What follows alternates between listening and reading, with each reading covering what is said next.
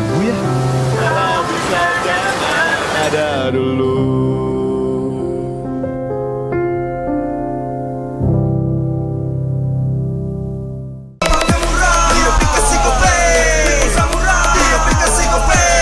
Walau yang lain terus berubah, Gope konsisten, kasih yang pasti murah. Tagihan murah di aplikasi Gope, gratis transfer 100 kali per bulan. Download aplikasi Gope baru, nggak pakai lama. Dompet andalan gamers banyak damage-nya.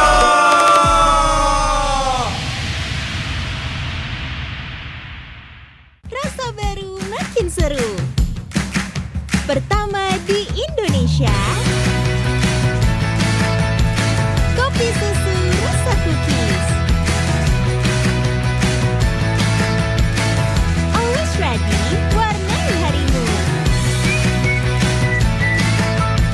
Good day Groovy Cookies. Nikmati sensasi asyik kopi cookiesnya. Apa akan kehilangan ingatannya? Masih inget ini, Pak? Sekecil apapun perhatian adalah kekuatan. Hidupkan momen kebersamaan. IndiHome.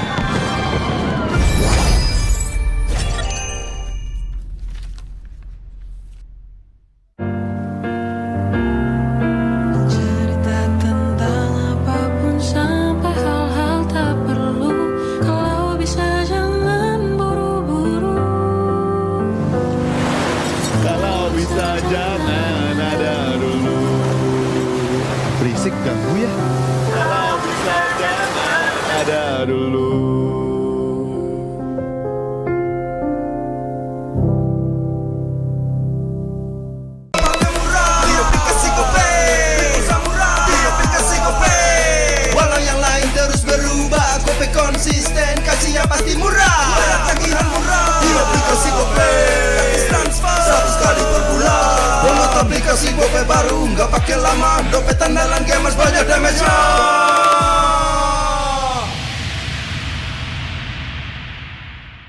Rasa baru makin seru. Pertama di Indonesia, kopi susu rasa cookies.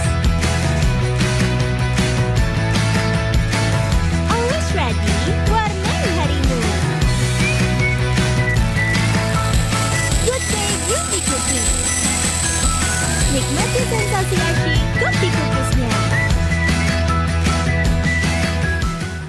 Apa akan kehilangan ingatannya? Masih inget ini, Pak? Sekecil apapun perhatian adalah kekuatan. Hidupkan momen kebersamaan. IndiHome.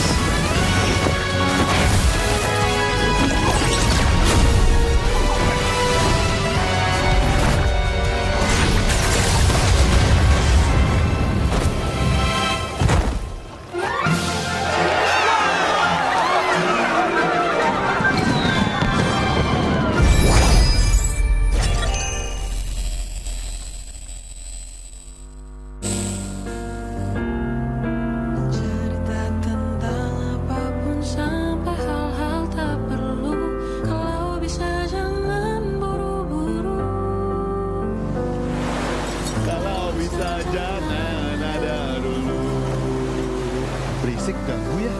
Kalau bisa jangan ada dulu.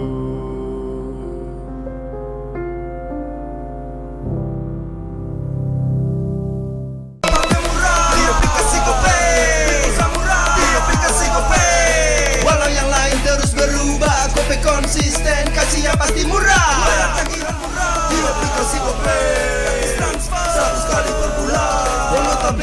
gope baru, nggak pakai lama. Dompet andalan gamers banyak damage-nya.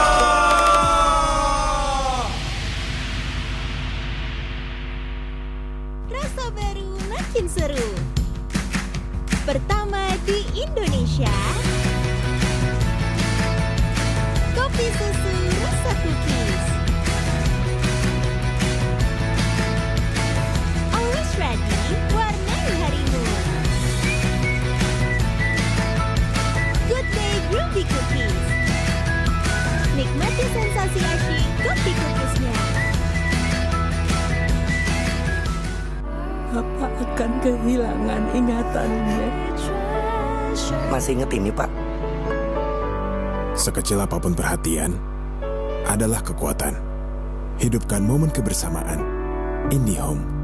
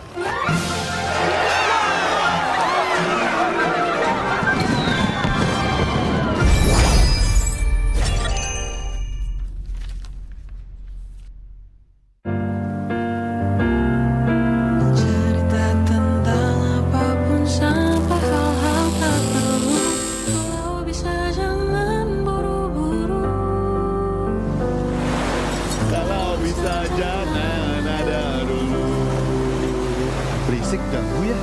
Kalau bisa jangan ada dulu.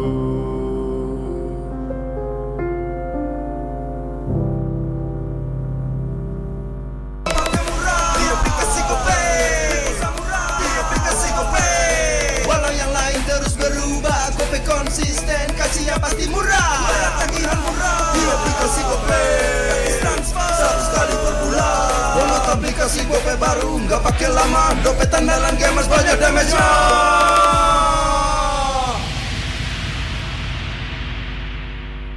Rasa baru makin seru. Pertama di Indonesia, kopi susu rasa cookies. Always ready, warnai harimu. Good day Groovy Cookies. Nikmati sensasi asyik kopi cookiesnya. Apa akan kehilangan ingatannya? Masih inget ini, Pak? Sekecil apapun perhatian adalah kekuatan. Hidupkan momen kebersamaan. IndiHome.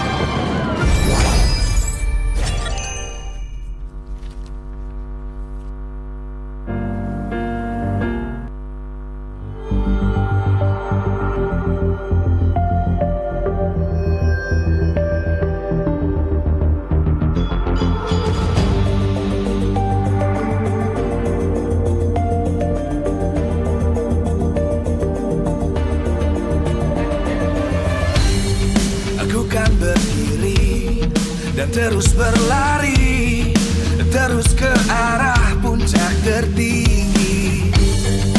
takkan berhenti hanya sampai di sini. Kemenangan abadi menanti. You know we won't miss if we unite our focus. And if you haven't noticed, we all live. Nyalakan apimu, hadapi semua tantangan, hadang semua serangan, jatuh bukan halangan. Bakar semangatmu, janganlah engkau menyerah. Kita akan buat sejarah. We all this, we won't miss. We all this, we won't miss. Saatnya beraksi, jalani ambisi. Aku kan menyawakan hari ini. You know we won't miss if we unite our focus. And if you haven't noticed, we all live. Nyalakan apimu, hadapi semua tantangan, hadang semua serangan, jatuh bukan halangan. Bakar semangatmu, janganlah engkau menyerah. Kita akan buat sejarah. We all this, we won't miss. We all this, we won't miss. We all this.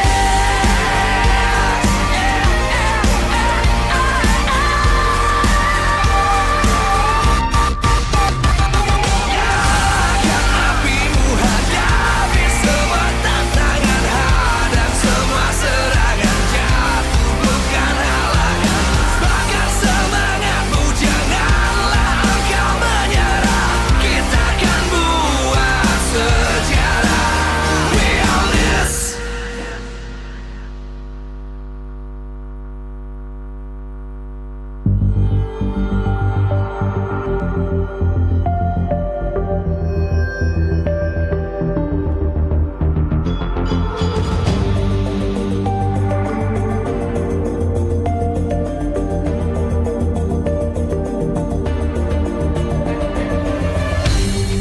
Aku kan berdiri dan terus berlari, terus ke arah puncak tertinggi. Ku takkan berhenti hanya sampai di sini.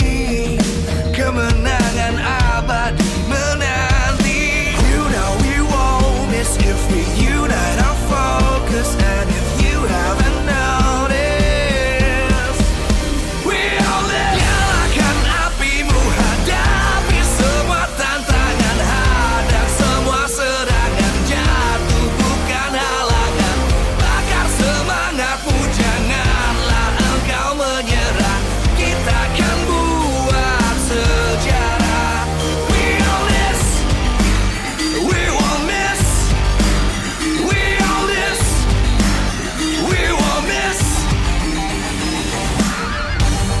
Saatnya beraksi, jalani ambisi.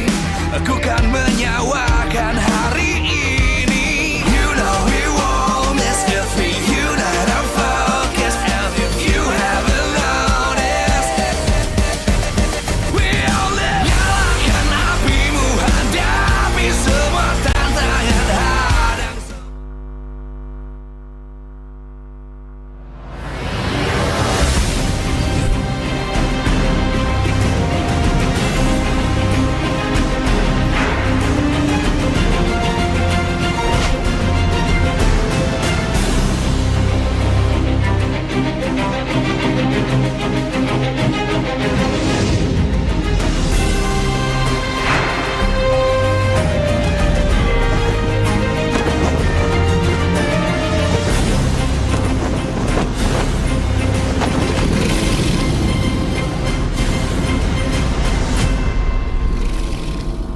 selalu bilang kita ingin kembali menulis sejarah. Tapi seperti lupa bahwa sejarah ditulis oleh pemenang, bukan kita yang kalah. Memiliki kisah di Excel Aksiata, kita kira kemarin di M-Series kita akan gagah, tapi justru kita gagal. Kita berbenah hanya untuk lagi-lagi melihat piala region lain bertambah. Apakah ini tanda MPL Indonesia telah berakhir? Tentu tidak. Kalah adalah langkah. Selama kita tidak menyerah, sejarah masih bisa berubah. Dan MPL Indonesia belum berakhir. Justru era baru akan terlahir.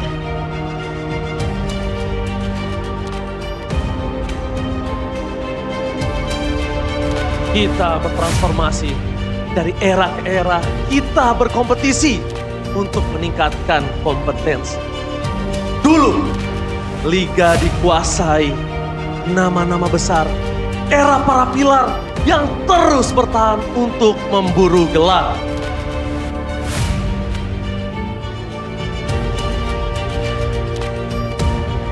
Tidak ada kemenangan yang tidak bisa mereka dapatkan. Mereka identik sebagai yang terbaik. Para pemain yang membuat nama MPL Indonesia jadi yang terbaik. Mereka adalah legenda. Arah yang dituju untuk kita bisa berbenah. Di masanya mereka pernah payah. Tapi mereka menolak menyerah hingga sejarah bisa mereka ubah. Mereka adalah raja, para pemegang tahta pada masanya. Bisa mencapai mereka adalah cita-cita. Berapapun usaha untuk kudeta, pada akhirnya mereka lah yang memenangkan mahkota. Di masa pilar, mendengar tim-tim perwakilan Indonesia saja bisa membuat region lain bergetar.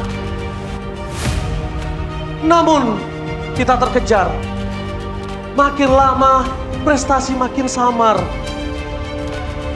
Hingga impor menjadi kesempatan kita untuk belajar dan untuk kembali sejajar. Kita makin memiliki daya gedor di era impor. Pokoknya masuknya player-player asing membuat kita makin punya daya saing. Sehingga di panggung internasional kita masih dapat membuktikan kita sebanding. Harus kita akui, setiap orang ada masanya. Dan setiap masa ada orangnya. Dan lahirlah mereka, para pengubah takdir. Generasi yang bukan datang untuk belajar, tapi menghajar. Generasi yang bukan datang untuk berlutut, tapi merebut. Nama mereka memang baru, tapi mereka adalah para. Merekalah para penantang yang bukan hanya memburu menang, tapi ingin menulis sejarah yang membuat mereka dikenang. Merekalah Young Blood. Namun, jika para Young Blood ingin naik tahta, mereka harus melewati para legenda yang dari nama mereka saja sudah punya cerita. Baik itu dengan atau tanpa mahkota, mereka yang telah teruji waktu tidak mungkin menyerah hanya karena era baru mengetuk pintu. Kini mereka bukan lagi sekedar panutan, tapi mereka ujian. Dan MPL Indonesia Season 15 akan jadi panggung pembuktian mereka.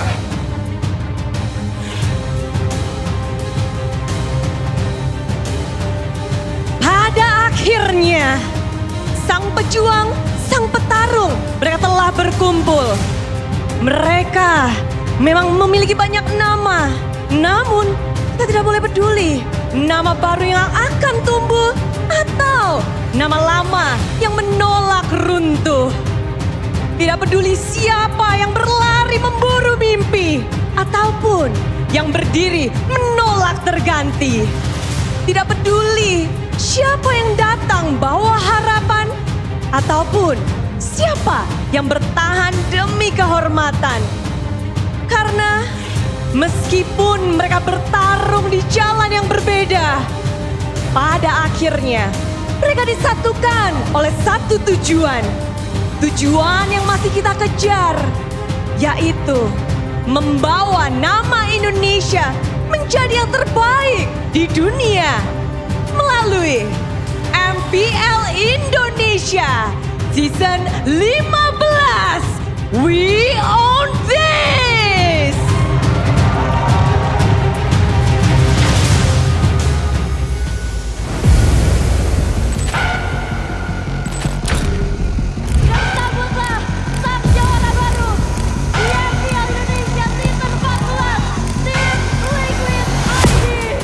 dalam upaya menuju kejayaan. The one final lasso dari Picker. Kekalahan adalah guru terkejam. Terima kasih atas perjuangan bikin Nova.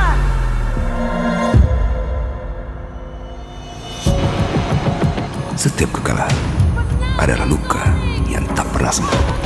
Di hari pertama, tanpa balas Alterigo, mereka harus takluk, mereka harus pulang. Sorry kok, gue ngecewain lo lagi. Seperti yang kita ketahui juga bahwa EVOS Glory tidak akan berlanjut ke babak playoff. Kesempatan dari Dewa United menuju ke babak playoff harus terkubur. Begitu dekat, tapi berakhir sirna.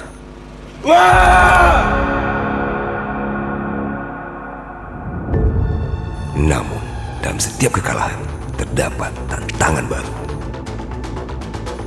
Generasi baru tak kenal rasa takut ataupun lelah.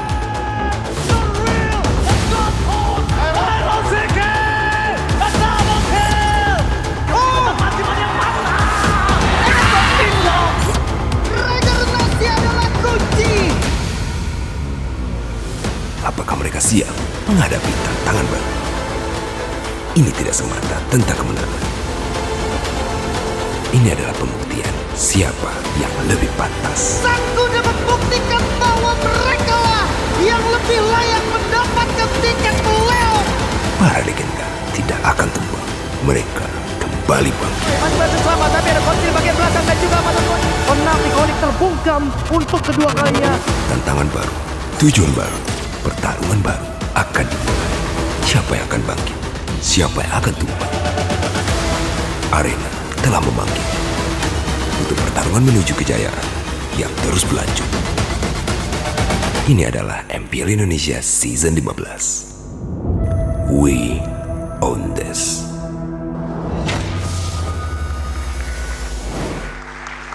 Meta after meta, era after era.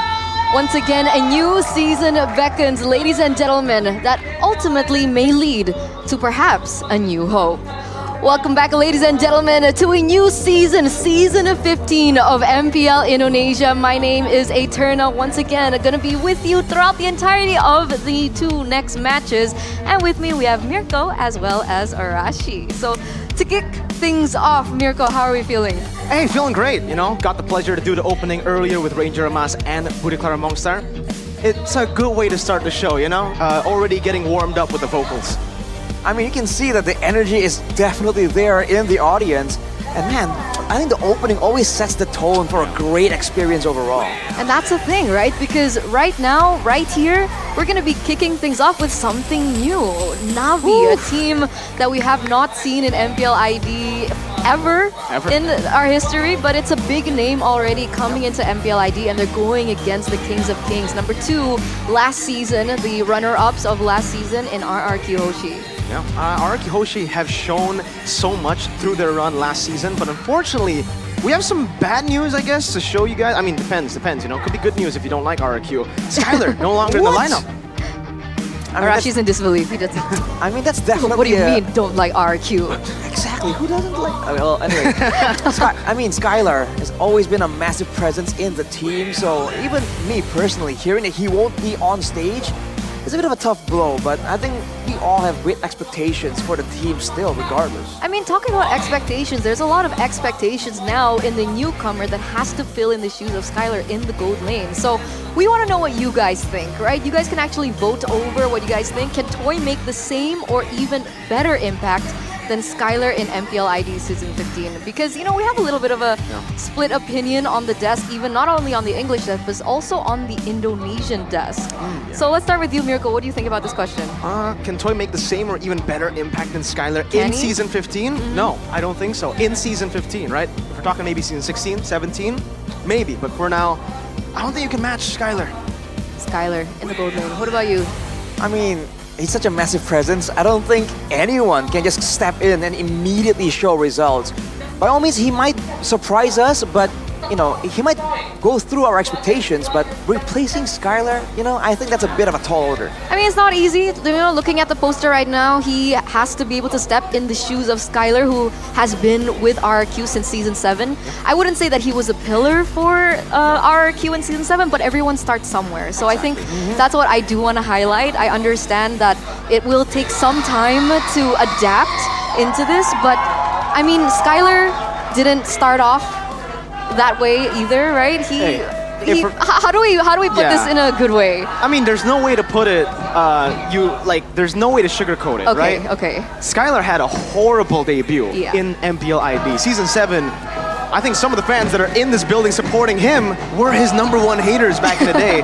He was coming in to replace a legend like Zin. So he already had a lot of expectations that was just burdened on his shoulders. So the fact that he was able to learn from that in season 8, going to M3, able to also do really, really well, I would say, in the only game that he played in M3, to season 9 becoming the best gold laner in MPL Indonesia, getting that first team title, and then season 14 reclaiming the first team title.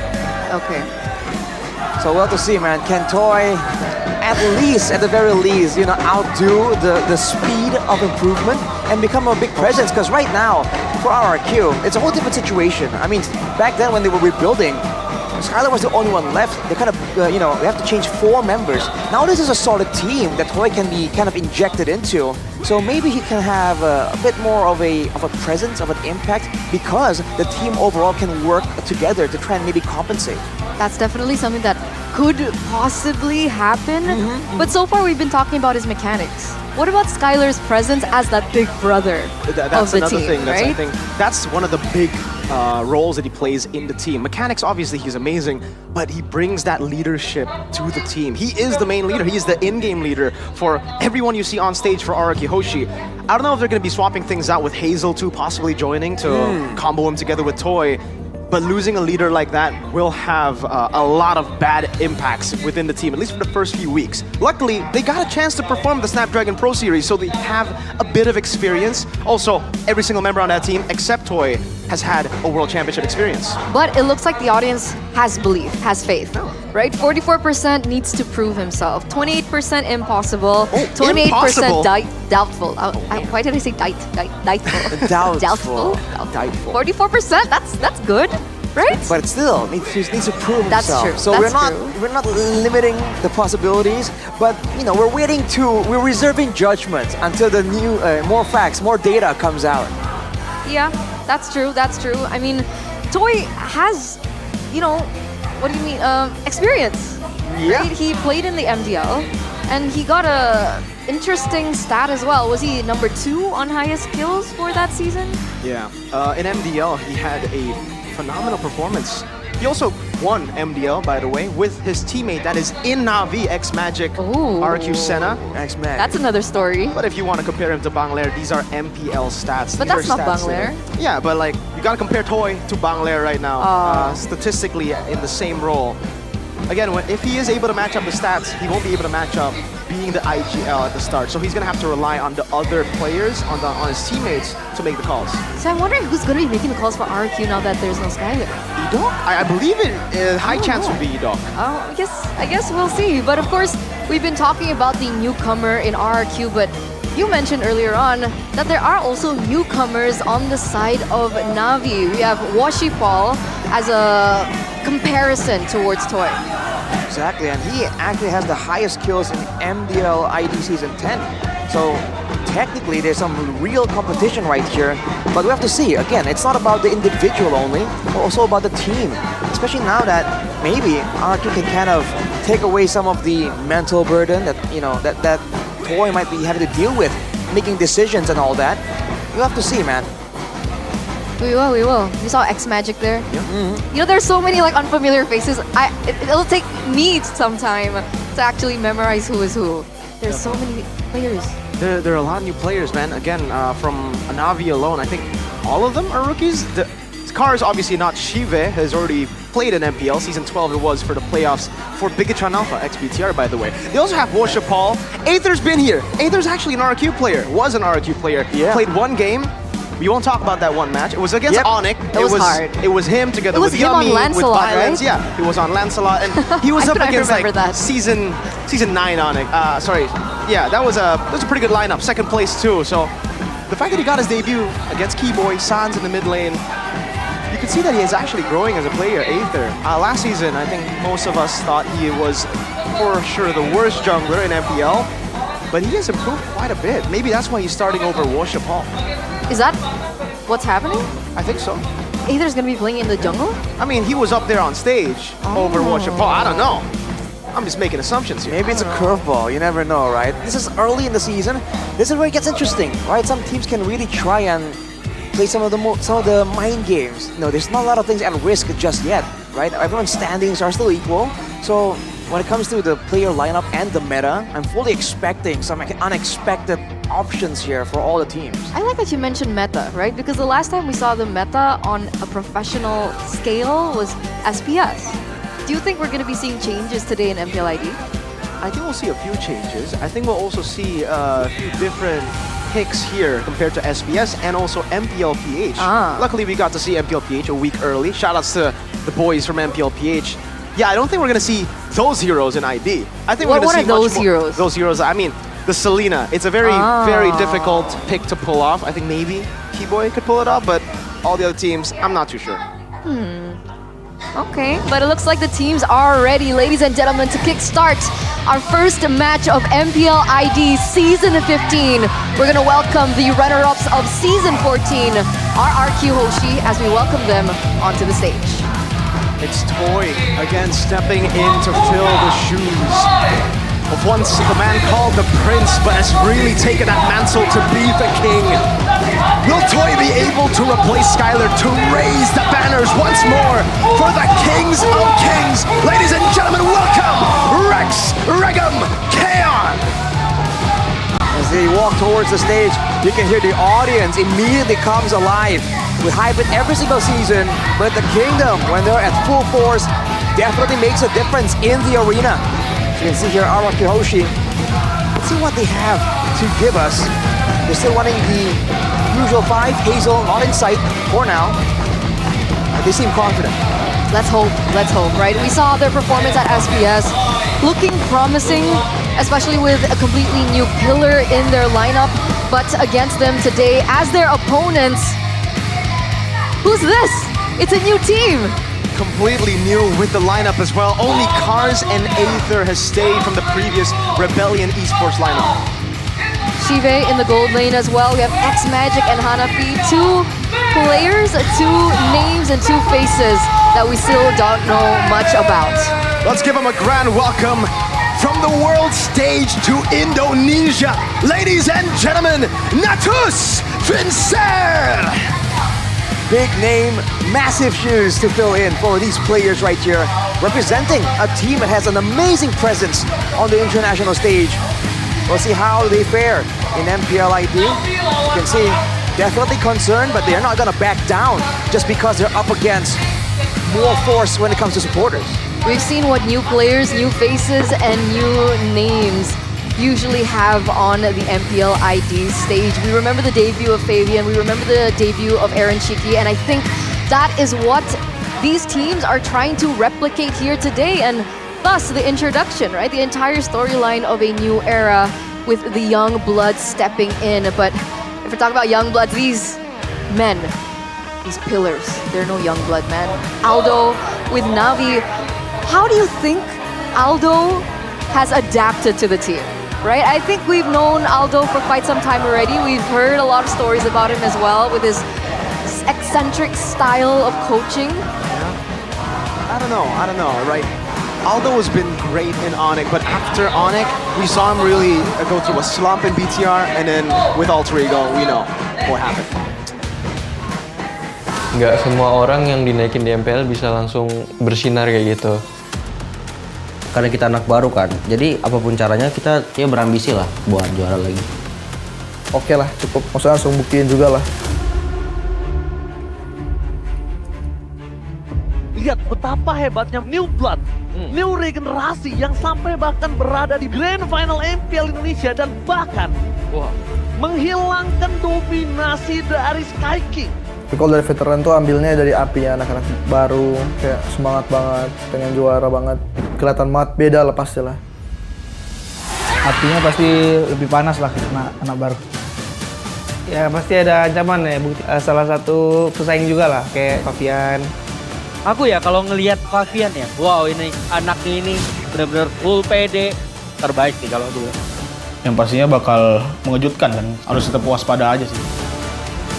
Mereka naik MPL, main langsung win streak kayak gitu, nggak ada yang expect. Generasi menjadi kunci tim Liquid ID.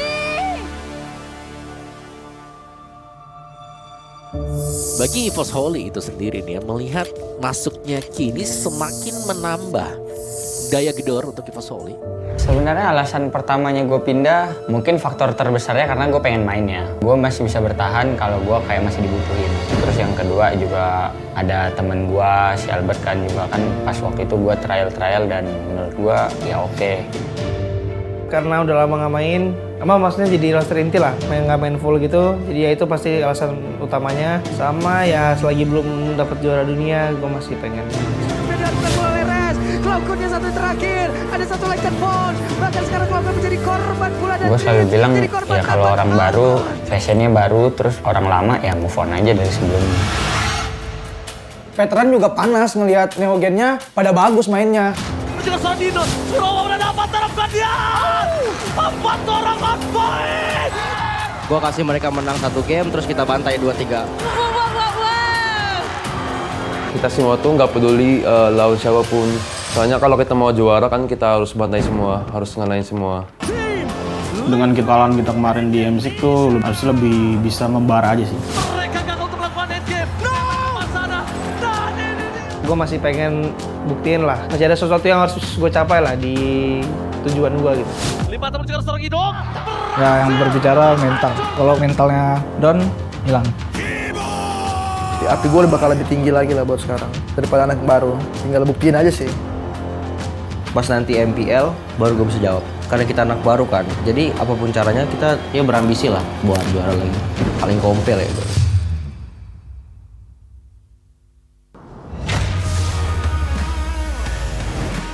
I have to say, this season is a season that keeps on giving goosebumps. I don't know why. I think it's because season 15 has always been full of surprises, man. This was, well, the odd numbered season at least have been very surprising. From EVOS making it to the playoffs, a miracle run, to MSC just in season 13, to, I mean, a lot of the RQ winning in season 9. There's been a lot of surprises in the odd numbered seasons as we lead up to MSC, especially with these kind of changes with Skylar. A guy like Skylar leaving the team, technically leaving the team to a bunch of young guns, man. Okay, can we serious talk though? Serious talk, Do you all right, think serious Skylar talk. will come back? Because Have you seen his streams? No, he's never coming back. I mean, I He hope might he say he's does. coming back, but that's what R7 said too. But then, you know, hey. It's You just said business. serious talk. It's just business. Serious It's talk. business. Serious It's talk. business. It is Alright. what it is. I mean, you can understand. I hope he does come back. I would love to see him perform still on the MPL level stage, you know. I think he still has so much left in the tank to really show us. But for now, we have to see what the team can do without him, right? And I think this season also gets a bit more interesting because of the shakeups. A new team, coaches moving around, players changing up, old names leaving the old guard, taking a step back for the new players, right? I think that's exactly why the season just seems a little more interesting, a little more exciting. we don't really know what to expect. We don't really know what to expect, right? And that's why this opening match is going to be interesting too. I mean, I've heard some rumors that Kars is doing well in Navi. So maybe will that be the edge that they need to get this point off from the Kings of Kings, RQ? I really hope so, right? For Navi entering, debuting, to beat the runners-up of the previous season, to beat Kescute in the draft. Aldo's gonna have to pull off an Aldo season 10. I mean, He's gonna have to Aldo pull- was once known as the drafter. He was, right? well, he is the architect. He was the guy who crafted a lot of crazy picks back in season 10. I remember grand finals, Leslie against the Claude of Skylar for CW. Yeah, but I mean, Again, KSQ ain't no pushover, man. Again and again, he's shown that from the drafting phase, he can have a massive impact on how the game is going to be played from the early game all the way to that late game. And just like that, ladies and gentlemen, we're into the drafting phase. Presented to you by the official tournament smartphone Samsung Galaxy S25 series RRQ. Okay, very quick already with the Joy first pick for RRQ. The Matilda, Fulvius, Harith banned out. A Badang pick. Moskov. Guys, this drafting phase is going a little too quick. Yeah, the Badang. So this is one of the picks. Oh my god, we are going really quick, man. Gata picked up instantly too. By the way, for Na'Vi and for what we actually mentioned earlier, how it's going to be different from MPL Philippines. We're much more brawly, if you don't already know. This is the brawl server, so you're going to see much more Badangs than in MPL PH. In MPL PH, I think we've seen a few. Like Mr. JM has played the Badang. Ex-BTR, by the way. But not a lot. Not a lot of teams have prioritized the Badang in the first phase. Granger gets picked up. This is actually a comfort pick for Toy. This is actually a good prior hero right now as well. For side of Na'Vi, they do have the Moskov to make plays around. And aside from that gold lane, at least for now, they have a lot of pressure going through, but they're going to be up against a Gatot Kacha. And some of these fighters, some of these brawlers from Na'Vi don't really do well against that avatar of the Guardian. They really need a bit of space, a bit of safety to really make meaningful plays around the map. So with that being said, what are we going to be expecting into the second phase, right? It looks like Z has been banned out. Rins has yet to pick up a hero, and Rins has been the player that a lot of people are actually criticizing in RRQ as being one of the weakest links in the last time we saw them perform, which was SPS. It's been weird for Rins. I think he's either underrated or overrated in a lot of people's eyes, right? Like when he doesn't perform, everybody calls him out and hates him to bits, but when he does perform, they call him the next Sans. So I think it's time for us to actually just give him some time. Give him some time to adapt, give him some time to perform. And, you know, for RRQ, they haven't picked the mid laner, but Na'Vi, X-Magic, who's also part of RRQ Senna, the MDL team, I think RRQ will have a good read on X-Magic. They've scrimmed against him probably a lot of times in the previous season, knowing that they were from the same org. That's definitely interesting. I feel like for Rins, we can at this point kind of appreciate the inconsistency because he's new-ish compared to everyone else, compared to a lot of different players. So I feel like the highs are highs, the lows are lows. That's just part of the deal, right? Part of what makes the results of this match really not as clear-cut all the way from the beginning. But now for Na'Vi, banning away the chip and the Loyi, they're really respecting the macro potential from RRQ, appreciating how they play this textbook style that can kind of slowly but surely strangle you out. And for RRQ, the fact that they're banning a Valentina means they might be looking for some more big ultimates. Valentina banned by RRQ.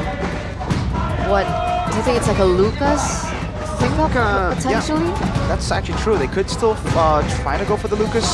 The Badang is most likely going to be an XP. So if it is a Badang XP, then you can obviously go for the Lucas with the XP too. We'll see here, the Vexana gets picked up, a safe choice. But I think for the mid lane, they are setting up for something like a Farsa. This is a pick that we've seen many times before from Rins to in SPS. Farsa Granger combo with Gatot and Joy as dive.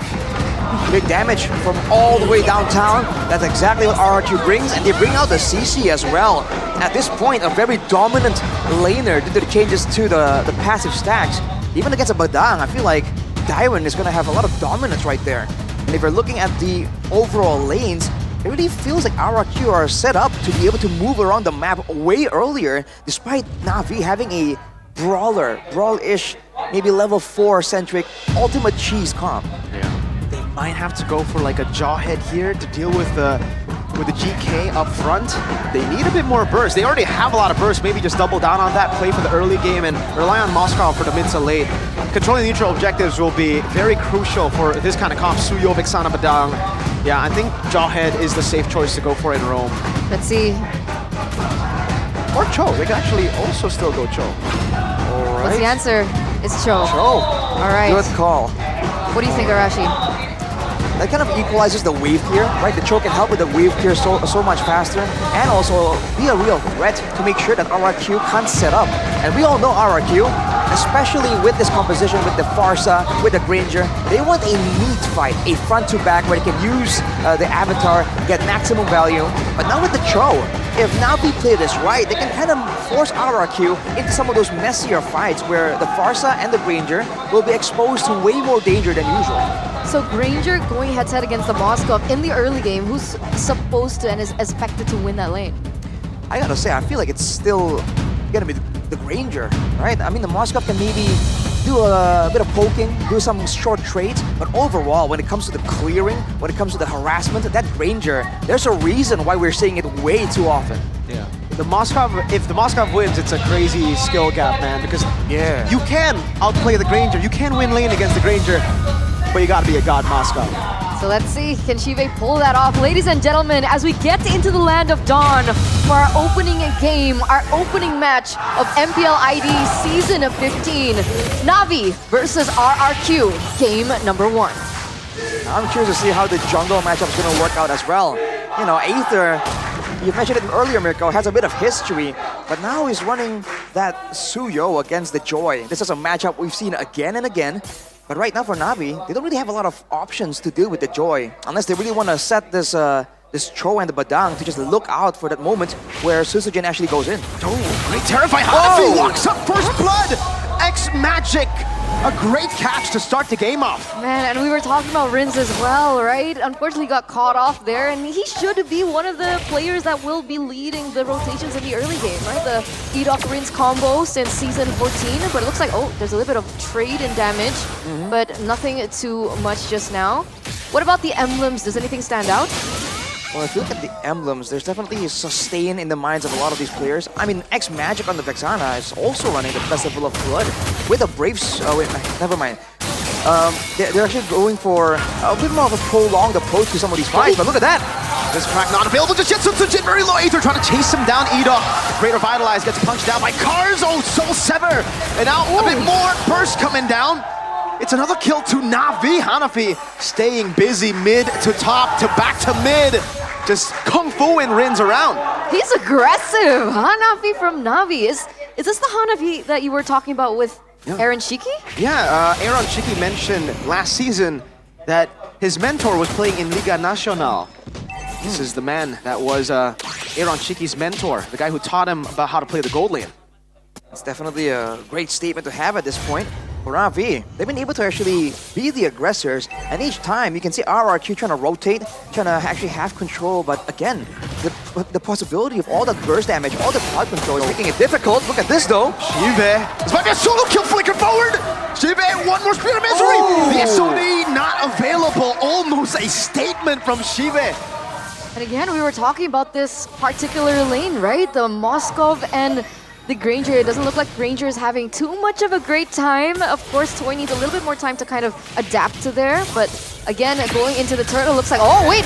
Another airstrike with the flicker out. Cars dashing away as well. Aether quelling Susujin, making a bit of HP. Turtle in control of RQ. Dyron walks up current call together with AOG. Aether knocked up together with Cars. Two-man taunt into the electrifying beats. Now the fist cracked up from Cars. Able to flicker out and Terrify to peel off as well. Aether walks away, but Susujin claims the turtle. That was really well played by RRQ. Earlier on, Susujin was actually a level below of Aether, so if they went in for a 50-50 in terms of that retribution, Susujin may not have had a good time. I feel like this is where the experience is starting to show coming in from RRQ with the way that they played the team fight.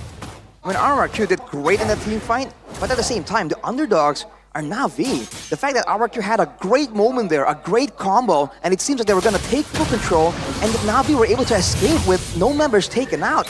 That in itself was quite a statement, man. Navi bringing the fight to RRQ. As we look at some of the items right here, no real big differences just yet, but the Dreaded Armor in the hands of Edok is going to allow him to actually wither some of the damage from Aether, Cars, and Hanafi. The physical damage reduction there if he gets targeted as the front line. Aether's doing pretty good as well, catching up in terms of the jungle rotations. I don't know, overall, it feels like Navi are playing a solid game. They are, and they can continue to scale too. Good open from Edok there. Gets chunked a bit. But yeah, speaking of the mid game, Badang has already secured the Thunderbelt, so he's going to be constantly stacking that up on Dyron. It's very... I don't even think it's possible to stop the Thunderbelt stacks on Badang. It's inevitable. It's only a matter of time at this point, and even earlier you saw that Cars on the Badang was able to actually find a bit of a moment, kind of knock Sutsujin, slow down his initial blitz in. And if RRQ wants to really get a decisive win, they have to try and find a way around that, right? This crowd control is limited, but Na'Vi are using it very efficiently. Not to mention, they still have a lot of damage in the hands of X-Magic. So far, RRQ are itemizing for physical.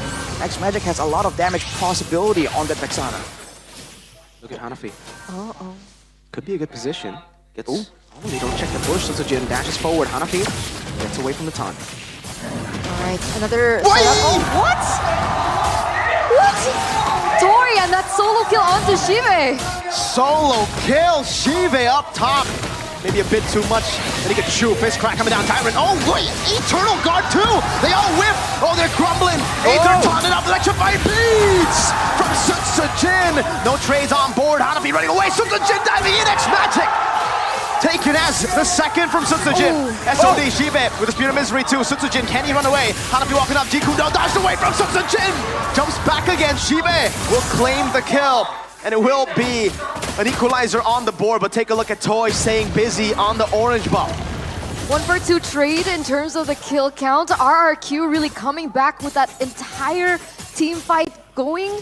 What happened there, Rashi? Break it down for us. It's RRQ once again getting a great engage using the Avatar of the Guardian. They initially spotted out Hanafi, pushes him away, and then once it's in a front-to-back situation, RRQ have all the cards available. They go for the engage, they allow Sutsujin to get in as Hanafi and Cars are kind of stunned up, and the backline just can't bear the aggression. But take a look at the talent prediction here by the new application GoPay. Bit of a interesting It's a unanimous result for RRQ. The only thing that was different was Owl going for 2-1. But again, RRQ already centering around the next neutral objective. They should be able to take this without any contest. And there it is. Objective secured by Rex, Reg, and Kaon. After that initial solo kill in the top lane, it kind of really sets up the pace.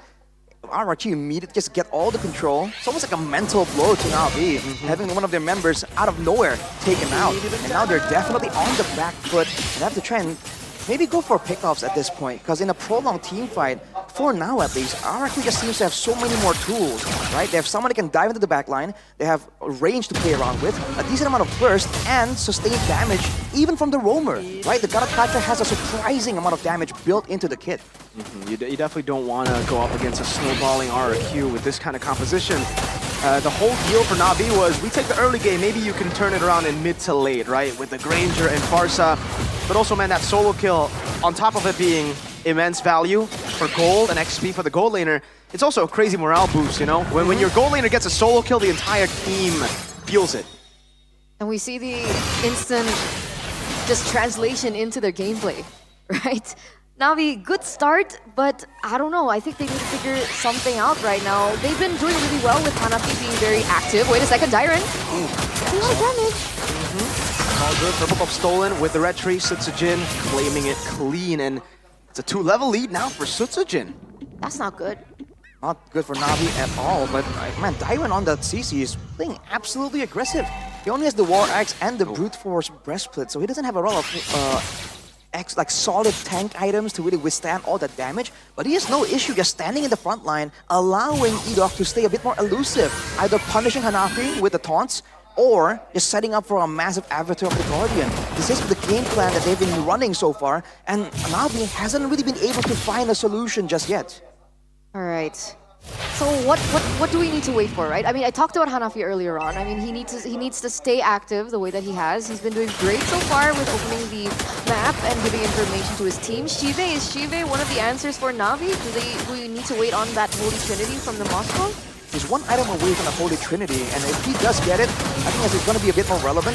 With more items, he's also going to be able to actually have more pressure on the opposite side of the map. Because so far, the Spear of Destruction is literally a non-factor. RRQ has been able to get a solo kill, has been able to push the wave out. So every single time there's a big engagement, Shive is kind of out of the equation completely. That's unfortunate. And now RRQ have the Lord. They have the first Lord of the game. Do you think they can take down most of the outer turrets, even maybe go in for an inner? Especially with this composition, man. We talked about the range already. There's going to be so many ways for them to, first of all, do damage from far away, and also pressure the members of Na'Vi away using the Avatar of the Guardian. It can be used as a zoning tool, you must remember. Yeah, 2-level lead continues to be a problem for Na'Vi in the jungle. Hanafi just trying to lead down these positions. But yeah, I agree with what Arashi said. This is a great siege composition. With the Lord up there, you have another frontliner, but then the Granger and for Farsa to just throw down, gun Na'Vi down, and maybe just, you know, I think they might actually be able to, if they get a kill, this is a base turret. Absolutely. And Toy, by the way, is already standing on a Malefic Roar. So any kind of defensive items, the premature defensive items of Na'Vi really won't be relevant right now. Calm before the storm. There you go. The AOG locking Aether down for the airstrike and the shot from Toy. Now, Hanafi goes in way the Dragon Wrong member. It's only Edok. Sutsujin walks up, playing the sounds of victory, but they will not be able to end the game just yet. It is a base turret though, something we were expecting. RRQ with the siege comp continuously putting pressure down on Cars and Toy. Efficient on the Death Sonata. That was the first Lord. Exactly. First Lord getting a base turret? Like, that shouldn't be possible. An 8k gold lead now for RRQ. Na'Vi, they're losing control completely of this game. They just don't have the frontliners to really withstand the initial approach from RRQ. And even if they do, then they're going to be forced to use so many resources, like the Face Crack, like the Way of the Dragon, before Sutsujin comes in. So for RRQ, it's just a waiting game. And they're allowing Na'Vi to pick their poison. Do you want to get poked down? Oh, as I say that, that's some damage. Yep. A stun. Oh, what happens to Aether's HP bar? Sutsujin just takes it away. Electrifying beats. Together with what, Toy?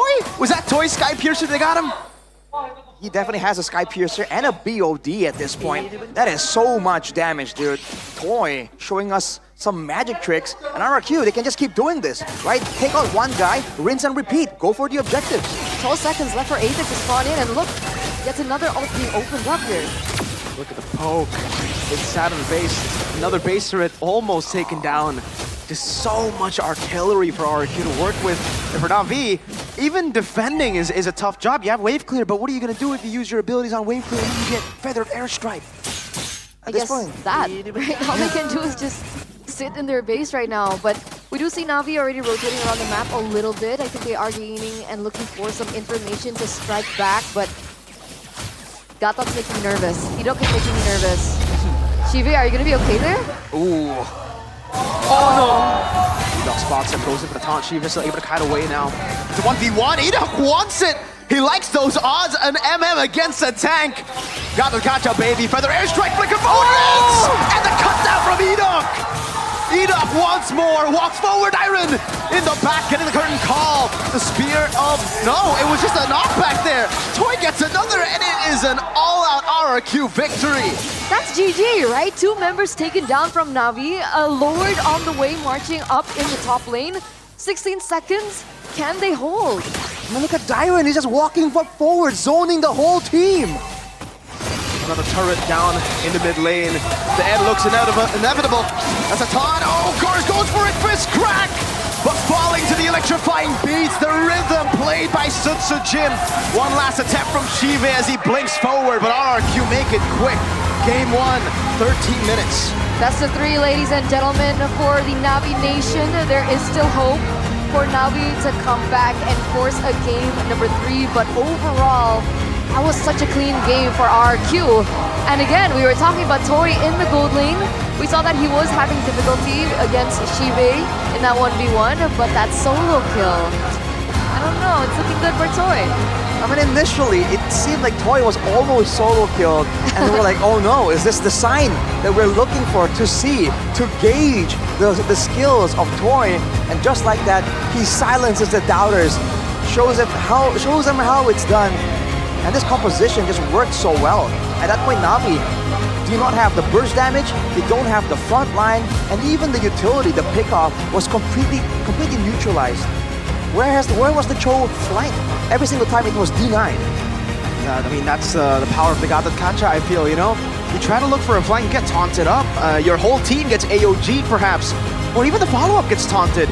Also, the Revitalize really helps RRQ to get away from a lot of the dive, a lot of the pick-off potential from Na'Vi.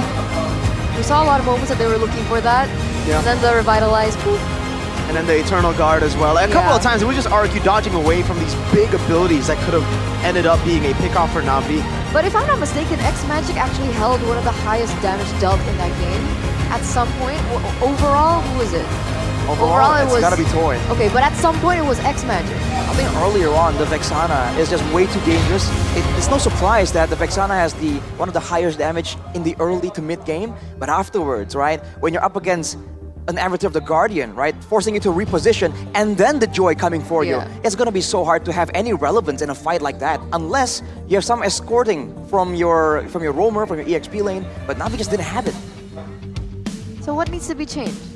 I think securing these prio heroes would be number one. I don't know why they picked Suyo right off. I mean, they went Badang Moskov. I don't know why they went for the Moskov initially, actually. Then later on, obviously Suyo was because they saw the Gatakacha and Granger, they wanted the jungle. But I think there are many ways to deal with that comp initially. You know, the Joy, you might want to go for Gatot early. Badang, at least from MPL PH, we don't see it too much in the first phase, so that could have been kind of like a flex pick that Cars could utilize later on in the draft after the Gatot was picked. Because we know Cars can play Gatot too with XP. It just feels like they were tunnel vision on comfort picks. They wanted their comfort picks. They said, you know, Shive, you like Moskov, play Moskov. Badang, you like Badang, play Badang. I feel like initially the game plan looked quite solid, right? The early roam from Rins in the mid lane was neutralized and he was picked off multiple times. But afterwards, right, I think they allowed RRQ a bit too much time to take it chill and fight during those big neutral objectives. That's possible. But we do have the crucial moment, ladies and gentlemen, of game number 1, and it was at minute number 5 here, around the turtle. Just look at how tanky Duck was. Yikes. So this was the first turtle, right? Yeah, it was one of the first, if not the first turtle, and it's right after that initial solo kill. That was the big fight we talked about. The morale boost was there. The 5v5 that RRQ were waiting on was there as well. There was no pick-off chance at all. And that's partially due to Edok here as well, the MVP, the player of the game. Hey, I'm a big fan of Edok, man. I like how this guy plays. I like the vision, huh? How big? How big of a fan? How big of a fan? On a scale of 1 to BTR, kind of like RRQ levels of, you know, yeah, cool. This was the MVP presented to you by the official tournament smartphone Samsung Galaxy S25 series, by the way. As we take a look at what exactly he did to make Miracle such a big fan on a scale from 0 to Bigatron. This is the solo kill. He just took it. Ah, interesting. No respect from Shibe. And afterwards, immediately look at this. Ether, out of all people, gets left out right in the front line. That's exactly what RRQ identified, jumping on him immediately. And the revitalize and the difference in sustain and damage allowed them to get so much value. Sutsujin falls here, but at that point the damage is done. Toy is farming up a storm, stealing camps, pushing the waves, and from there, once the momentum is on the side of RRQ with a comp like this, man, you just do not win at distance, man. Load is that damage. This is it. Yeah, it was Toy with the Sky Piercer. This was a bait, by the way. Shiva got baited by Edok, and then he gets cut off by Edok too. That's the Gatakacha power we're talking about. 1v1 against a marksman, he can take that, right? Due to the passive, the physical damage reduction, and the extra healing you get as well. The Granger Farsa combination is just ridiculous. Ridiculous. Ridiculous. What is that damage? It's null. And that was Granger with a fighter emblem, by the way. Like, a lot of Grangers go for assassin emblem for more damage, more penetration. That was a sustain, well, at least sustain-ish build with the fighter emblem. Why did he go for the fighter emblem in I this think he was just trying to survive, man. He thought, you know, early game would probably go to Na'Vi. He went and snowballed, so it didn't really matter in the end. And in the mid to late game, if RRQ do recover, having that extra sustain allows the Granger to just stand there out in the open in the Land of Dawn without any real requirement to go back to base. But yes, looking at the emblems here, both Dairon and Toy running the Festival of Blood, and they have the Gatakacha as well with the Revitalize. We talked about how teams are preferring this longer duration fight. When you have a Revitalize, when you have 2 extra emblems for sustain, you know, especially the emblems, it's not a massive game-changing thing, but overall, throughout the course of a 13-minute game, it does add up. 13 minutes and 13 seconds. 13. Season 13. It's I'm trying to find like the connection. During season 15, but I'm trying to follow up. Okay, let's take a look at the post-game stats. Rich Guy, the carry, Sandra, best all for RRQ. Yeah, everything is just completely monopolized, and there's zero damage taken. Navi damage taken. Where? Damage taken. Navi 1 damage taken. Oh yeah, but we were talking about the photo. That's a weird photos. flex though. That is a weird flex. I got the most damage taken, y'all. I'm taken. tough. You know, in a street fight, when the commentators start saying, "Yo, that guy's so tough," you know he's struggling, man. That is true. Wait, are you saying E-Dog was struggling? He took a lot of damage, man. I mean, that is not what I'm saying. But yeah, zero damage to target from Na'Vi, man. Yeah. Despite having a Moskov. Which is why I was saying, despite having derailing the initial. Wait, that's not possible. Oh What? wait, it is. It is. If you don't get, No, early game 'cause I turret. thought- yeah. Damage to turret gold doesn't count as damage to turret, okay. to the turret itself. It's just a shield. What damage by minions?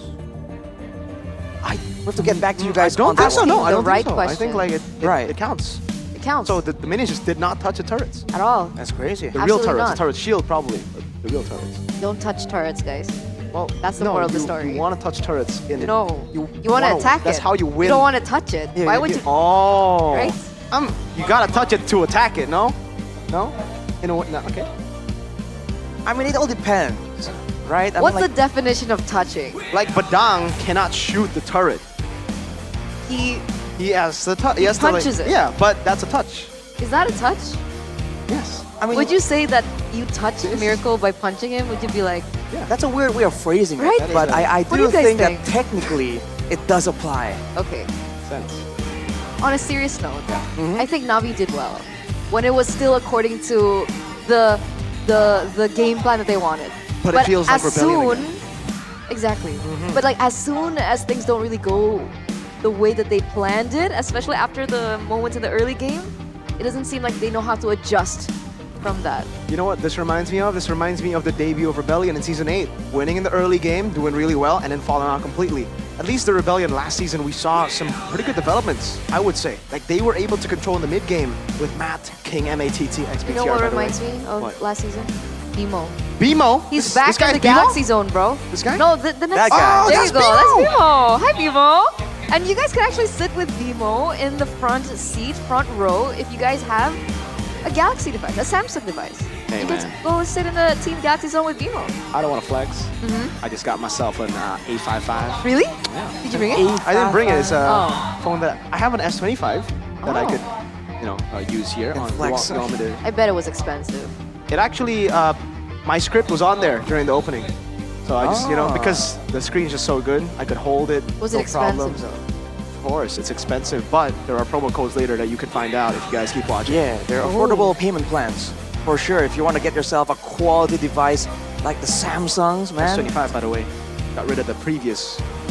I'm not gonna mention the brand, but you know what it is. This is the better one. So ergonomic. What happened to your S24? Oh no, that one's still at home. So you're just collecting Samsungs now? Of course. Why would you not? Richest You not caster. upgrade your phone every time they Richest have a new caster. one? Richest I do caster. not. I don't? I don't. You're still stuck with your dude. S22? Huh? Yeah, it works just fine all these years, man. But like the additional, there's a lot of things that they update, Oh, awesome intelligence, by the way. Talking about updates, there's actually an update to the RQBA roster, right? We have Michelle sitting up front in the hair cam by Head and Shoulders. And if you guys want amazing hair, like the brand ambassadors of RRQ, you guys can go ahead and buy one in your nearest store, bro. Why did you get really sad towards the end there? Nah. I think she misses It's like, the I'm old. sad. she misses- I miss Eudora. Where's Eudora? Exactly. I miss the It's- Gatakacha, dude. Right? It's When yeah. he's meta, Who's they that? decide to take him out. Exactly. Wait, Yeah, that's Zilang. that's a weird decision. Hey, But I know Oh, I exactly can what double Moonton are combo trying to do this. here. what? Double I mean, combo. Mia is the MLBB mascot. So you gotta go Mia. Double combo. No, listen, that is not here, This is an important device, This Lieutenant. is- yeah. We do not pour. Don't That's put it why on you my put your pool on hand this. out. Don't put it on my Samsung S25. That's why put your hand out. It's cheaper. It smells really good, guys. I Okay, know it does. I'll give it to you guys. All right, there you All go. right. Take this out of your hands. The Mia one is my favorite. This one, this is the lemon. Okay, so they updated the pictures, the But graphics, the- but it's still the fresh lemon. The fresh lemon. Yeah. Chef doesn't like this one. I like that one. The flavor, not the Head and Shoulders. Yeah, this is like that particular one's kind of overrated. He said lemon is overrated. Yeah. He prefers mint. He prefers the mint one and all the other great Head and Shoulder versions. What happened to lemon? What happened to Chefin? Good question. Where is he? Good question. That's a good question, guys. Figure out. You can figure that out Better look it on up. your own. Clip that. You want to do a ping test? Yeah? Yeah? All right. With the Wait, I don't have Samsung Samsung phone. You can take it for What now. are you gonna use? Don't worry. Don't He's worry gonna about connect wirelessly to his phone backstage. Wait, I'm connected to the players. What? Wait, what? What did you say? I'm connected to the players in the ping test. Wait, can why hear am I him? here? Wait, I can hear him too. Wait, let me get out of this room. I don't think I should be here. I don't want to lose my job. Look at this. X Magic. The Magician from MDL. That's a cool name, dude. Unfortunately, his team was the one that, you know, was magic tricked earlier. Oh, man. But maybe in game 2, he can That's a find a logo. moment of his own here. Because again, looking at the achievements of this man, definitely not a pushover, right? A lot of people might think like, oh, dude, the guy ain't that good. Compared to who, right? He's still a pro-level player. And, you know, sometimes they need time. What did you guys think about Rin's performance earlier on the Farsa? Because we're talking about X Magic, and we were talking about Rin's earlier on. Do you think it was a good performance? I think when it comes to the aggression, Rins has always had a great aggressive mindset. So when it comes to flickering forward with the Farsa, right, moving forward right in the face of danger, Rins was doing pretty good. But when it comes to getting caught mid-rotation, right, avoiding flank attempts, I do feel like there were some holes there that Navi definitely were trying to take advantage of to try and ruin the whole setup, the whole formation of RRQ. What about Toy? I think Toy played it really solid. Again, this is the classic Toy. When you give him Granger, he just farms up. He plays very safe, and then once he sees an opening, he goes for it. If he doesn't see an opening, he won't try to create that opening. He's just a safe player, and that's what we saw earlier. Played, followed up, Edok a couple of times, followed up Rins a couple of times. Those are the risk takers. All he needs to do is chillax. So that makes him different to Skylar. Yeah, yes. But Skylar was, in his early seasons, he was also like that. He was also safe. A very safe player. I think later on, Skylar becomes someone who can do both, right? I think for Toy, we haven't really seen the other side so far, which is why the Granger pick was just so valuable, right? It allows you to just stick in the back, chill out, and still be relevant, still do damage. That's why I was questioning, why Moskov over Granger? Yeah. Right? Ask It's like, Coach Aldo. Coach. Oh, it's Coach Do now. Oh, Coach sorry. Aldo, Sorry, right? sorry. Say goodbye to Get the with the AL. program, He's Eterna. removed the L so that he could get a dub now. New era, guys. New era. It's Coach Do. Coach Do. No L's in his name. No L's in his game. Well, actually, now one L, but he can try to reverse sweep and get 2 wins to overwrite the L. Yeah. But that's not all, though. That was really good, Arashi. That was actually really good. We have to wait and see if there's more for now. But he is the drafter, right? Yeah, I mean, he should be, unless Coach Far, analyst. Is it Far or Raiden? Well, he was Far, now he's Raiden. So it's just a name change. He should have changed his name to Close. It would have been better. Like, he was Far, now he's Close. Maybe his Raiden up close and personal, like Raiden, you know, like going on a raid. The first one was great, Arashi.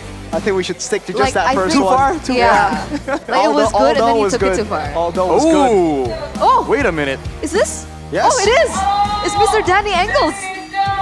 That's welcome, Danny Engels, Director Global Operations from Team Vitality, who is actually the female team, women's team for Vitality, is in MDL. We would love to see perhaps a new team joining us for season 16. I don't know, you 10 know. teams?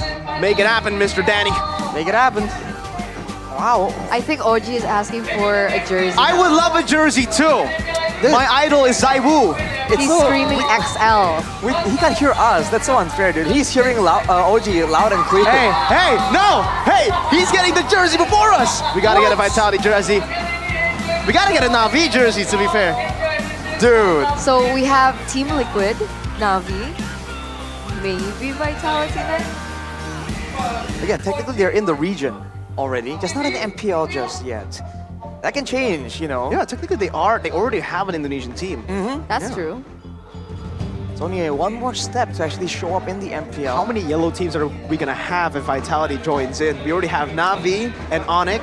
RQ. RQ is orange, Orange, but that's but- three yellow but teams. It's a similar, it's like a different shade.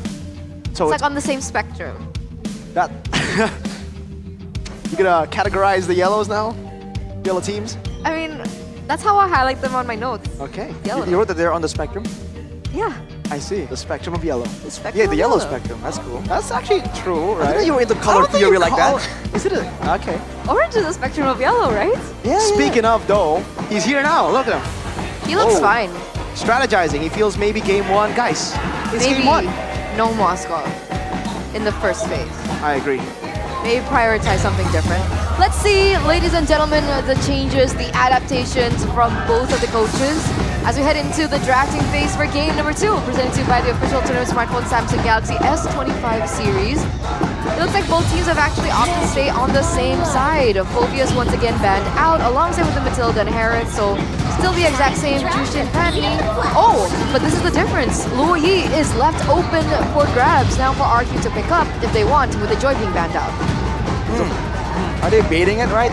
Letting RQ take it in exchange for something of even greater value? That's quite concerning, man. Considering that Na'Vi banned both the Luo Yi and the chip, I feel like that just shows how dangerous that macro gameplay is.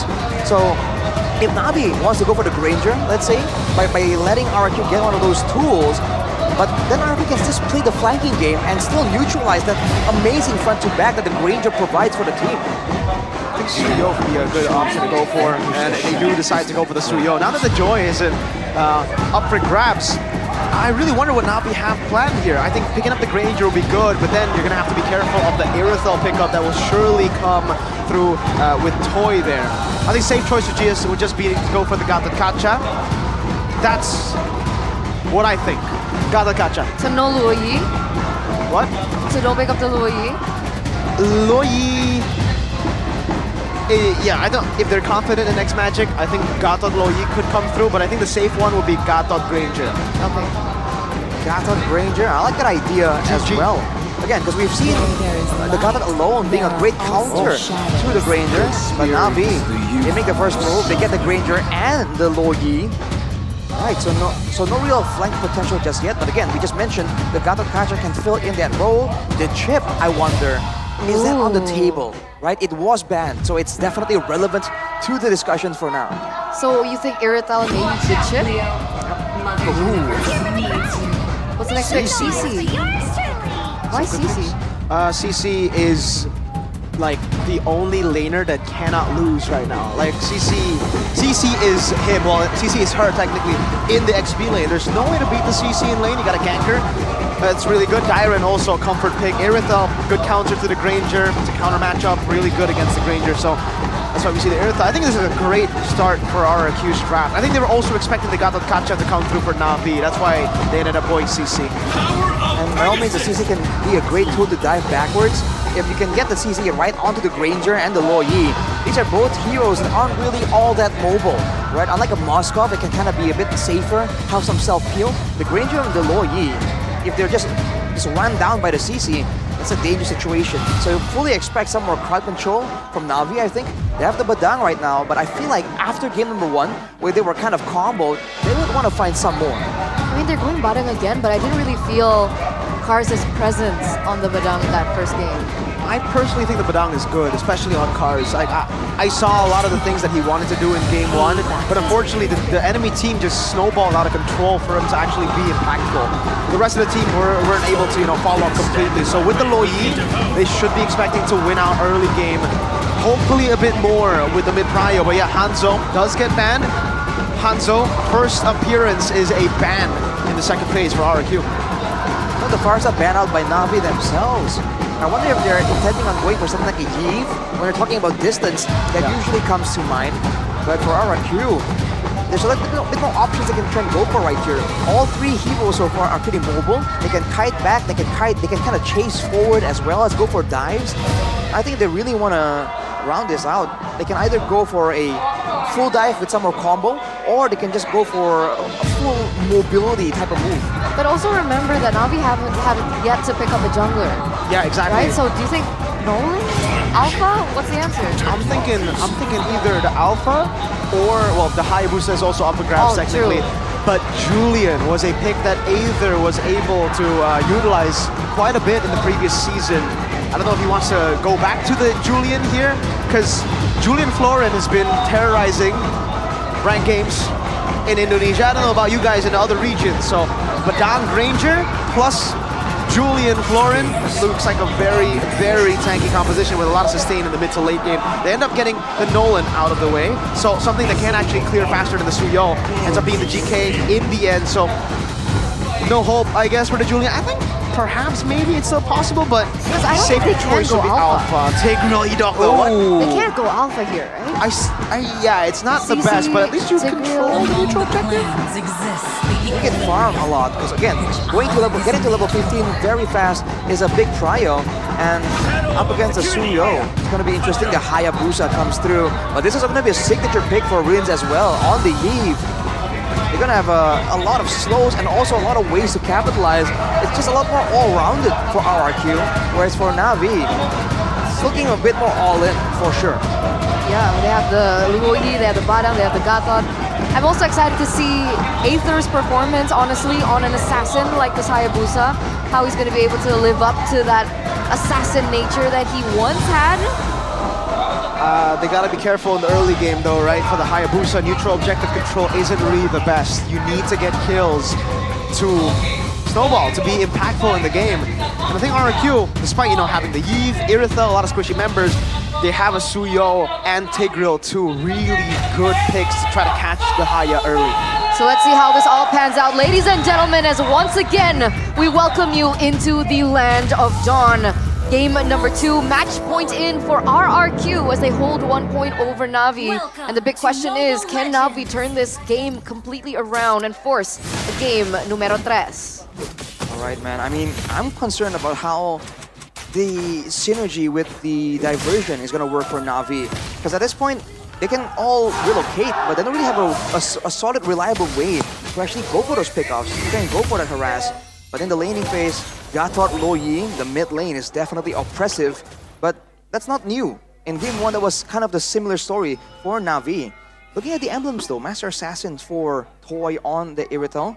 And, you know, against a physical threat. But look at this, whoa! Going revitalized already. Aether jumping back and forth. So Sujin caught again, is able to escape. No more quad shadow there, so Sujin does end up getting the lethal Wanderer. And Aether is now on the way to purple. Sujin, level lead, mid lane. X-Magic, no mana, Rins. Now bullying him and Hanafi. So this is a little bit of a similar story as we saw in game number 1, right? It was Na'Vi putting the pressure in the early game. Oh, wait a second, 1v1? Yeah, not too sure about that. Oh, Soul Sever does the same damage there. Sujin can blink out of the shadow kill. That's a concern for the Hayabusa. That was close. But again, like you mentioned, right? Aether needs to pick up the pace, right? He needs to utilize the kill pressure that the Hayabusa can have in the early game because of the lack of control over the neutral objectives. We also saw earlier on, audience prediction, not surprised, 88% RQ. I'm curious to see how Na'Vi is going to adapt when it comes to the ganking of the side lanes. Because earlier, they had some prio in the mid lane, but the side lanes are relatively left to its own devices. And in game 1 was the Granger along with the CC, right? But oh, look at this, Na'Vi! Should be able to survive for now. Rins has spoken him down. Does he commit the RWM? Yes, he does! Hanafi!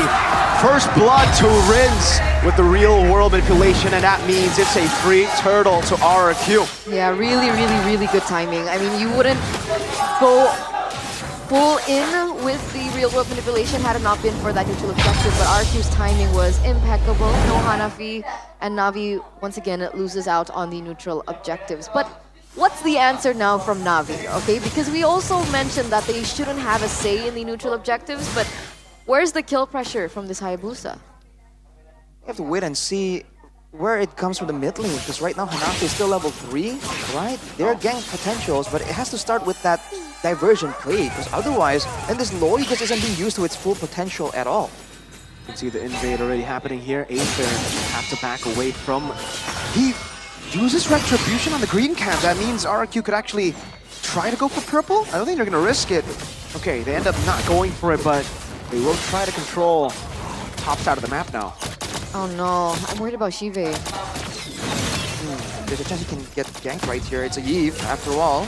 The poke. Just poke, man. And Yves, always great at poking. But look at RRQ here, already setting up, sending Edoc, looking for a chance. And Aether has to be careful here. Flicker. And that is a... Oh! No, Aether gets away. Edoc tried. Aether responds over, burning the flicker and the implosion for just a quad shadow. Oh, wait a second. Fiddling in, RWM, Purify out, X-Magic gets away from the immobility field too, so able to escape from some of the threats. But they are buying time, right? That's the thing, right? Even if you don't take down the members of Na'Vi, forcing a recall also gives you a little bit more time to move around the map and to set up earlier. And we can see RQ using that sort of in holding that 1-3K gold lead. What about the items? Do you see the differences? Wait a second though. Stars going to be forced to flicker out there. He has the Thunderbelt completed already, so he's trying to stack out, but you have to wonder if it's a bit too late. He's not really being part of all these fights, but Edoc forced to dash out away. I think Na'Vi has a good chance of trying to force RQ's hand. Let's see how they play around this. If they're going to use the diversion at all to maybe send someone towards the back line. No flicker from Hanafi. Cars. Get the CC down. AOG and a fist crack wins. Cut down. Oh! Still able to escape with a flicker. Now Shibe trying to cut them down. Edoc very low, and Hanafi won't be able to get the kill. Oh man, miscoordination in the back. It's a flight from Toy. Sutsujin deals with the Gatot Kacha. Toy gets a double. That's a 3-4-1 trade. That's it. RQ. They get her hand in the neutral objective in the team fight as well. Only losing Dyron. RQ once again back in control. Oh man, nothing is going well for Na'Vi right now. They went for the straightforward approach in that fight, and it almost paid off, right? They identified overextending members. They tried to go for wins there, used two ultimates. It just wasn't enough. RRQ, you can say they got lucky there, man. 2 members surviving on a sliver of HP. But at this level, I mean, luck can be considered some part of skill as well. How did Rin survive? I have no idea. He should have been taken down earlier there. Just flickered out very much last second there. Ooh, look at this though, Dyron. Yeah, a forced shadow kill. Aether can go back here. Dyron is just having fun. He knows he has the War Axe and the Brave Smite to help him with the sustain, and he actually gets away against the hot assassin. What I don't understand is Na'Vi committed to that neutral objective, even though Aether was 1-2 levels below Sutsujin. What do you think was the idea? I think they wanted to go for the kills first, right? The whole fight started not with a 50-50 on a turtle. It started with the pick-off attempt onto Rins. Unfortunately, it did not work out, but will this work out, actually? Oh, they got spotted, man. Yeah. Huh. Shibe walked out of the bush so early. I think tunnel visioning on just creeps. And they divert... what's the term? They went with the diversion to their own side of the map. Usually you see more of a flank route to be a bit more unpredictable. But now they have too many tools to flank. They're not using any of them. They've done that twice in a row now.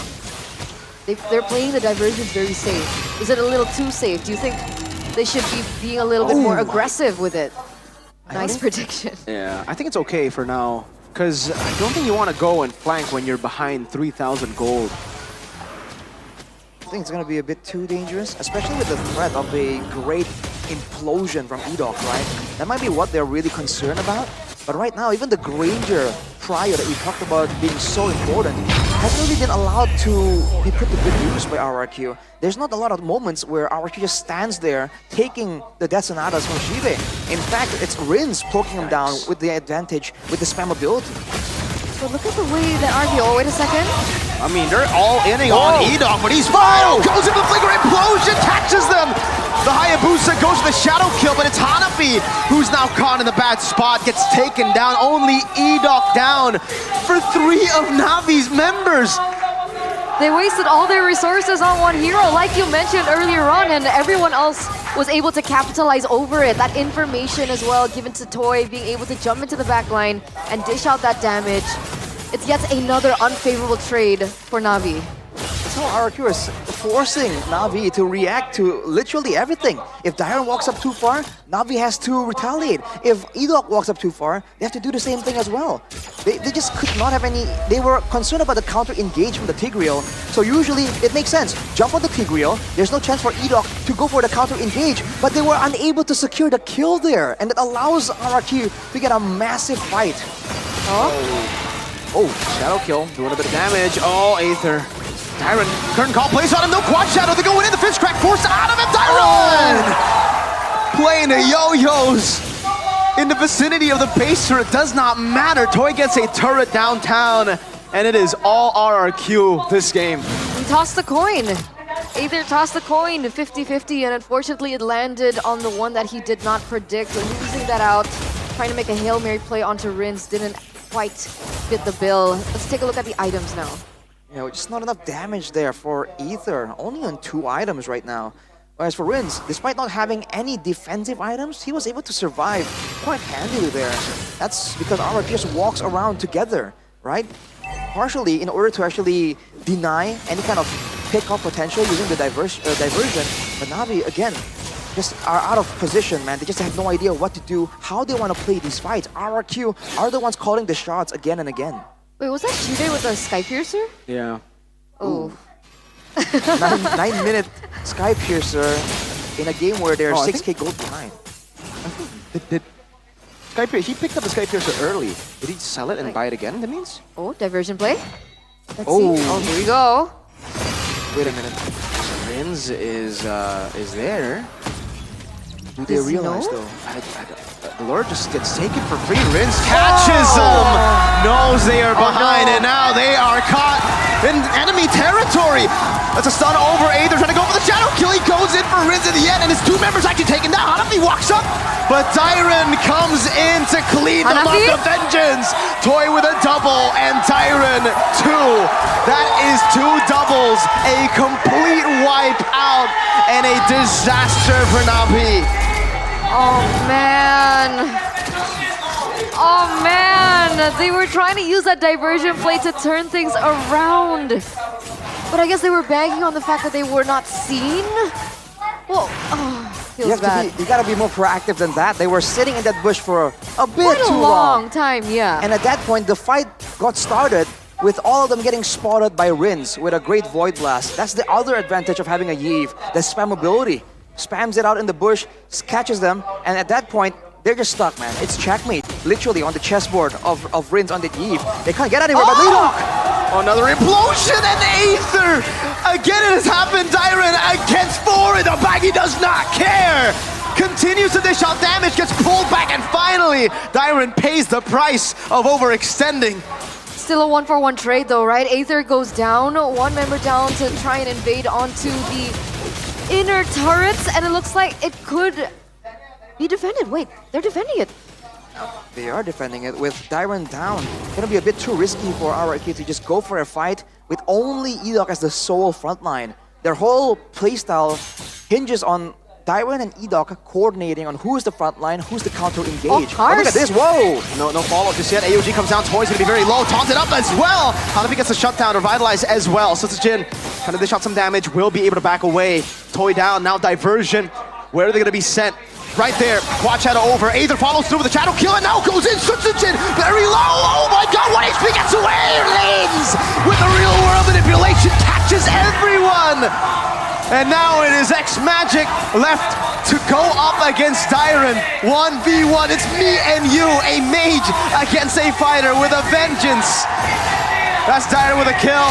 That is RRQ sealing the deal for a clean sweep. No one up. They will wait for the mini wave. 6 seconds for Hanafi. The wave cleared too fast for Hanafi to respawn. That is a 2-0 clean sweep for RRQ. Welcome to the Brawl server, ladies and gentlemen. A Hail Mary play coming out from Na'Vi with very aggressive maneuvers. That first flicker from Cars followed in with the AOG. They were able to take 1 man down from RRQ, but the diversion play after, unfortunately, did not work out for them once again. Clean, best of 3 by RRQ going to 0. It's unfortunate, man. We were waiting for the moment that Na'Vi will finally have that big moment, the do or die moment. Unfortunately for them, it did not work out. RRQ way too clean with it. Noticing, finding them every single time when they're hiding away in the bushes. Wow. Man, I mean, it's a harsh welcoming for Navi to Indonesia.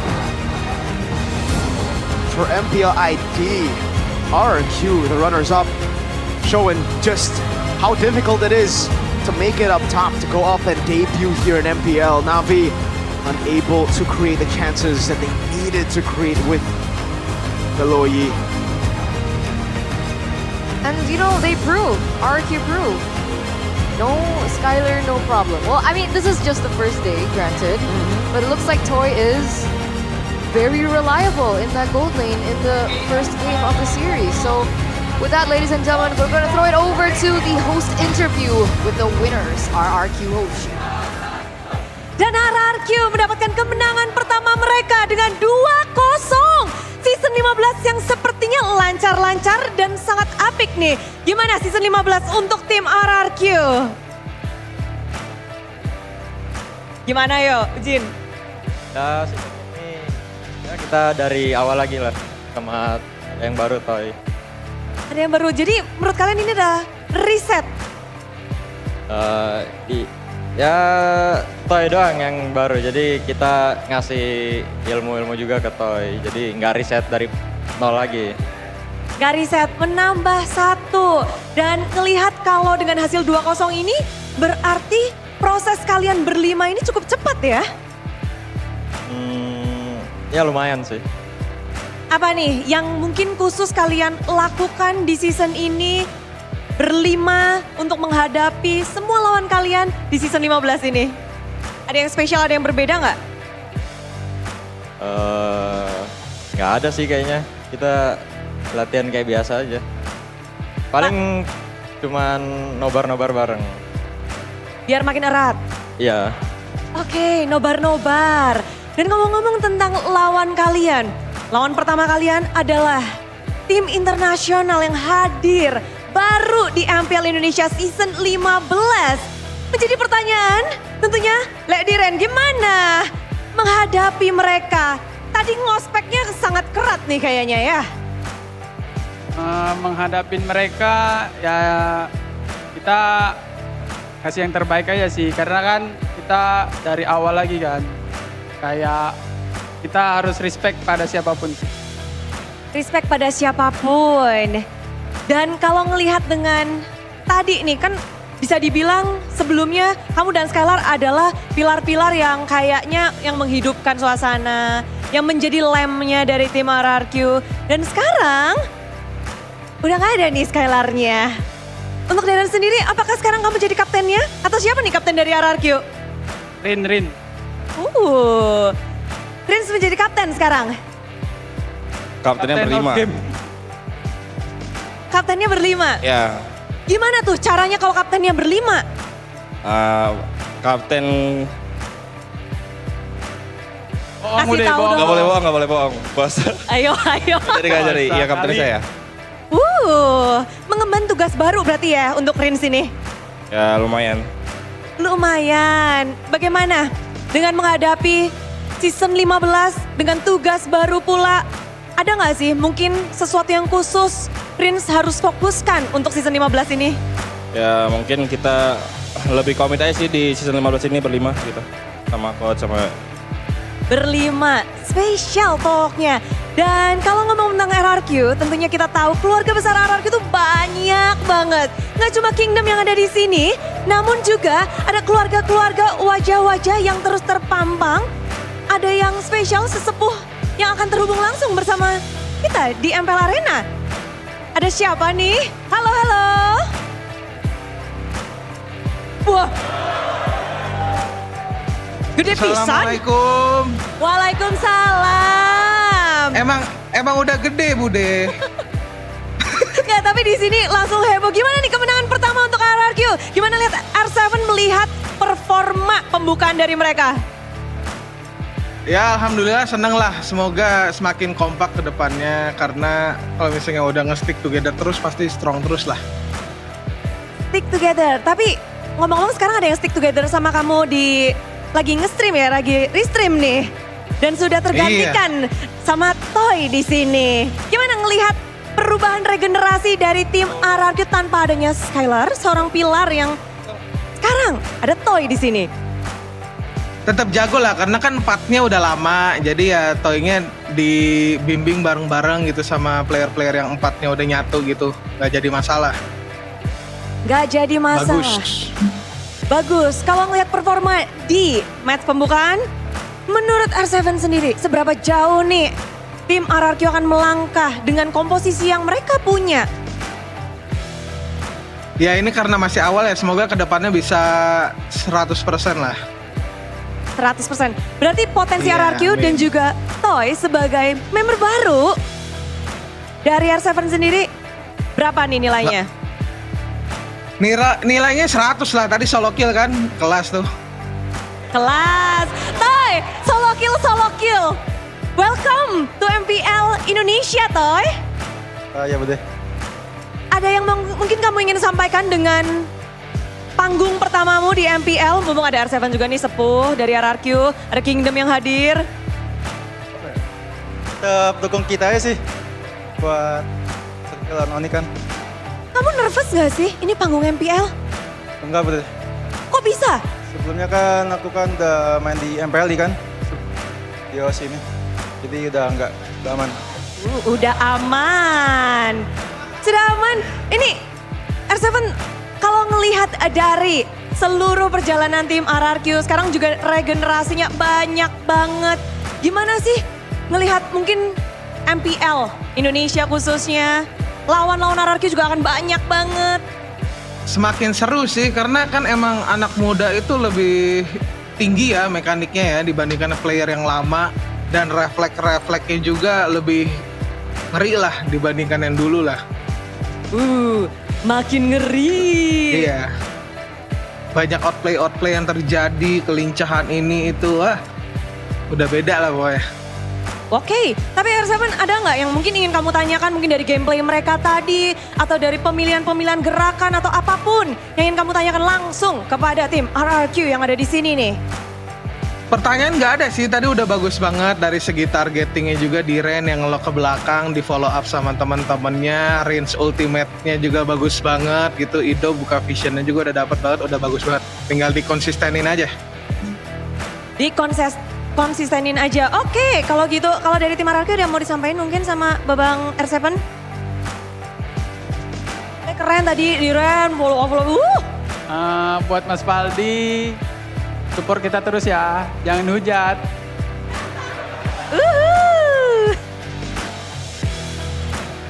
Oke, ayo. Mulai. Enggak, soalnya aku nggak bisa dengar suaranya. Aku cuma bisa dengar suara Bude. Oh gitu? Oke, kalau gitu Nyangkut kayaknya ini intinya settinganku nih. R7 minta didukung terus untuk tim RRQ-nya. Dari Dirennya juga. Dan jangan dihujat katanya gitu. Seru banget iya. pastinya. Thank you banget ya R7. Mungkin ada kata-kata terakhir yang ingin disampaikan? Semangat sampai playoff, semoga bisa MSC, jangan lupa hit to red nanti. Hit the red. Oke, thank you R7 dan mungkin kita akan berjumpa di lain waktu. Dan hari ini memang spesial banget kemenangan pertama dari Idok sendiri. Kayak ngelihat regenerasi di season ini, mungkin Mas udah ya Mas? season lalu kayak kita ngelihat player-player anyar, player rookie itu hanya 1 digit. Sekarang tuh bertambah banyak dari semua tim. Gimana sih? Idok mungkin melihat tadi, seperti tadi banyak kawan-kawan juga yang sebelumnya ada di MDL. Lalu tim-tim lain juga melakukan hal serupa. Bagaimana Idok melihat nih season 15? Ya lebih seru lah, ya pemain-pemain yang muda-muda juga, ya pasti lebih panas. Lebih panas. Kalau dari Idok lebih panas? Kalau dari itu yang ujung, Toy? Kasih dong kata-kata untuk kemenangan pertama dan match pertamamu hari ini. Dari Toy. Kata-kata untuk kemenangan ini. Dia tanya. Emang nih ya, abang-abangannya yang bisik-bisik. 1, satu kata untuk match ini, boleh? Mantap. Mantap. Oke, kalau gitu terima kasih kemantapan kalian luar biasa. Thank you semuanya, thank you Kingdom yang ada dimanapun yang ada di MPL Arena. Dan terima kasih untuk tim RRQC. Inilah dia kemenangan pertama untuk Raja dari segala raja.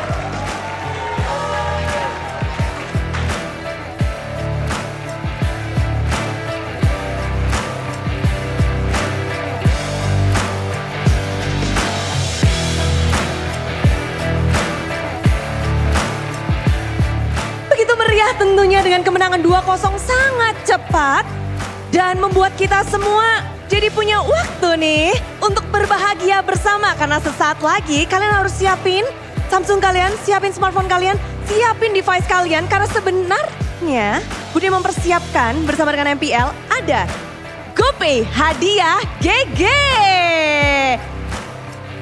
Hey, ini kita dapat banyak nih ya. Karena di match ini GoPay akan bagi-bagi GoPay coin untuk kalian semua yang beruntung. Makanya sekarang buat kalian yang ada di sini download GoPay sekarang juga. Karena kalian bisa meredeem GoPay coin secara gratis dan cepat. Nanti akan ada langsung di panggung ini, di layar ini untuk kodenya. Jadi step by stepnya akan Budi jelaskan langsung. Di download GoPay sekarang juga, udah punya, Kingdom udah punya. Udah, ini pendukung Navi juga kayaknya udah pada punya semua ya. Dan pertama buka aplikasi GoPay, klik cek semua promo, lalu klik atau pilih voucher. Selanjutnya klik kolom dan pilihlah punya kode promo. Lalu masukkan kode promo dan klik tukar. Kode promonya nanti akan muncul.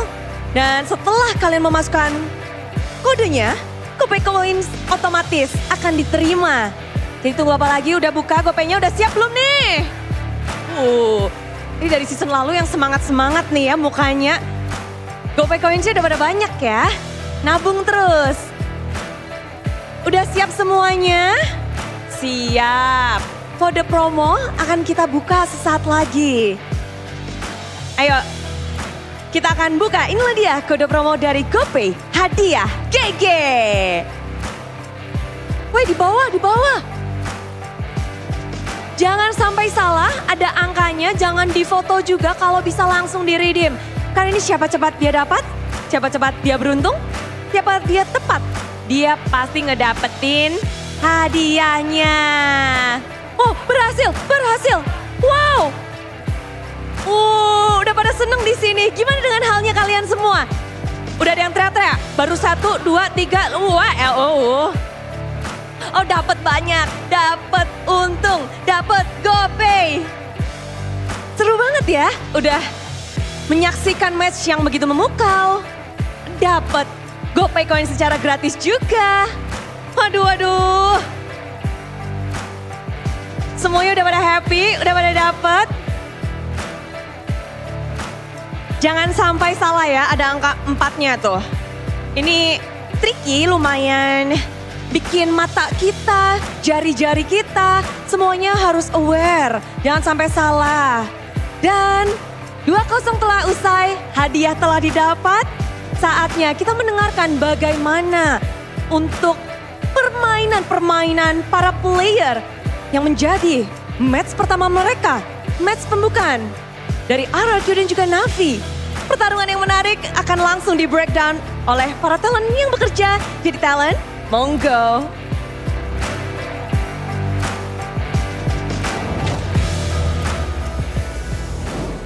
Thank you so much, Bude Clara Momstar, for the bagi-bagi GoPay. What's the English of bagi-bagi GoPay? Giving away GoPay. Giving away GoPay. Give it away. Well, we don't have like a double word. Share GoPay. Share GoPay. I like that. Yeah, I mean. GoPay share.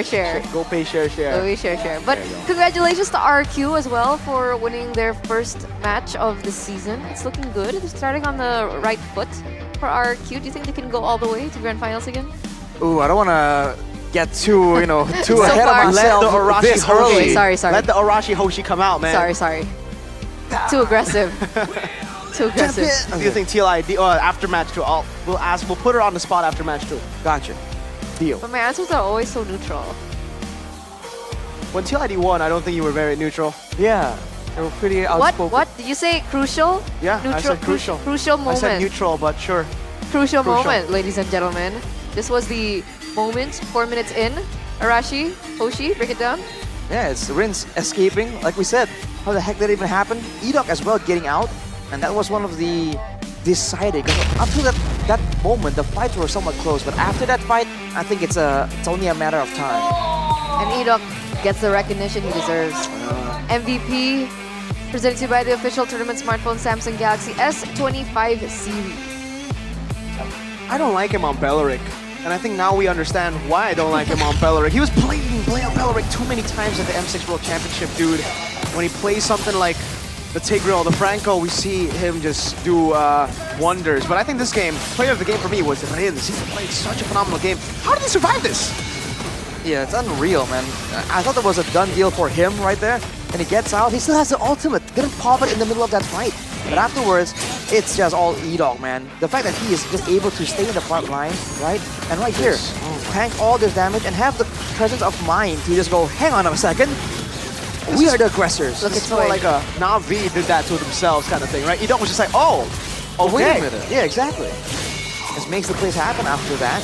And again, it's not just the engages, because, you know, with decent mechanics, you can engage pretty easily, but it's also where he's able to actually find some of these members, right? Kind of stop Hanafi when he's trying to go for the sneakier moves around the map. And after this fight, that really seemed kind of close. Tyron just locked out the show, man, with a CC. I think he deserves a bit of a shout out there too. These 2 games, his CC is absolutely menacing. Yeah, like I would say most of them performed. Like Rins did amazing. I think Toy was very good as well. Like he didn't make crazy plays, but he was reliable. He didn't have to make crazy plays, exactly. Right? Just too much damage right there, though. I mean, just playing it safe, right? This is why people say RRQ plays it in a more textbook fashion, because they get these compositions where it's all about not messing up. You don't have to do anything too crazy, right? 1v5s and all that. But when you don't make any mistakes and you just have bit by bit, again and again, more of an advantage, eventually just take over the game. And looking at the post-game stats right here, looking at the items, Rins, by the way, goes for this build here where you go with the Demon Shoes and then skip the Enchanted Talisman altogether. The Yiva's spells are already on a relatively short cooldown, so I actually like this path even more. Going for faster damage immediately, and afterwards skips any kind of utility, any kind of safety, just go straight for the Wishing Lantern as well after Divine Glaive. That way he gets both squishy damage with the Divine Glaive, but also damage towards these frontliners. So he has this Eve just becomes a best of both worlds type of deal. And in the sense where Arki Hoshi relies on him to try and trade back some of the damage before the all-in happens, I feel like it's a great itemization choice for Rins in this game. Is that a usual emblem choice for Luo Yi? The Brave Smite, you mean? Yeah. I feel like it's we've seen it before, because like you're I've always seen it on Valentina. For Luo Yi? Luo Yi. Yeah, you do see it. Super Prince likes to go for that too. Just additional sustain on top of the damage you deal. Because you're up close and personal, and you have a low amount of mobility, which is why we saw earlier. He survived quite long enough when Dairon was just shredding him down, but you know, eventually, it's only a matter of time. It really is. I mean, I don't know. It feels like Na'Vi were just out of sync. Their targeting was off a few times. When Rins was so low, I thought for sure they would have gotten him, but Shive did not decide to continue, and then he walked back, tried to kite back. XBTR, by the way. Yeah, XBTR, by the way. Washer Paul, who's also XBTR, by the way, didn't play, so maybe next time we can get Washer Paul in there. I think Chorizo is also XBTR. You know who else? By the way. You know who else is XBTR? Who? Aldo. Oh! What are you trying to say, Mirko? What are you trying to say? They're my goats. They're your goats? Well, as you can see, again, the damage to turret. Wait, hang on a second. There was a turret taken by Na'Vi in this game, and there's 0 damage dealt. Okay, so I think this is from the heroes only then. Yeah, so minions don't count, Minions brother. don't count, bro. So you're telling me in 2 games they weren't able to touch a turret? Yikes. No touching. No, not a single turret. Because technically, never mind. We're not going there. Dude. Yeah. 2 games. 2 games. No turrets. No turrets. Not even like, at least maybe you don't get the turret, but you can hit it once. Wow. Just once. But shout out to Kars' dad for buying us food again. Hey, Mr. Wijaya. W. Shout out to Mr. Wijaya. Always love you all. amazing. Just gonna get a random shout out. Yeah. Shout outs to Navi as well, man. Because that was their debut. They can obviously improve. They can progress a lot. We saw Team Liquid last season do the same thing, but that was with like swaps. Maybe Navi could swap. But to be What's fair, she called? XBTR, by the way. see. But to be fair, again, it wasn't an absolute stomp. There were some fights that were seemingly quite close. I mean, that fight there's in the crucial potential. moment, right? If Rince gets taken out right there, right, they get some more momentum. You know, there were some moments there that really hinges on 1 or 2 moments happening for RRQ. So all things considered, right, it's not a bad debut for Navi technically. Not awful, not great, not awful. Not awful. I don't know. I just keep on thinking the What's zero the damage to turrets. definition of awful? 'Cause 12 minutes and 13 minutes. And 0 damage to turrets. And almost 10k goal lead in both games. It was a harsh welcome to Indonesia. To MPL Indonesia for sure. Not too great. It's okay. They were up against the runners-up as well, RRQ. True. Would you rate RRQ in top 2 this season? Because I wouldn't. Based on their lineup. Not off the bat, I think. Not off the bat. I think from day one, top 2, I feel that's a bit too ambitious. I feel they're gonna do okay. They'll be, they'll make it to playoffs. I think so. I think so. Who's your top 2? Ooh. Don't say Bigatron. Okay, you're gonna say Bigatron. MPL ID.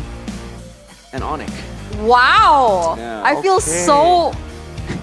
Betrayed. I feel so betrayed. No, but on a real note, Onyx? I think so. I think Bigatron and Onyx. Hey, I said this last season in the playoffs. They both didn't make it to M6. So I think if you're a TLID fan, you'll be happy that I didn't choose TLID. All right, what's As- yours?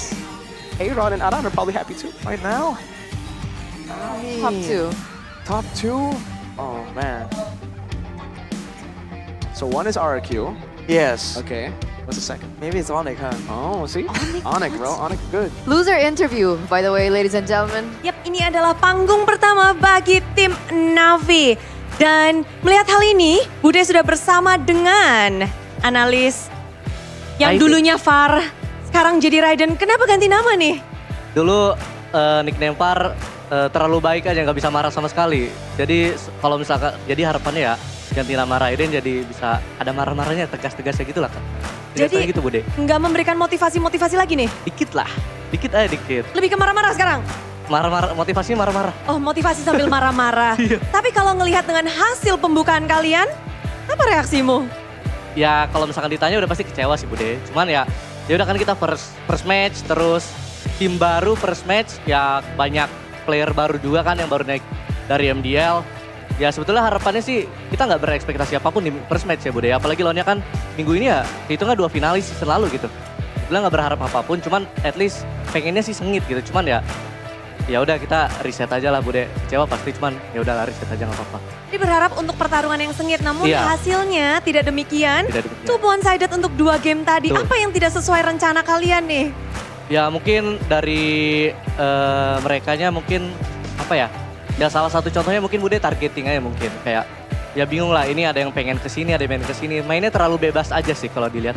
Nggak sesuai dengan yang di scrim gitu. Jadi kayak ya mainnya misah-misah gitu, bebas suka-suka gitu. Jadi ya kayak masing-masing lah, nggak kayak di scrim. Ya mereka bilang juga vibes-nya beda, jadi ya butuh adaptasi nggak apa-apa lah. Banyak eval dong malam ini. Ya, lumayan sih. Lumayan dikit, ya. dikit lah. Tapi Navi hadir ke MPL Indonesia dengan 7 playernya. Dan ada subs juga. Kita juga pasti di sini banyak banget tadi Bude baca penasaran dengan pemilihan player yang akan dimainkan. Seperti halnya Ether dan juga Horsey Paul. Bagaimana tuh untuk memilihnya? Itu kita milihnya berdasarkan diskusi dari coaching staff, terus kita juga nanya-nanya pendapat player juga. Ya terus performa selama di scrimnya juga, ya berdasarkan hal itu aja sih kenapa dipilih Ether. Semuanya juga kelihatan gitu, apapun decision making, ya performa di scrim sama apa ya, ya kepribadian segala macam semuanya dinilai sih Bude, apapun ya comms semuanya dinilai sih. Dari situ aja sih kita nilainya, ya coaching staff sih sama player juga udah sepakat gitu. Kalau minggu ini, kalau tadi yang main Ether. Oke, berarti nextnya masih bisa berganti tergantung hasil scrim? Tergantung hasil scrim Dan sama lain-lain. performanya juga, lain-lain ya. Oh, begitu banyak ya yang dinilai. Namun kalau dari yang sekarang bukan VAR, yang sekarang namanya Raiden. Kalau Raiden sendiri hari ini notes-nya pasti banyak banget. Bagaimana cara mengejarnya untuk besok nih? Mengejarnya, ya kita grinding aja lah. Malam ini kan kita ini dulu, reset dulu, refreshing dikit-dikit lah. Kayak ngobrol lagi, bonding lagi. Terus besok ya kita eval gitu, scrim lagi kayak biasa. Yang dikejar paling dari comms-nya sih, ya cara mereka connect aja satu sama lain sih. Itu sih yang penting. Yang kelihatan banget sih itunya. Sama mereka harus tahu lah ini konsekuensi ya, realitanya kayak gini lah. Kalau kita emang performanya masih jauh banget dari finalis season lalu gitu. Ya kalau emang pengen bersaing, ya performanya harus dinaikin. Pede nge-solve ini dengan cepat atau tidak nih? Harus pede dong. Harus pede. Tapi lawan kalian yang pertama, tadi RRQ, bagaimana kalian menilai performa RRQ dengan satu pilar baru? Ya ada Skylar, adanya Toy. Ya sama aja sebetulnya, sama-sama jago aja sih. Bude sama-sama jago ya. Mereka juga, empatnya juga kan sama banget kan dengan season lalu. Sebetulnya sama aja ya, cuman mungkin tadi gak terlalu one sided aja, jadi gak terlalu kelihatan Bude. Ya oke lah, tapi sangat disayangkan berarti nih. Sangat disayangkan. Jadi biasanya kan kalau performa MM dilihat dari late game-nya gimana, cara dia ngedamage, cara dia farming kalau dia lagi ketinggalan, gitu-gitu kan biasanya dilihatnya dari itu sih. Cuman karena terlalu one sided jadi ya gak kelihatan. Sejauh ini kelihatannya ya bagus-bagus aja, jago-jago aja sih Bude. Akan menarik pastinya melihat bagaimana untuk tim Navi mengejar ketertinggalan. Match pertama sudah kelar, harus reset. Coba dong kasih tahu ke kita sekarang motivasi sambil marah-marahmu kepada tim Navi di match pertama.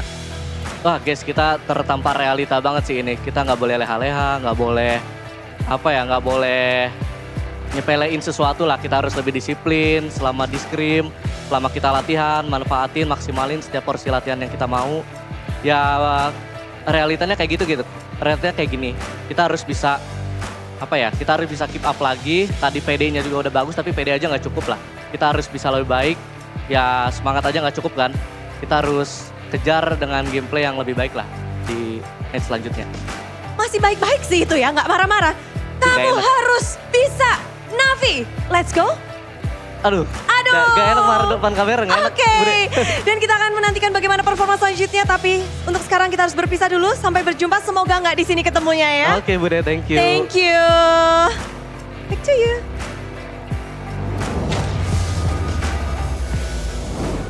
And that was the loser interview. So I guess he did touch a little bit about you were talking about targeting. So even he mentioned Ryzen. His name is Ryzen, Raiden. Right? Raiden. It's so weird because his name was Far and now it's Raiden and Ryzen. Oh, okay. Maybe he's a big fan of Raiden. that game with the swordman guy. Maybe, Raiden. Cyborg sword guy. But even Raiden mentioned that he felt like there were things that it felt like both of that they were not connected as one team. Like comms, targeting, they were still playing as individuals, and it was very different to how the scrims were. Yeah, scrims are always different, you know? Like teams perform really well in scrims, and then on stage it's completely different. They have to deal with the crowd, obviously, that it is very, very tough, especially in Indo, especially when you're up against RQ. You know, Yeah. those fans are loud, man. Loud. Like the They're Kingdom. right behind us. They are. I forgot how loud they were. We all do, and then we get reminded very quickly as we get into the game. But I don't need to remind you guys about the best device, the We best do. smartphone in the business. Oh, yeah. Because you guys know already, right? Guys? Hello?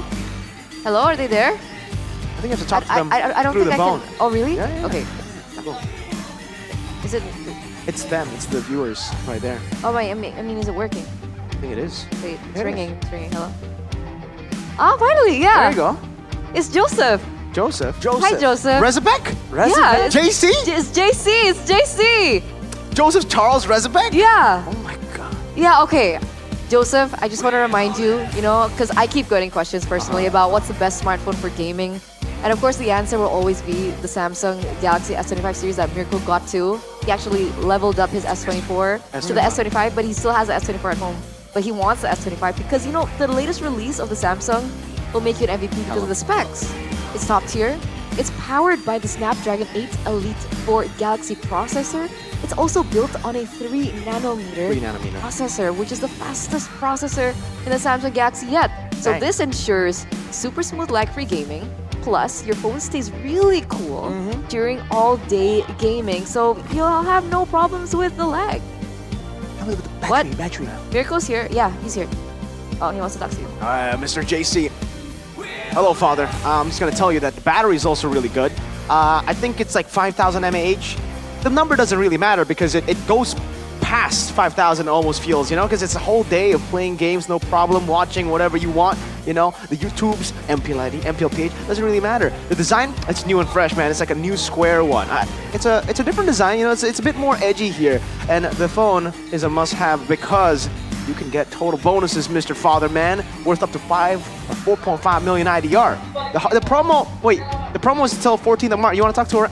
He wants to talk to Rash. Rashi? Rash. To me? The cashback. Mr. Nice. Cashback. Tell him about the cashbacks.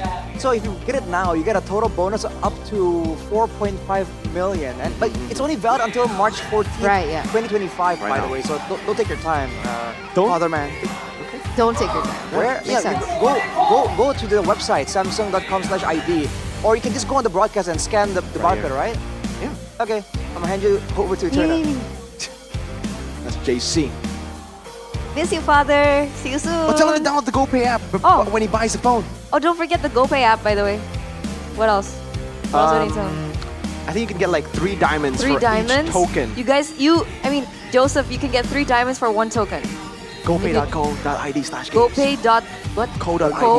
GoPay.co.id/games. Yeah, on that website. Okay. You can get spin for You can also spin for prizes. in the gift arena. And in the gift arena. Wait, you can win GoPay coins, MLBB skins, There's a lot. smartphones, and an electric motorbike. Electric motorbike. I'm just gonna assume that you heard that. Okay. I think heard it. Bye, father. Catches that far? That's Bye. Yeah, see you soon. Now that she's done talking to JC, now we're going to talk to you again. If you want to Hi, top guys. up diamonds on GoPay games for the best prices, guaranteed security, it's only around, I think, like 26,000 IDR, plus tons of extra promos. That's amazing. GoPay. I was in shock. It is a shocker. I want get this the phone GoPay back. app. This is my... I'm going to play MLBB while you do ad-libs. Well, I mean, of course Miko likes playing MLBB. He has all the new heroes and skins, right? Because he takes advantage of every single GoPay promo. What do you think he has all of those skins you see on his stream, dude? That's all GoPay. That's true. So, what are you waiting for? Exposing him right now. Hurry up and top up now to unlock new heroes and skins to be like Miracle. Okay, he's locked in now. I'm queuing for rank. What do you want to talk about now? I want to talk a bit more about the next game, but Next I mean, game? thinking about it We have just a next game? gets me confused, man. There's just so much things to talk about. What are We you have saying, a Arashi? next game? What did I Arashi thought you say? were queuing. It took too long. It took too long. So if you're wondering who goes AFK in your games, it's Miracle. I wasn't in the game. It took too long. Sure. Cancel the queue. Liar. You might just be impatient because you're dealing with... I am a Head and Shoulder user. I do not Are lie. you itchy? What? You're itchy. No, if you use I Head thought and he was Shoulders... impatient because he was itchy. No, Yeah, that's where I was getting at. No, listen. If you use Head and Shoulders, Oh, you're itchy. you're an honest man. You're an honest man. Because only an honest man smells good and has good hair. But also if you're itchy, you can use that too. That's true, because it actually does get rid of dandruff. It's anti-dandruff. So if you do have dandruff, yikes. But, solution. Solution. This is Marky. This is the solution. You don't like the Mia, you can My get twin. the Geelong one as well. Oh, if So are you you Team Mia or are Team not Zilong? an MM, I'm an MM, and I like Mia. It's cute. Miss Mia. Yeah. Arashi likes Zilong, because he's cool. Yeah. You I like Gatot Kacha or Tigreal. You can. Well, you because can. he's big. But he's no longer part of Head and Shoulders. Well, you know, Maybe he is sometimes actually. the past is okay to ponder on, reminisce. you know? You can reminisce. Wow, that's you know, really some deep. things are better before, Whoa. all right? Some things are better before? Yeah, like a what? certain player being in this region before and is no longer in this region. So let's just go to the befores. Yeah. The- I mean, the I felt the before same way era. when JM left, man. Yeah. Like, JM is... JM, bro. Yeah, he took it really hard. Poor Miracle. I think Yaoi also left, but who cares? Certainly not us. No one here really, that big of a Yaoi fan. I mean, he's Absolutely cool and all. None of us on the desk, Maybe in an Indo desk. It's not like I Yeah. cry I over heard like him KB every is night a big fan of him. or dream It's like about he him. actually really likes Yaoi. He was Yeah. like screaming Yaoi every single day when Yeah? he was here. Yeah. Wow. I don't KB. pretend to talk to him over the phone. I heard our Yeah, I've never heard that before in my life. Never. At all.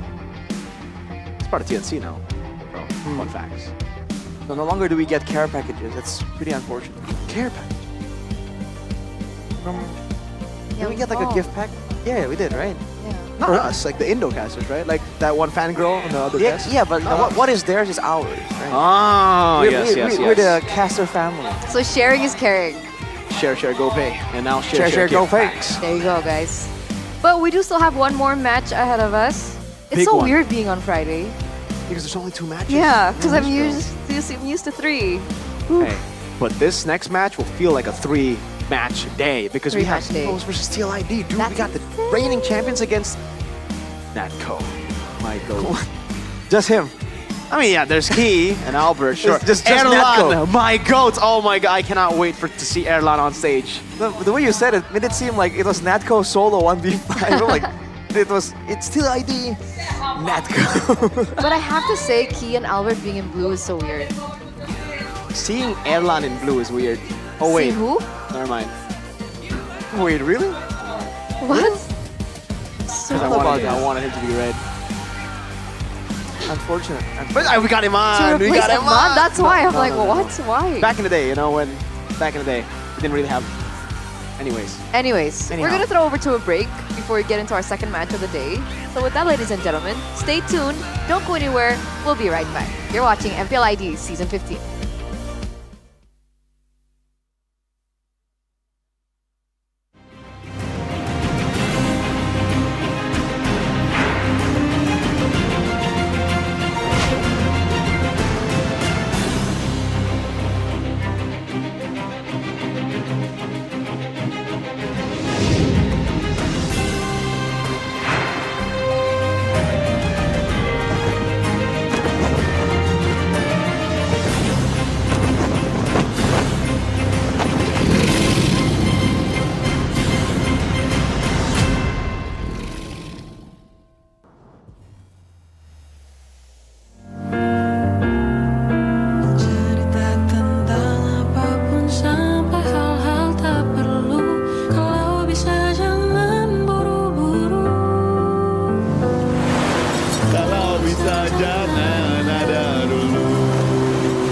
Berisik ganggu ya. Kalau bisa jangan ada dulu.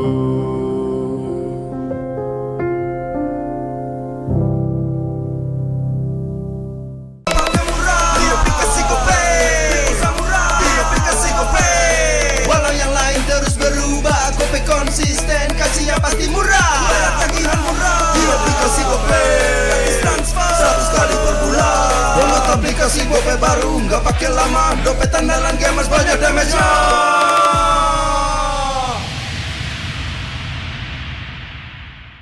Rasa baru makin seru. Pertama di Indonesia. Kopi susu rasa cookies. Always ready, warnai harimu. Good Day Groovy Cookies. Nikmati sensasi asyik kopi cookiesnya. Apa akan kehilangan ingatannya? Masih inget ini, Pak? Sekecil apapun perhatian adalah kekuatan. Hidupkan momen kebersamaan. IndiHome.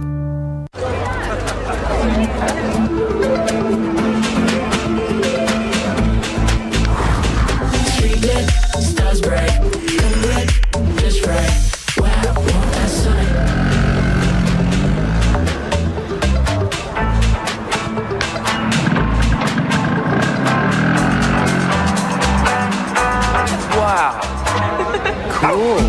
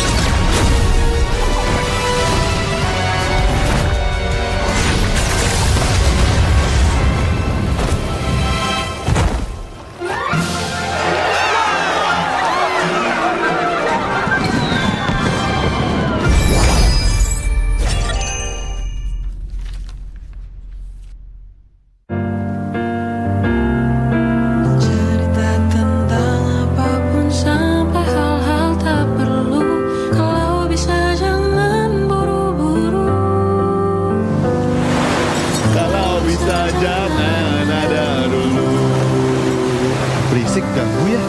Kalau bisa jangan ada dulu.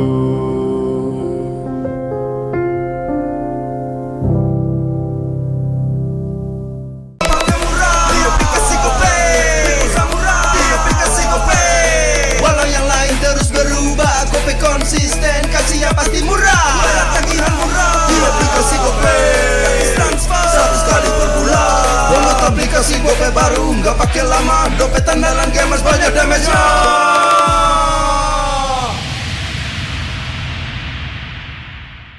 Rasa baru makin seru. Pertama di Indonesia, kopi susu rasa cookies. Always ready, warnai harimu. Good day Groovy Cookies. Nikmati sensasi asyik kopi cookiesnya. Apa akan kehilangan ingatannya? Masih ingat ini, Pak? Sekecil apapun perhatian adalah kekuatan. Hidupkan momen kebersamaan. IndiHome.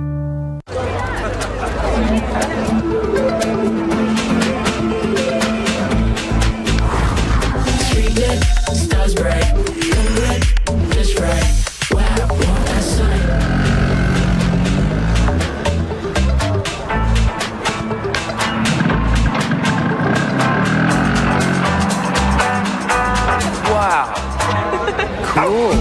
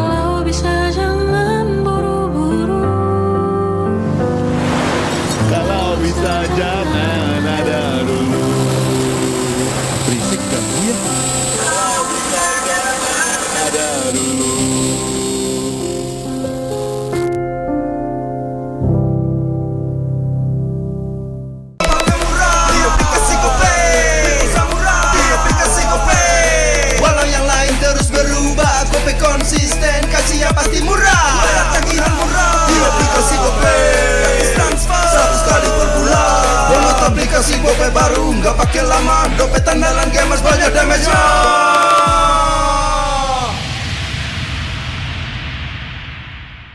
Rasa baru makin seru. Pertama di Indonesia, kopi susu rasa cookies. Always ready, warnai harimu. Good day Groovy Cookies.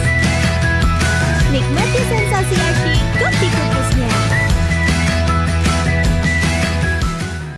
Bapak akan kehilangan ingatannya. Masih inget ini, Pak? Sekecil apapun perhatian adalah kekuatan. Hidupkan momen kebersamaan.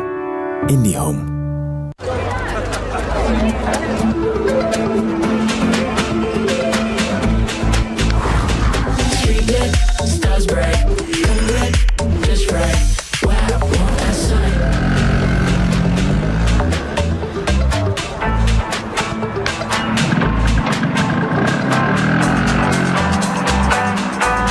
Wow.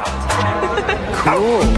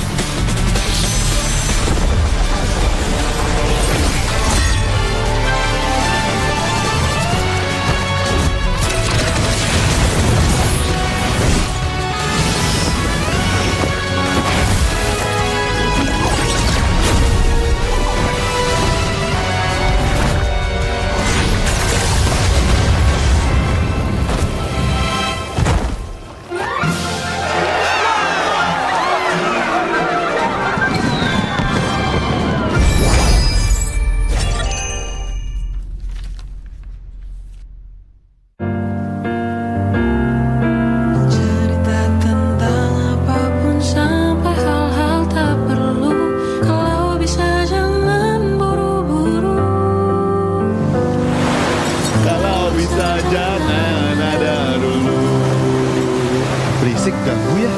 Kalau bisa jangan ada dulu.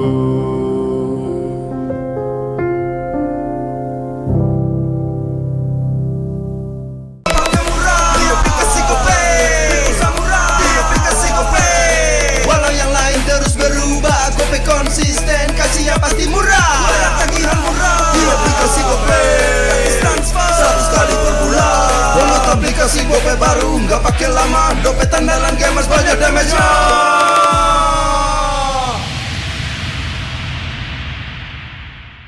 Rasa baru makin seru. Pertama di Indonesia, kopi susu rasa cookies. Always ready, warnai harimu. Good day groovy cookies. Nikmati sensasi asyik kopi cookiesnya. Apa akan kehilangan ingatannya? Masih inget ini, Pak? Sekecil apapun perhatian adalah kekuatan. Hidupkan momen kebersamaan. IndiHome.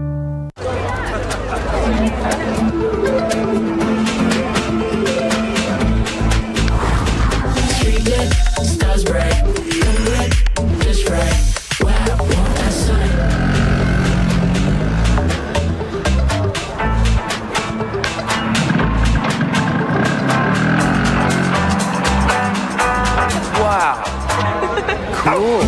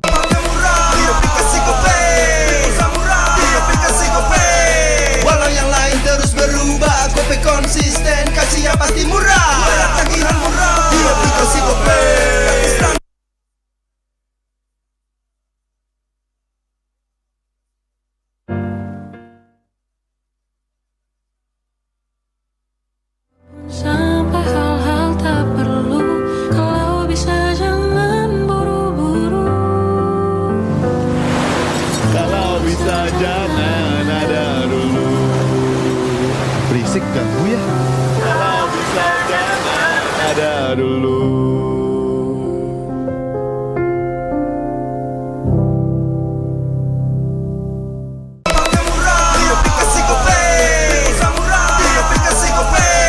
Walau yang lain terus berubah, Gope konsisten, kasih yang pasti murah. Tagihan murah di aplikasi Gope, transfer 100 kali per bulan. Download aplikasi Gope baru, nggak pakai lama. Dompet andalan gamers banyak damage-nya.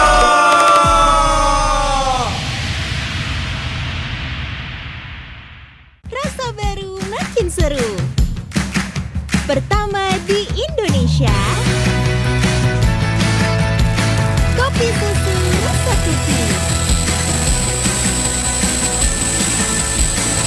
Always ready, warnai harimu. Good day groovy cookies. Nikmati sensasi asyik kopi cookiesnya. Apa akan kehilangan ingatannya? Masih inget ini, Pak? Sekecil apapun perhatian adalah kekuatan. Hidupkan momen kebersamaan. IndiHome.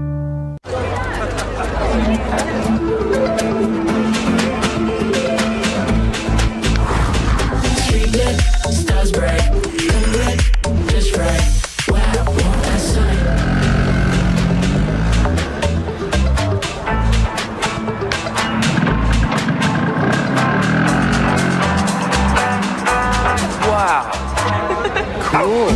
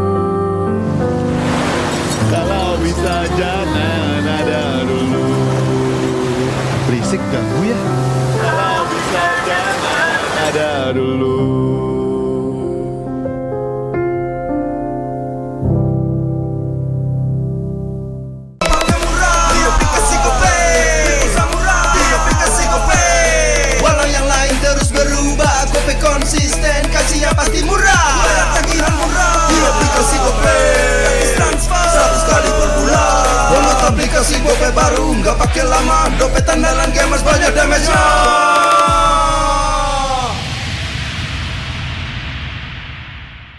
Rasa baru makin seru. Pertama di Indonesia, kopi susu rasa cookies. Always ready, warnai harimu. Good day groovy cookies.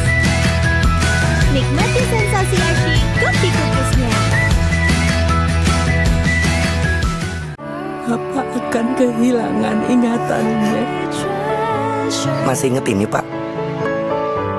Sekecil apapun perhatian adalah kekuatan. Hidupkan momen kebersamaan. IndiHome.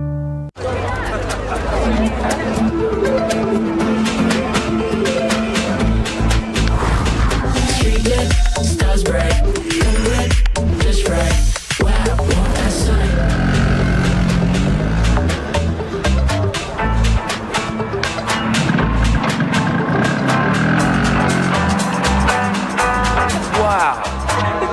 Cool.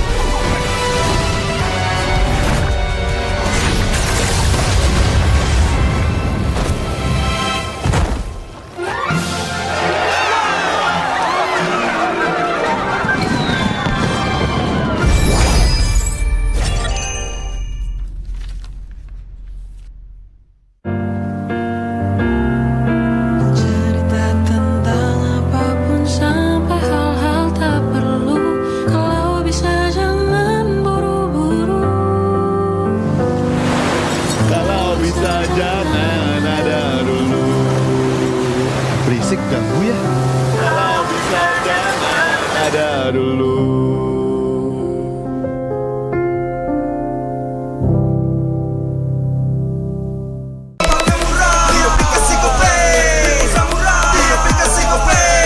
Walau yang lain terus berubah, kopi konsisten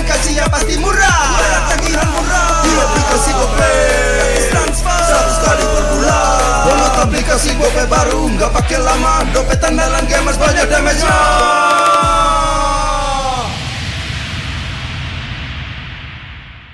Rasa baru makin seru. Pertama di Indonesia, kopi susu rasa cookies. Always ready, warnai harimu. Good day Groovy Cookies. Nikmati sensasi asyik kopi cookiesnya.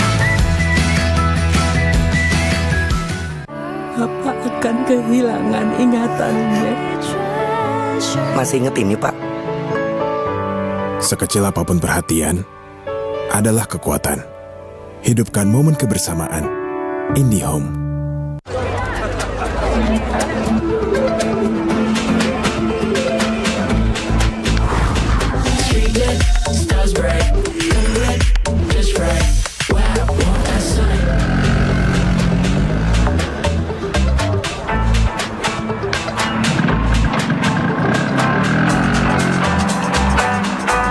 Wow. Cool.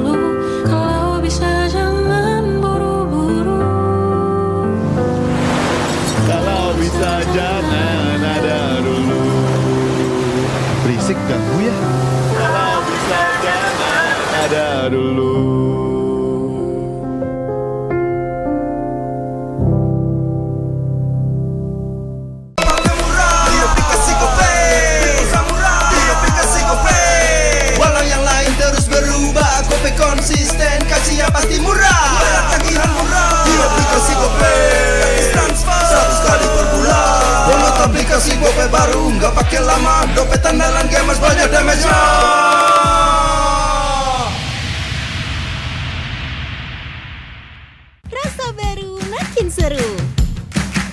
Pertama di Indonesia, kopi susu rasa cookies.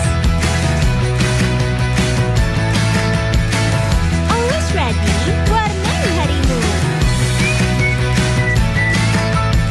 Good Day Groovy Cookies. Nikmati sensasi asyik kopi cookiesnya.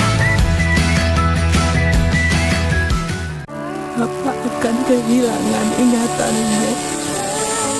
Masih ingat ini, Pak? Sekecil apapun perhatian adalah kekuatan. Hidupkan momen kebersamaan. IndiHome.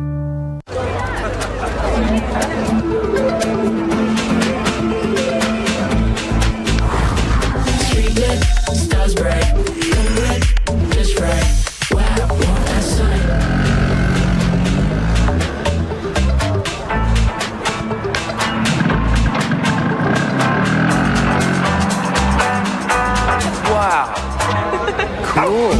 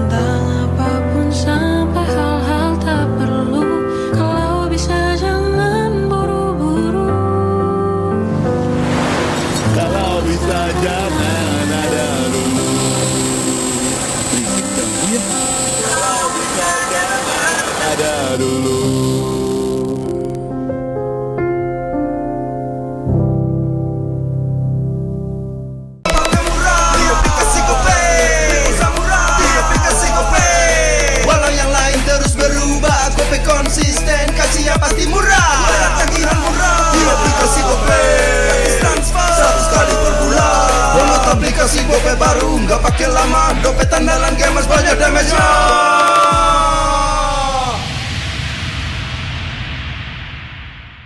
Rasa baru makin seru. Pertama di Indonesia, kopi susu rasa cookies. Always ready, warnai harimu. Good day groovy cookies. Nikmati sensasi asyik kopi cookiesnya.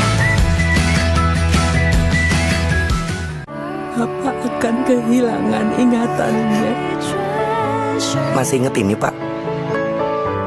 Sekecil apapun perhatian adalah kekuatan. Hidupkan momen kebersamaan. IndiHome.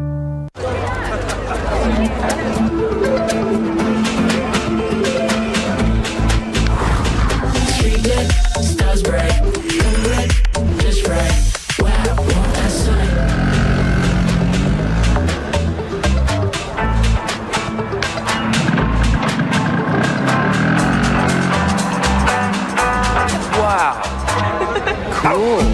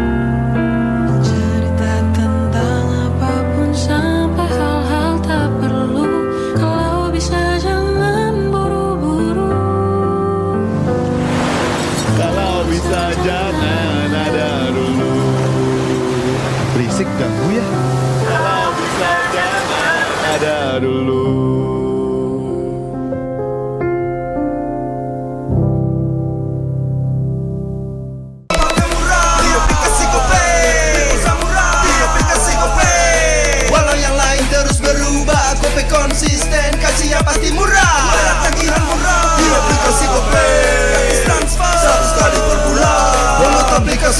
baru, nggak pakai lama. Dompet andalan gamers banyak damage-nya.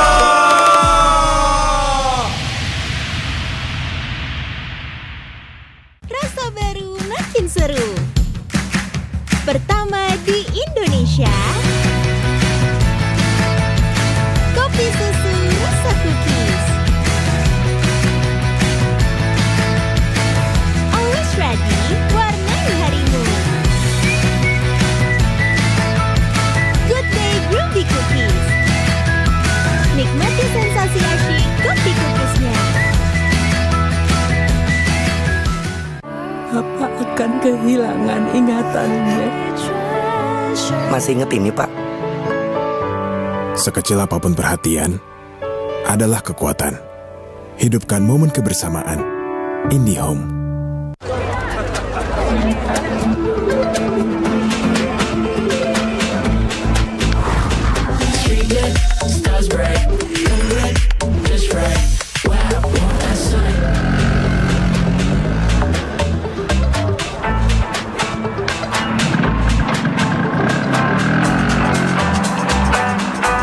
Wow. Cool.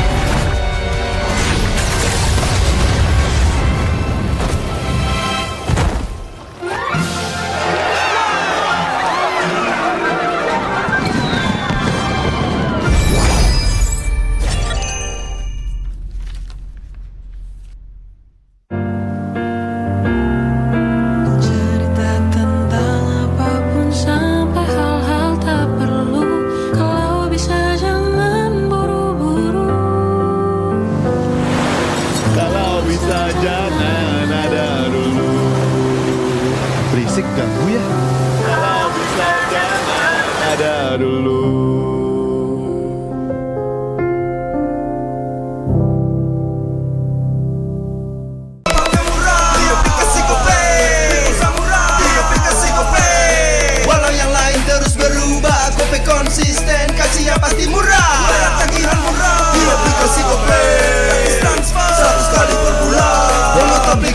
gope baru, nggak pakai lama. Dompet andalan gamers banyak damage-nya.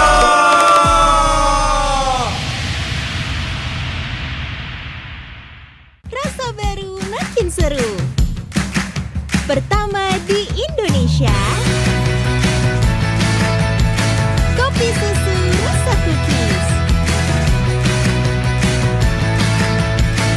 Always ready, warnai harimu. Good day Groovy Cookies. Nikmati sensasi asyik kopi cookiesnya. Apa akan kehilangan ingatannya? Masih inget ini, Pak? Sekecil apapun perhatian adalah kekuatan. Hidupkan momen kebersamaan. IndiHome.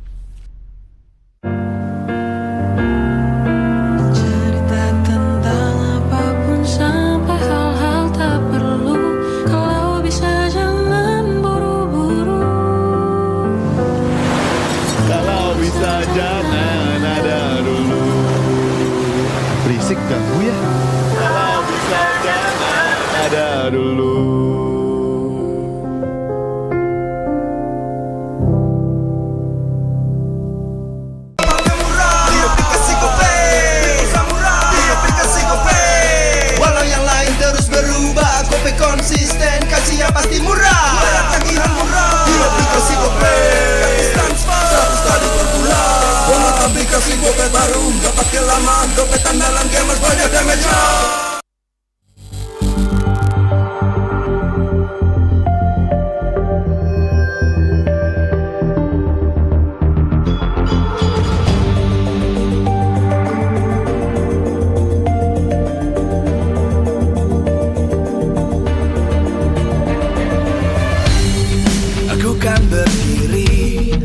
dan terus berlari, terus ke arah puncak tertinggi. Ku takkan berhenti, hanya sampai di sini.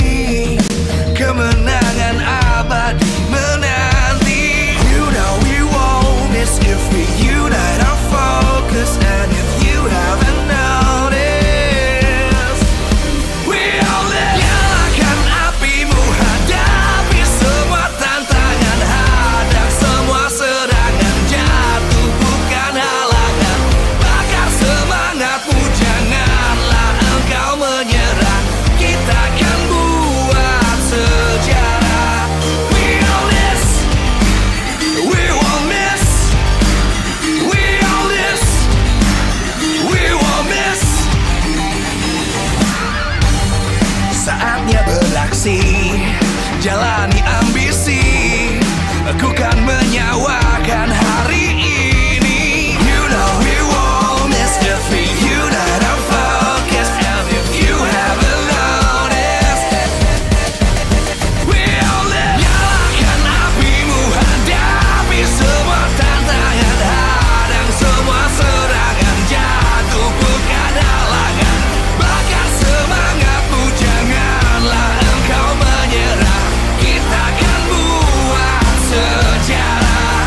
We all this, we won't miss.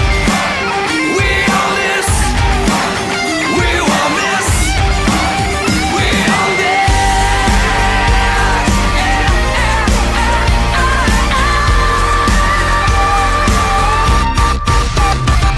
Nyalakan apimu, hadapi semua tantangan, hadang semua serangan, jatuh bukan halangan.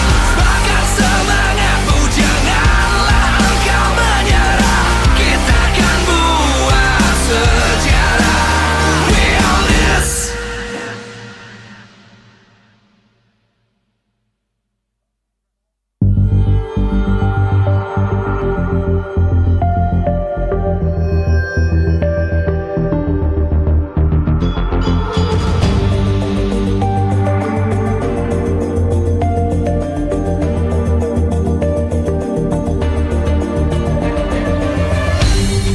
Aku kan berdiri dan terus berlari, terus ke arah puncak tertinggi. Ku takkan berhenti, hanya sampai di sini. Kemenangan abadi menanti. You know we won't miss if we unite our focus. And if you haven't noticed, we all live. Nyalakan apimu, hadapi semua tantangan, hadang semua serangan, jatuh bukan halangan. Bakar semangatmu, janganlah engkau menyerah. Kita akan buat sejarah. We all this, we won't miss. We all this, we won't miss. Saatnya beraksi, jalani ambisi. Aku kan menyawakan hari ini. You know we won't miss if we unite our focus. And if you haven't noticed, we all live. Nyalakan apimu, hadapi semua tantangan, hadang semua serangan, jatuh bukan halangan. Bakar semangatmu, jangan. Kan Bude ketemuin dengan duo Aceh juga. Bener pengen ketemu mereka? Bener. Namanya siapa nih? Sini dulu, sini deketan jangan jauh-jauh. Mustafa. Mustafa. Kenapa nih ngefans sama Rins dan Idok? Ya karena sama-sama berasal dari Aceh. Coba ngomong pakai bahasa Aceh sedikit. Kuhaba. Habaget. I'm fine. Artinya apa kabar? Baik, I'm fine. Oh, oke. Gimana? Ada yang ingin kamu sampaikan nggak sih? Akhirnya ketemu sama mereka secara langsung nih. Nggak ada sih, cuma beruntung aja bisa bertemu mereka. Bisa beruntung. Tapi gimana kamu kayaknya udah jadi di Aceh tuh famous banget nih kalian berdua. Melihat banyak orang-orang Aceh yang hadir ke sini, lalu yang nonton juga. Apa yang ingin kalian sampaikan kepada ini para Kingdom yang ada di Aceh? Ya dukung RRQ terus. fan kita. Gimana itu? Kalau ini buat Razor Boy, Apa? buat dia ada yang mau kamu sampaikan nggak? Terima kasih udah datang ke sini support kita dari Aceh jauh-jauh kan. Terima kasih. Terima kasih. Tapi kamu kepengen apa nggak? Kepengen foto bareng atau kepengen apa? Peluk atau apa? Jangan peluk dong, foto bareng aja. Foto bareng boleh silahkan ya. Tapi kamu kesini dari jam berapa tadi? Dari jam 2. Dari jam 2, itulah dia ya. Silahkan kalau mau foto-foto. Tapi memang sembari dia foto-foto. Ada kasih hadiah. Ada kasih hadiah guys. Silakan. Lihat, coba. Apa ini? Jersey buat jauh-jauh dari Aceh, fans. Jersey jauh-jauh dari fans. Oke, sudah sesuai size belum nih? Kayaknya udah keren nih. Tanda tangan udah belum nih? Udah semua. Apa nih? Responnya apa nih? Ya, terima kasih, Bang. Coba boleh dibuka nih. Bentar, kayaknya kok pernah lihat ya bajunya ya? Sama yang dipakai. Tapi bedanya? Ada tanda tangannya nih. Oh beda. Ini beda. Beda banget. Satu-satunya di dunia nih ya? Ya, satu-satunya di dunia. Oh, ada tanda tangan, ada tanda tangan semua. Pokoknya memang di sini lucky fans yang beruntung silakan boleh foto-foto, nikmati harimu karena ini adalah memang khusus untuk lucky fans yang datang duluan dan mereka beruntung bisa langsung ketemu dengan tim pemenang plus dapat merchandise. Apakah kamu selanjutnya? Jadi saksikan nanti dan juga jangan lupa buat kalian untuk terus mendukung tim favorit kalian. Match kedua sebentar lagi akan dimulai. Let's go!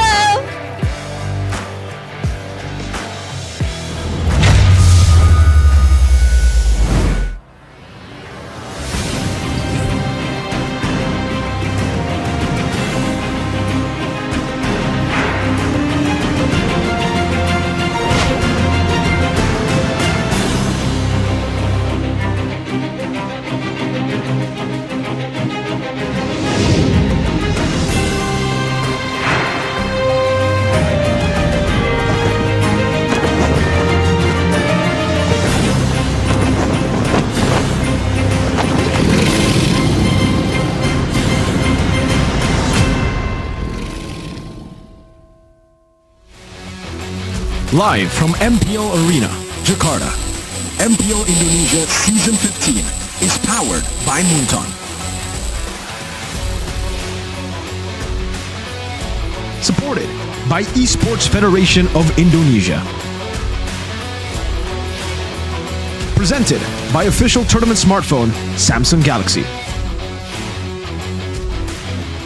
Official e-wallet GoPay. Official sponsor, Head & Shoulders. Official coffee, Good Day. We own this.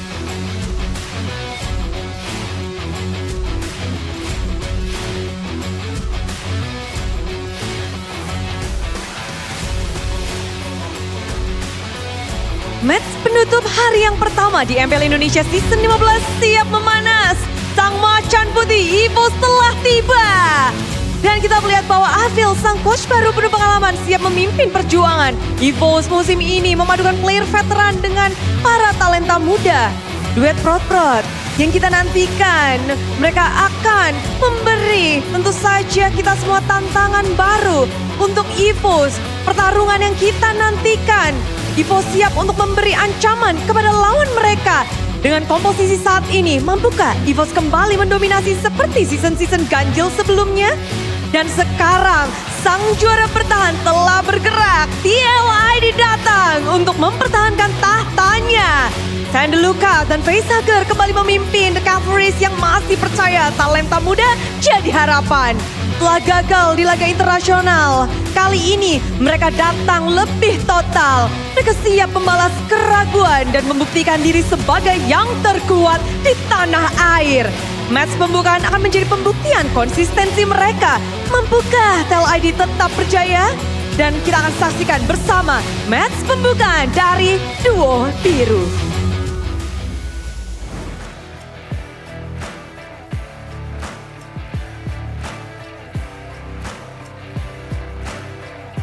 Antusiasme dari MPL Arena dan juga yang ada di rumah tentu saja menyingsing jalannya pertarungan kedua di hari yang pertama. bersama di MPL Indonesia Season 15. Begitu meriah karena duo biru akan dipertemukan. Begitu gasik, begitu awal. Di mana tim EVOS Glory dan juga tim MPL ID. Duo biru yang punya histori berbeda di season sebelumnya. Satu berada di pucuk, satu berada di posisi ke-8. Kali ini mereka harus berhadapan satu sama lain. Dan tentu saja di sini Bude Clara ingin benar-benar menyaksikan bagaimana perkembangan dari tim Liquid ID dan juga bagaimana komposisi baru dari EVOS Glory yang akan mengguncang panggung MPL Indonesia. Kalau melihat bagaimana performa dari tim Liquid ID, kita nggak bisa menyangkal bahwa chemistry dari para player talenta muda yang benar-benar bisa membakar Land of Down. Namun kalau ngomong-ngomong tentang chemistry di EVOS Glory, sekarang mereka punya jawabannya. Ada dua sahabat yang masuk memperkuat pasukan Macan. Siapa lagi kalau bukan dua prot-prot. Ada Albert dan Ki yang kali ini hadir berdarah biru. Mari kita sambut bersama-sama tanpa berlama-lama. Dan kita lihat bagaimana chemistry dari kedua tim ini. Inilah dia, Fabian, Aaron, lalu Ki, dan juga ada Albert. Yeay, halo. Halo. Aduh, seneng banget ya di sini kita ngelihat bahwa ada langsung dua tim dengan dua orang dengan chemistry yang tak perlu diragukan lagi. Kalau dari EVOS Glory sendiri, season 15 nih, kata-katanya untuk EVOS sendiri, di baju baru untuk kalian berdua gimana? Semoga lancar season ini. Semoga lancar, oke. Kalau dari Albert? Sama, semoga lancar di sini. Emang kembar ya, dua prot-prot gak usah diragukan ya. Emang bener-bener dah, tapi kalau dari Fabian dan juga Aaron, bajunya doang yang baru buat tim Liquid ID. Tes. Aaron ngomong, Aaron. Oke, Aaron, season 15. Semangat apa yang dibawa oleh tim Liquid ID nih? Semangat baru. Semangat baru. Seperti apa semangatnya? Semangat baru season 15. Yeay. Oke, Aaron. Fabian tolong jelaskan semangat seperti apa nih ya? Karena ini season 15, seasonnya baru kan. Jadi ya kita harus semangat baru. Terima kasih. Memang ya, tadi kalau dari EVOS Glory jawabannya kembar. Dari Albert dan juga Ki. Yang sana juga cuma dibolak-balik doang. Oke, karena Budi ngerasa chemistry dari kalian berdua tuh sama-sama kuatnya. Kita bakal bermain sebentar untuk mencairkan suasana. Ini panggung pertama kalian di season 15. Kita pemanasan dulu ya, adu chemistry untuk kalian. Siap nggak? Ya. Siap. Tapi kita mulai dari yang ini dulu ya. Yang abang-abang dulu nih. Yang baru, anak baru kita ospek dulu nih. Dari EVOS Glory, pokoknya kalian dari kedua tim ini, mereka berdua harus menjawab secara bersamaan pertanyaan yang Bude berikan. Nanti Bude kasih pertanyaan, kalian jawab bareng-bareng bisa 3, 2, 1 jawab gitu ya. Oke. Kalau kata KB ya, KB pegangnya tim Liquid ID loh. Chemistry-nya lebih dapet. Profesor kita. Salah dia. Salah dia. Salah dia, salah. Oke, kita buktikan akankah benar atau salah. Jadi siap bermain? Siap. Siap, oke. Dan pertanyaan pertama nih untuk Albert dan Ki. Jawabnya semoga chemistry-nya bagus. Pertanyaan pertama, apa makanan favorit dari Albert? 3, 2, 1. Ayam pop. Goreng. Sama ayam, sama ayam. Sama-sama ayam. Ayam pop. Aduh. Sama-sama ayam, yang penting sama ayam Bude. Gimana MPL Arena? Bener atau enggak? Super fans? Benar. Itu masih Ayam bisa pop sama ayam dikondisi. goreng sama enggak? Mirip. Mirip, enggak. Beda. Sama jenis itu. Oh gitu, saling membela ya, setengah, poinnya setengah. Oke, selanjutnya, apa hero paling favorit dari Ki? 3, 2, 1. Atlas. Nilainya cuma setengah nih, belum naik yang satu jawab Atlas, yang satu jawab Rangko. Mirip juga. Sama-sama punya rantai. Oh iya, belain terus, belain. Tapi, Satu tipe. aduh, mengecewakan ini ya, gimana dua prot-prot. Selanjutnya pertanyaan terakhir untuk kalian. Dari banyak role yang dimainkan oleh Albert, apa role favorit Albert? 3, 2, 1. Tank. Ah benar kan? Wah. Bener, tanpa di, ini bener. Dia suka main tank Bener. Oh bener, iya bener. Keren banget. 1 poinnya berarti dari kalian. Total 3 ya berarti poinnya. Nggak ada. Tadi setengahnya. Tadi setengahnya bonus ya, bonus. Oke. Ya, dua prot-prot. Tolong ya chemistry-nya lebih di ini. Penantangnya nih, tim Liquid ID. Siap. Jangan Siap. mengecewakan KB ya kalian ya. Siap. Oh, siap. Peraturannya masih sama. Jadi sudah siap dua-duanya. Pertanyaan pertama. Tes. Jika tidak bermain jungler, Favian akan bermain 3, 2, 1. Robert. Nenot. Dito. Main Roma. Itu ginjalnya dicubit dari itu kayaknya ya.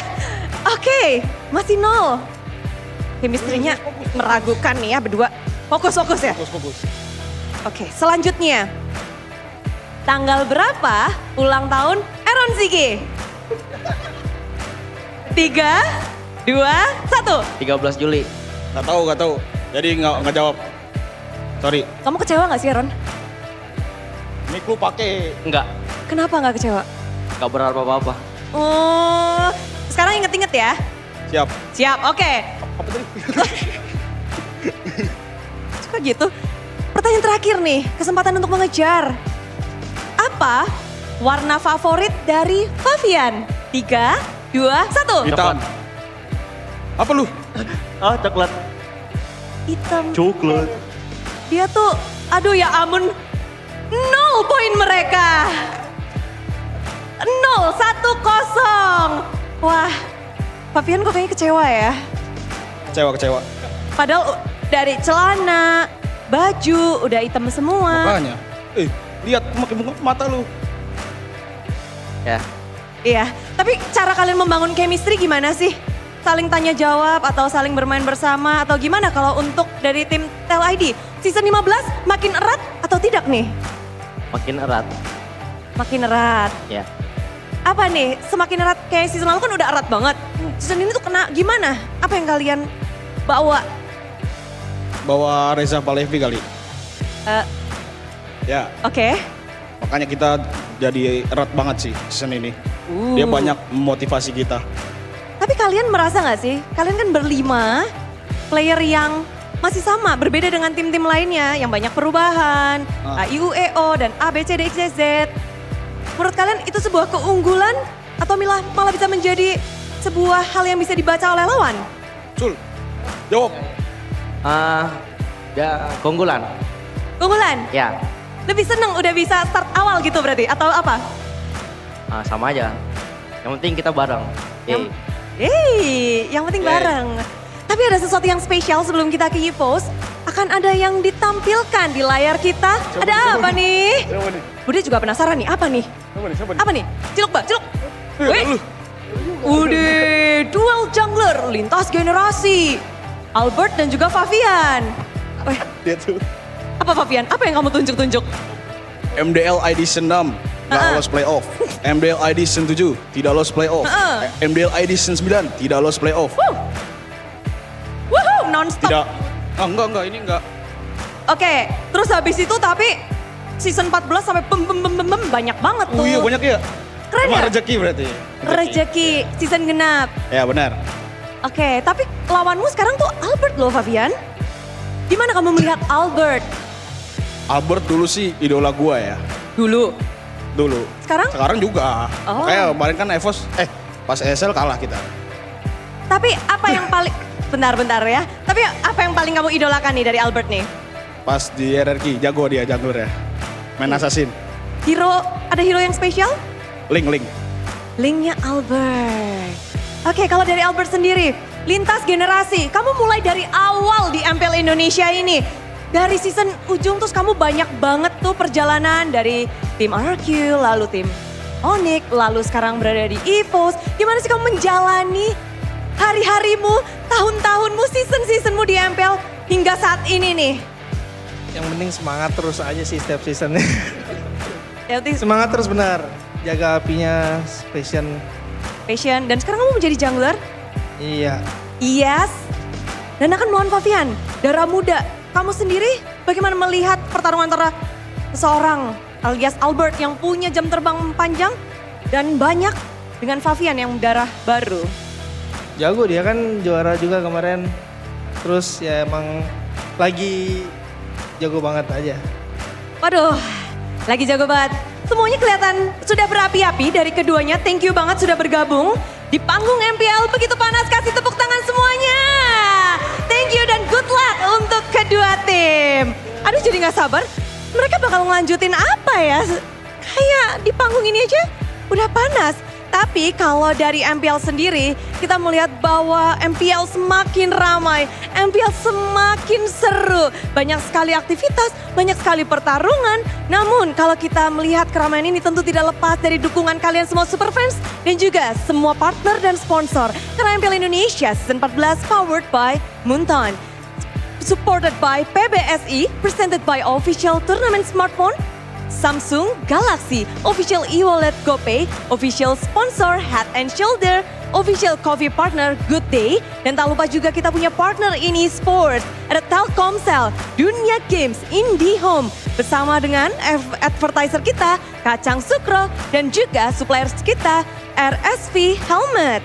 Terima kasih kepada semua yang terus bersuara untuk mendukung MPL Indonesia, khususnya season 15. Di mana season ganjil, season yang mendebarkan pula banyak sekali perubahan dari tim-tim yang hadir. Bukan hanya dari para player, namun juga dari gameplay. Seperti apa gameplay dari duo biru yang akan kita saksikan sesaat lagi? Mari kita cek bersama-sama. Inilah dia match penutupan di hari pertama MPL Indonesia season 15. Monggo, caster!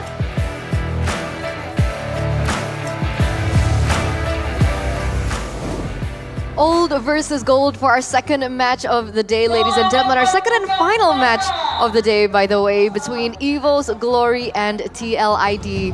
We saw some of the players on stage earlier on with Budeklar and Monster, and they had a little bit of fun, but it looks like synergy and chemistry is favoring Evos today. Yeah, Faven and Aaron Shiki had a disaster class of a game. There's 0 points.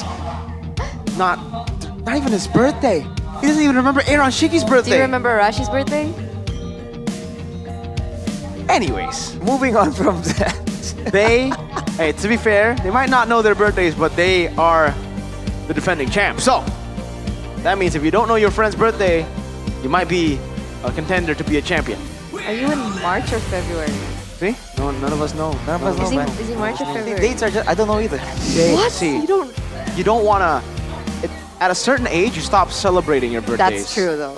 Like their ages. But not me. I still celebrate my birthday. I celebrate my birthday too, man. I don't really. What are these accusations? I don't. So he's kind of right. Well, but anyway, yeah. right? Evo's Glory and TLID. There have been so many changes with Evos. And, you know, there are some, again, questions that we need answered today. And one of which we can actually ask you guys at home. And you guys can actually vote in. I don't know if it's going to come up right now. Is it going to come up now? Okay. Oh, is it an audience Maybe later. thing? The audience topic voting. Ooh, okay. So it's similar to the one we had before about Toy and Skylar. Right. Then we're going to have a new one for this match. What is it? Which one? What's the question? That's it. What is the question? It's $1 million question. Let's wait and see, I guess. I think it's cool that we're getting interactive with it. You know, for the longest time, I remember watching MPL and it's like, okay, I'm just watching. But now I can kind of, you know, have an input somewhat. Yeah. It's kind of a cool feeling. I remember the question now. Okay, what's the question? Okay. I can't. I don't want to spoil. Huh. But Really? I remember. It's about two certain players Two players. and a certain team. Okay. Natco. Who's Natco? We have Erlan. He's the mid laner. Natco. Oh yes, Natco. Natco. I'm so confused. There's so many changes. But there are a lot of things that we also want to talk about with Evos because again, there are so many changes, right? We have Albert and Key coming in. AJ. Then we have Natco swapping in from the gold lane into the mid lane. But going back to this, Prot duo being summoned. Yeah. I mean, you want to give some more context on why they're called the Prot So they're duo? besties basically. Yeah, so it was the Prot trio back in the day. It was Key, Albert, and Pi. They streamed together. They were very funny together, and they called themselves the Prot trio. But now Mr. Pi is no longer with us. That sounds He's weird. alive. He's alive, but he's just not in MPL. Okay. Yeah. Thank you for clarifying. Yes. Well, Albert definitely is. Looking very happy as well. The baby alien, who has been a baby for quite a while. He doesn't These grow up. aliens, they mature so slowly, man. Yeah, they do, I guess. But, you know, going back to the poster earlier on, we did see something kind of weird when it comes down to EVO's history. It seems like EVOs keep doing well in certain seasons. The odd ones. The odd ones. The So right odd now one. we're in the... General. The odd one.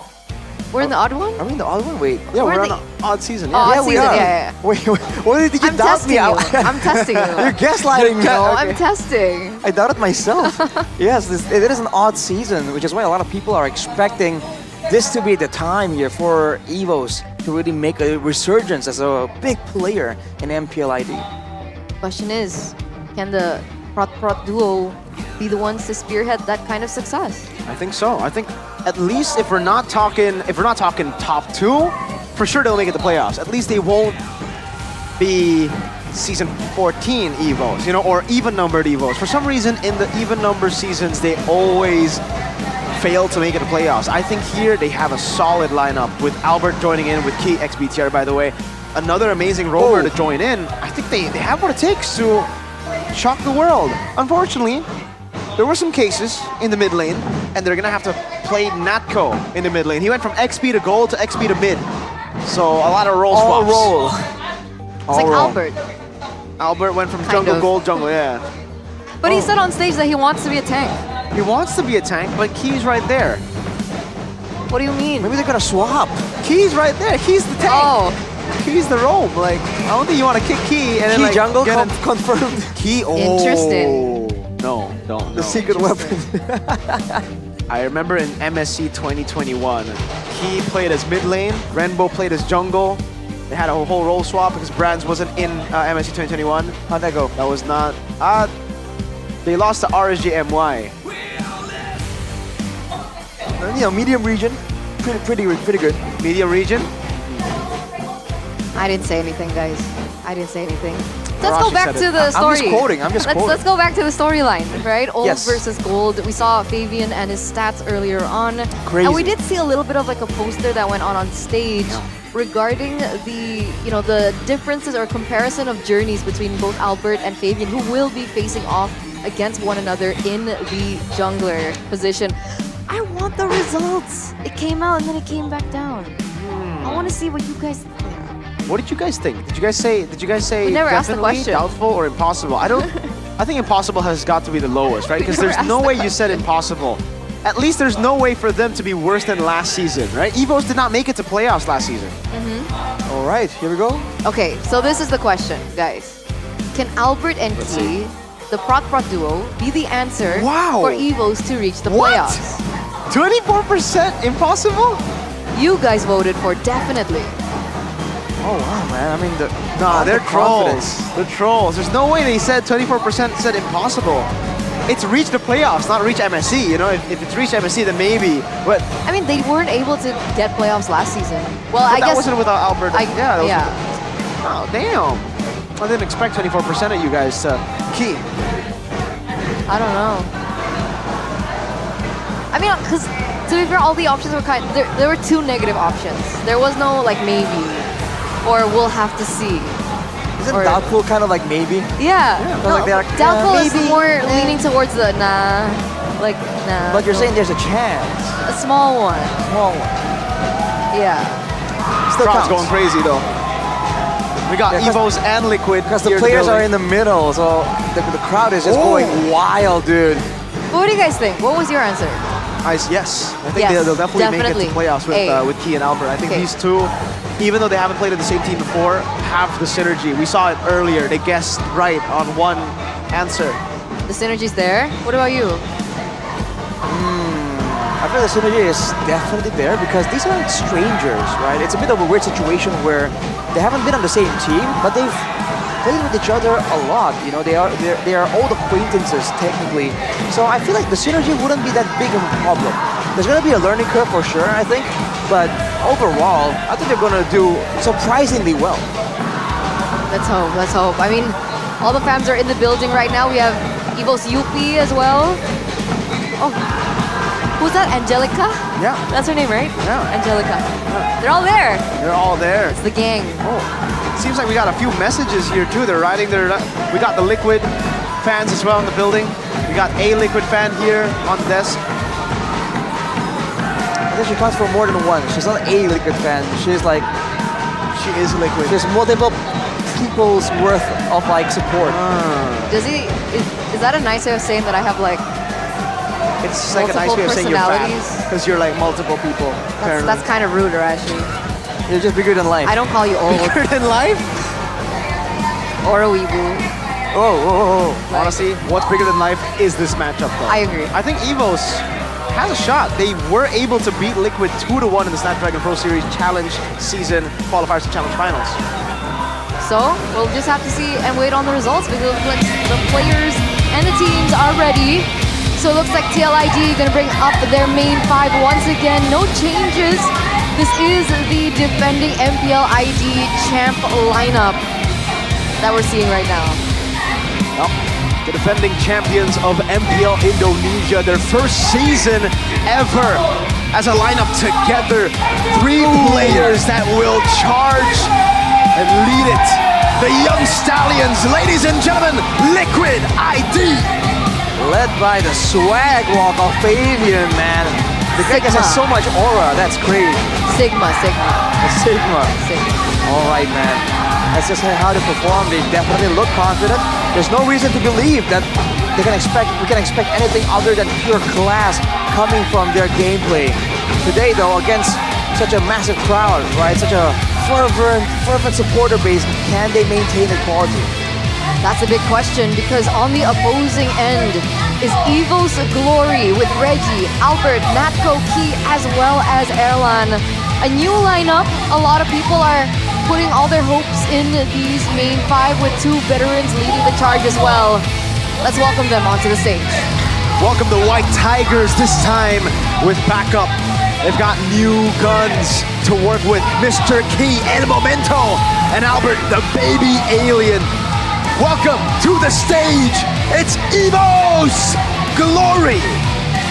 Attempting to set the tone for the rest of the season. This is the first time we're going to take a good look at what they've prepared, and what we can expect from the upcoming weeks. It's a big moment for the team, for the fans in the arena, and the fans back at home as well. We hope for the best. Hope for the best. And let the fans do the rest. No, I'm kidding. It's just because they're so loud. But we are going to be welcoming the coaching staff. We have Saint Lucas and Facehugger for TLID. And on the other side, it's Abil and Caleb. Abil and Caleb, they've been a team for a few months now. You know, Caleb was the analyst, the head coach before of EVOS. Abil, a newcomer here in MPL Indonesia. A newcomer to MLBB. Interesting. You have to see what he can bring to the table, man. Maybe at this kind of situation, this is exactly what you need. A look from outside the usual perspectives, right? Something outside of the box. Considering the meta has so much potential to develop, right? For weird pick to show up in the beginning of the season, that might be a bit of an edge that EVOS can take advantage of. So speaking of the meta, we are moments away of going into the drafting phase. Now, we had a little bit of a feel as to the meta earlier on for MPL ID.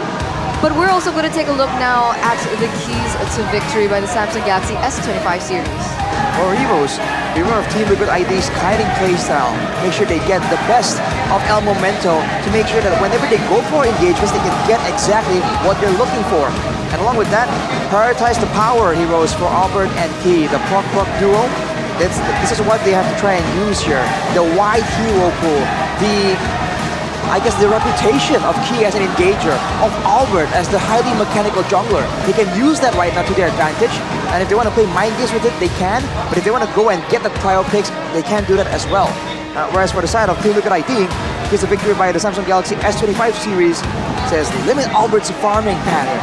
Make sure that Fabian is the one getting that level advantage, getting all the resources, and if Aaron Shiki dominates that laning phase against Erlan, man, that's a great foundation to set up for that mid to late game that Team Liquid ID is just notorious for.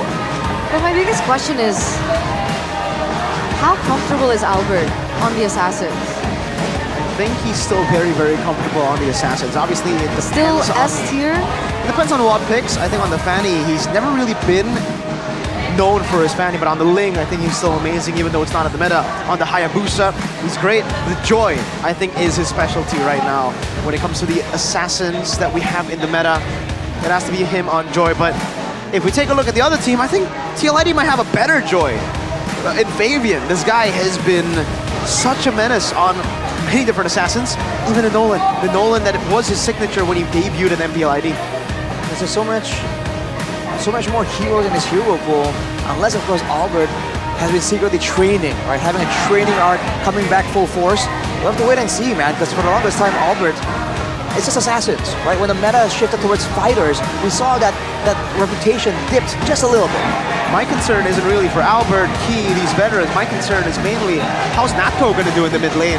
This guy was a gold laner for like 2 seasons for MPL Indonesia, and he wasn't even the main gold lane. It was him and Brands constantly swapping back and forth. Brands obviously being the starter, so he's been a substitute. This season he was announced as an XP laner. Then after the departure of the previous mid lane, Natko filled in that mid lane spot. So he's gone from XP to gold to XP to mid.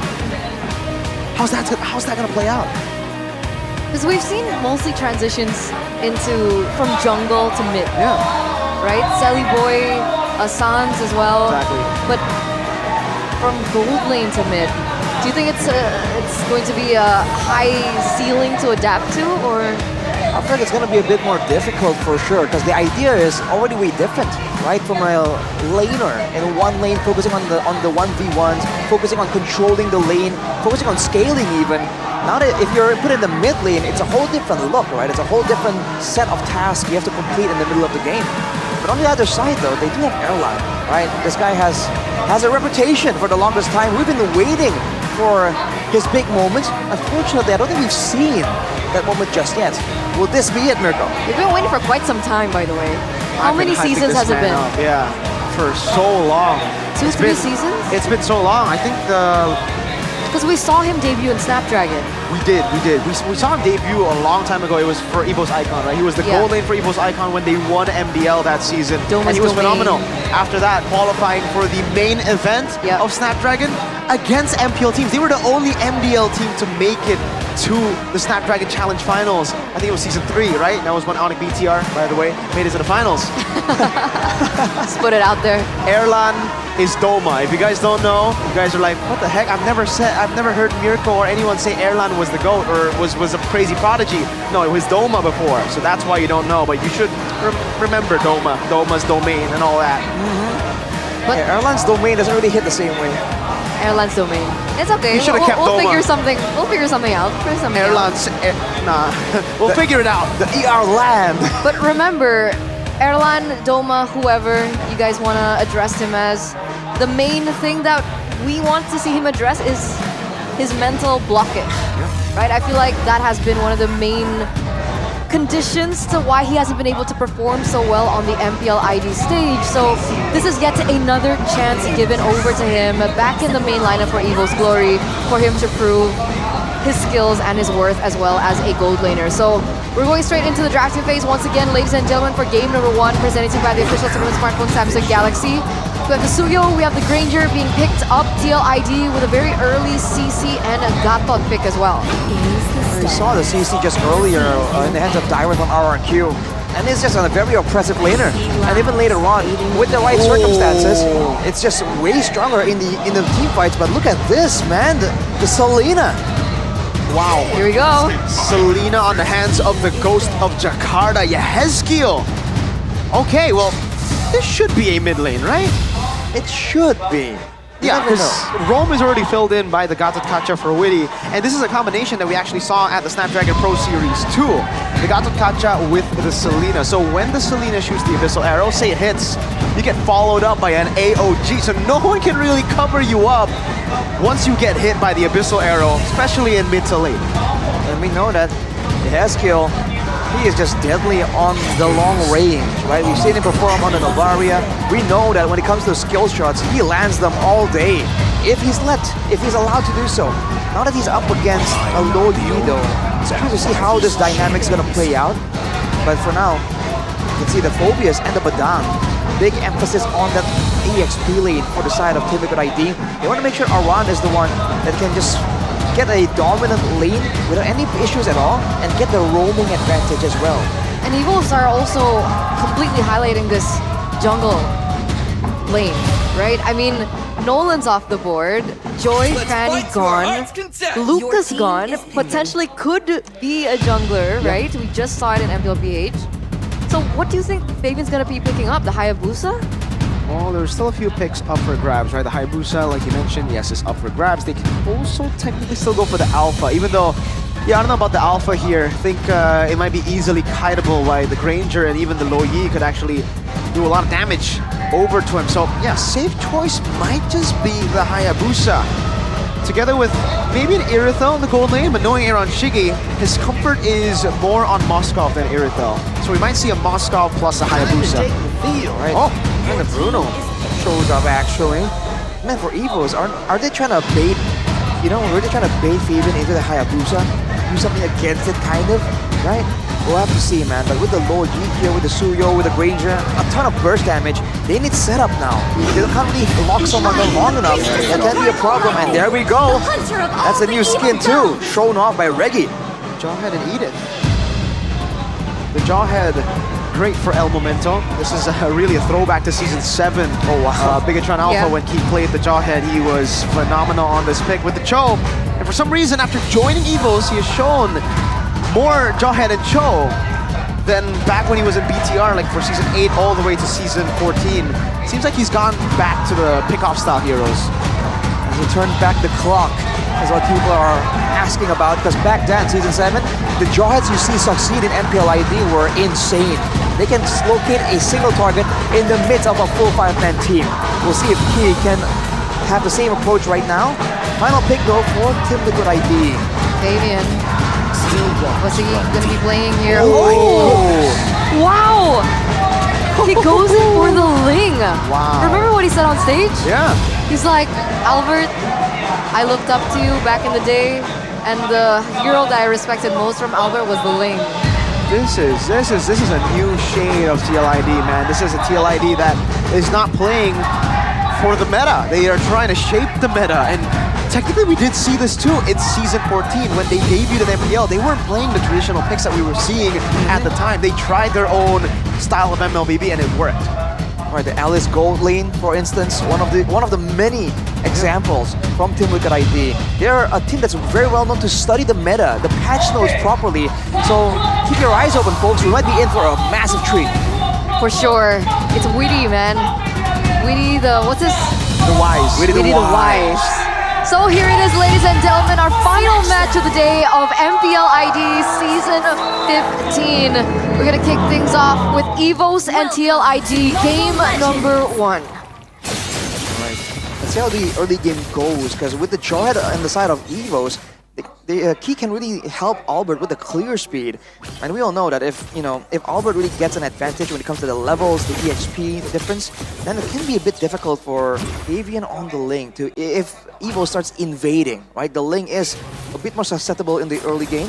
Looking at the rest of the emblems here, full tankiness for Witty, serving as the main front line, because Aran, we've seen how the CC performs, right? Sometimes it's a bit of a mix, but tenacity all across the board for Evos too. They still want to make sure that they can have that brawling potential, because they know Team Liquid ID, if they're left to their own devices, they'll find opportunities to really start a small skirmish and take it from there. But I gotta ask this question, right? Because we were talking about the Ling earlier and we said that it wasn't in the meta. How do you think the Ling can actually work in whatever meta we're in right now? Well, it can work in the sense that it's mobile, right? You can always find a way to have that macro presence. You have good ganks technically, and in the late game, you still do a very respectable amount of damage. So technically, if the team can kind of adjust to it, then in the hands of someone with great mechanics like Fabian, he can kind of do his own thing, and the team can kind of attempt their own thing, right? And that's something that Team Liquid ID has shown to be able to do. They have no issue at all letting Fabian just style on people, and when there's an opening, the rest of the team can follow up and capitalize on the moment. I guess that's what they're trying to do here, right? Fabian, Yehezkiel, and Aran both in the enemy side of the jungle, looking for maybe a pick onto Reggie here. Trying to cut the wave there. They'll be stopped by Albert. Good Queller turtle spawns in the game, and Team TLID will be able to get this rotation faster than Evo. So level 4 for both Aran and Yehezkiel. Ejector. Over to Witty. Goes in for Revitalize and goes in the taunts Natco. Yezkiel doing some damage over to Key as well. Aran trying to zone him away. Again, Witty versus Natco in a 1v1. Gets pulled back by the dispersion and the rotation. Now Fabian jumps in. Aran taken down by first blood. Fabian, the fine blitz. Key able to escape Witty. All alone. Fabian chases him. Witty still stays alive. But finally will be taken down by the baby alien. It's a double for Albert. 2-for-1 trade in favor of Evos for the moment. And it looks like it's a complete reset over the neutral objective as well. Yezkiel's a little low. But what did you think about what happened earlier on? I feel like it's a great move by Team Liquid ID to try and get that EXP advantage, knowing that they have a CC. But for Evos, that's a great response. Technically, the fighting chance, the fighting potential for Team Liquid ID is a bit lessened because of the mid lane not being an AoE kind of hero. But Evos, they just group up together and ensure that even if anyone gets hit by the missile arrow, they can follow up. But that's some damage, man. This is a level 4 low Yi power spike. Onward, Earthshadow, Aran, chain CC, he cannot move! Gets butchered by Albert on the Suyo. Make it 3 kills for Albert. That's the potential that Evos have with their lineup, right? They have Reggie, they also have Key to look for the stoppers, to look for the opportunities and to make those moments. So, man, Aran, I mean, they're not gonna let that slide. Not at all. I think Evos needs to find moments exactly like that to just move forward and capitalize on all the crowd control. And because they have the diversion, they can try and find moments like this as well. They can engage with so many different tools. Witty, taunt, and that's the chain CC. Witty still able to escape. AOG gets him out. There's an arrow that catches Key, a worldie from Aaron. They'll keep Evos at bay, all for Fabian. Let's go and trade on the map. Reggie looking for the onward. Fabian. Oh, great catch on the wall. Albert doesn't get the blade surge, so Fabian walks away. So we can see that Fabian is still being very active on the map, right? Taking in these creeps, taking in these jungle creeps away from Albert, but it still seems like they're on the same level. So maybe Albert with the 3 kills in the early stage of the game will help him propel in terms of those EXP levels. I think right now is where Team Liquid ID needs to try and be a bit more aggressive, find those moments, using the Selena, because otherwise it's a diversion play just waiting to happen, and they come. They take it. Purple buff going to be taken away by Albert now. Oh, Aran with a vengeance. Waiting together. Reggie's going to be taken down. Fabian now jumps on Natco, who's isolated from the team. Does he get it without a purple buff? Top of the blaze. AOG knocks him up. Natco flickering out, but Fabian chases. Witty with a taunt. Aran with the damage. Witty's still alive. Albert cuts him down and gets away. A Queller flickered away by Yezkiel. And it's another 2-for-1 trade in favor of the White Tigers. Key! Ooh, ejector flicker. Pops Aran over to Albert for the kill. Make that a better trade for Evos now. That's a great ejector, man. The speed that we've seen from Key. This is what we expect from him on a Jawhead. Man, it seems like Team Liquid ID, they're doing a great job using the Garot Kaja to kind of buffer, to try to wait for moments. But Evos just draw the fight long enough that they can get an advantage. Oh yes, skills shot again. Dispersion, Natco takes the kill. Witty trying to survive in the mid lane, pops in Revitalize. Oh, gunned down by Erlan. That's a Defiant Blade, but now Reggie's left all alone. Should be able to escape unless no Aran puts in the curtain call. Now up top, Aaron Chiki. Unstalled force. Ejector coming down. The world, he does not save him. It's a kill over. Traded only for Reggie as Aran rotates up top. Man, this is a 3,000 gold lead now for the White Tigers as they continue to push the pace on the back of all these amazing plays. El Momento Jawhead has been finding so much success, especially with the idea that they can utilize Natco and the Luo Yi for those fast rotations on towards the side lanes. This is looking like a disaster, honestly, for the Cavalry. Natco definitely is doing pretty well on this Luo Yi, finding great moments there to really push up the aggression and getting the diversion plays very early on. A stark contrast to match 1 earlier where the Luo Yis take a bit longer to get rolling.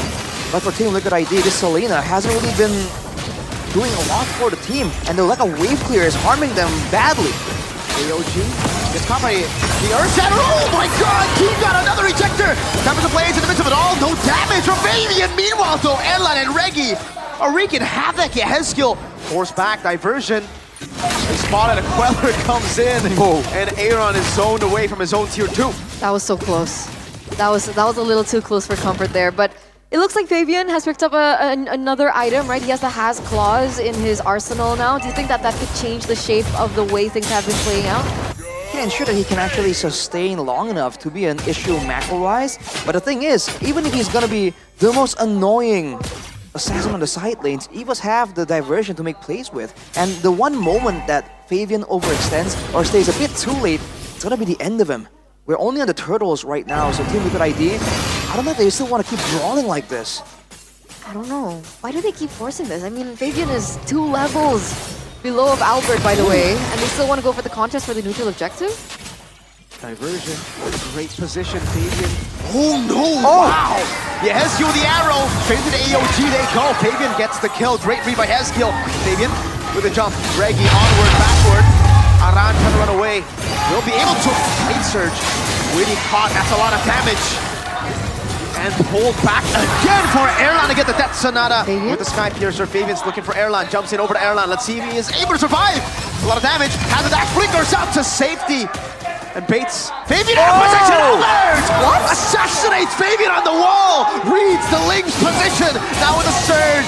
Aaron forced to purify, Aran needs to run. And Evos will get the tier 2. Old versus gold, and it looks like Old winning it out. The veteranship, the experience, and the synergy coming in between the players from Evo's Glory turned out to come out on top against the defending champs. They're approaching an 8k gold lead, and Key already eyeing another chance. Smart missiles, ejector, chain CC, Witty can't go anywhere. Albert is godlike. Oh boy, Albert is on an absolute roll. The combo here, the ejector into the all-in from the Suyo. It is just devastating, man. And that's before you add in the extra lockdown from the Edith, the extra burst coming in from the Granger. Team Liquid ID, they're not really having a lot of options at all. When they want to engage, they have to go all in anyways. Might be a solo kill, folks. Oh no. Fabian read out like a book by Albert! You play the Ling in front of the Ling God and you get red! My goodness! What an absolute statement, man. Albert. Oh man. Who do you think you learned those skills from, man? It's a perfect example of not showing everything that you have, keeping some cards hidden close, because right now Albert is completely destroying this Ling, knowing exactly the moves that Fabian has at his disposal. 2 seconds till the Lord spawns at an 8k lead. Team Liquid ID with no front line to look for options and still having to contend with the potential for a diversion play to appear out of nowhere behind them. They have to let it go. He's at 803. Ladies and gentlemen, Albert on the Suyo, 803 diversion play. To the back they go, Aaron, private tackle. Albert's gonna be caught. Winning gets the AOG. In the back, Fabian, 7 blades, able to catch Erlan with a knockup.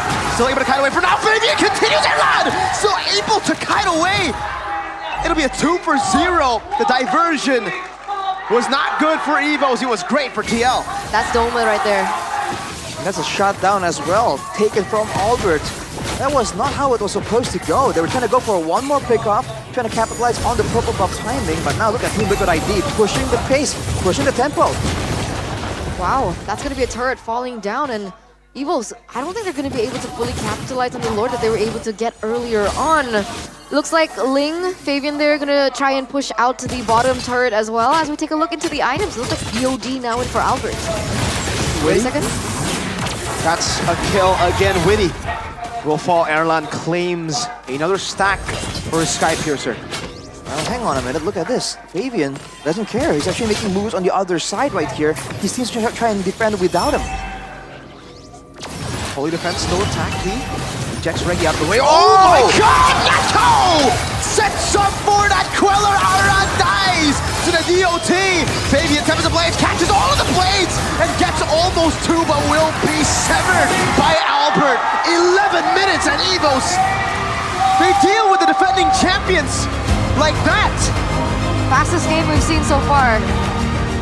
13 minutes earlier on, 14 minutes earlier on. This was 11 minutes. 11 minutes was all it took for Evo's Glory to take down TLID. Who would have thought? Did you see the caster predictions? Only one voted in for Evos. And that was Ranger Must. That's it. Mr. Ranger. He seemed very confident for sure, but man, you go up against this team, you go bring out the Selena.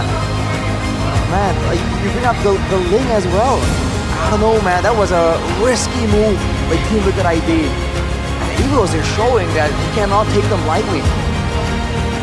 Wow. A risky draft that did not work out for them in the end. What? Natco! Wow. That was quite insane. That's pretty crazy. I mean, this fight even, it seemed like there was just a real possibility that things were gonna work out in favor of Team Liquid ID. But Evos, they just power through it. Odd season? I mean, I guess it's too early to tell. It was only one game, but remember Evos in their trend, man. Odd season Evos. Odd season Evos. Mythical beasts. Mythical creature for sure. Oh, I'm impressed. Okay, granted, interesting draft from TL. Right? Ling, Selena. Yep. What did you think about the Selena? Bruno too. They could have picked up Irital instead. Moskov. But they didn't. Yeah, I think it was a gamble that they made with the Selena, with the Ling, with the Bruno. They wanted to play a certain way. They wanted to get the early game, or maybe the mid game rather, with their power spikes, but it didn't happen. Evo's just snowballed out of control. I think it's just tough because the Selena just wasn't allowed to play the game at all, man. I mean, you can see that the wave clear is not enough. The abyssal arrows, it wasn't the fact that Weedy can't land them. It's the fact that he isn't allowed to actually get into a position where he can even start to look for those opportunities. Right? There's just so much pressure coming in from the wave clear, from the rotations of Evos. I think they have to, if they want to try and pick up Selena, they have to try and bring some more things to try and help out with that. Because I think usually Selena is paired in with like something like a Cho, right? Yeah. Someone with better wave clear. Exactly. But this was the crucial moment, by the way. Mirko, you can continue. Yeah, we didn't see it. We didn't see the wave clear. It wasn't present with the Cho, without the Cho, sorry. They got that concussive blast. Even though they had concussive blast, I don't think it was enough. No, definitely not. I mean, we saw that there were some moments where the Gato and Aran even on the CC were forced to kind of walk into danger to try and clear out the waves, right? We've seen Team Liquid being so good at just like going for some of those pickoffs, but they have to kind of clear the lanes and delay long enough. So we're gonna crown our MVP, ladies and gentlemen, presented to you by the official tournament smartphone Samsung Galaxy, and it's... Do we still call him the baby alien? Like, we need to figure something out, man. Teenage alien. Teenage alien now, bro. Teenage mutant alien. Ninja. Not turtle. Wait a minute. No turtle alien. Okay. But yeah, he's grown. The OG alien has retired. Maybe he can be an alien now. Or maybe he just becomes a tiger. Because he's... But the next alien. We'll have to see, man. But 915. What?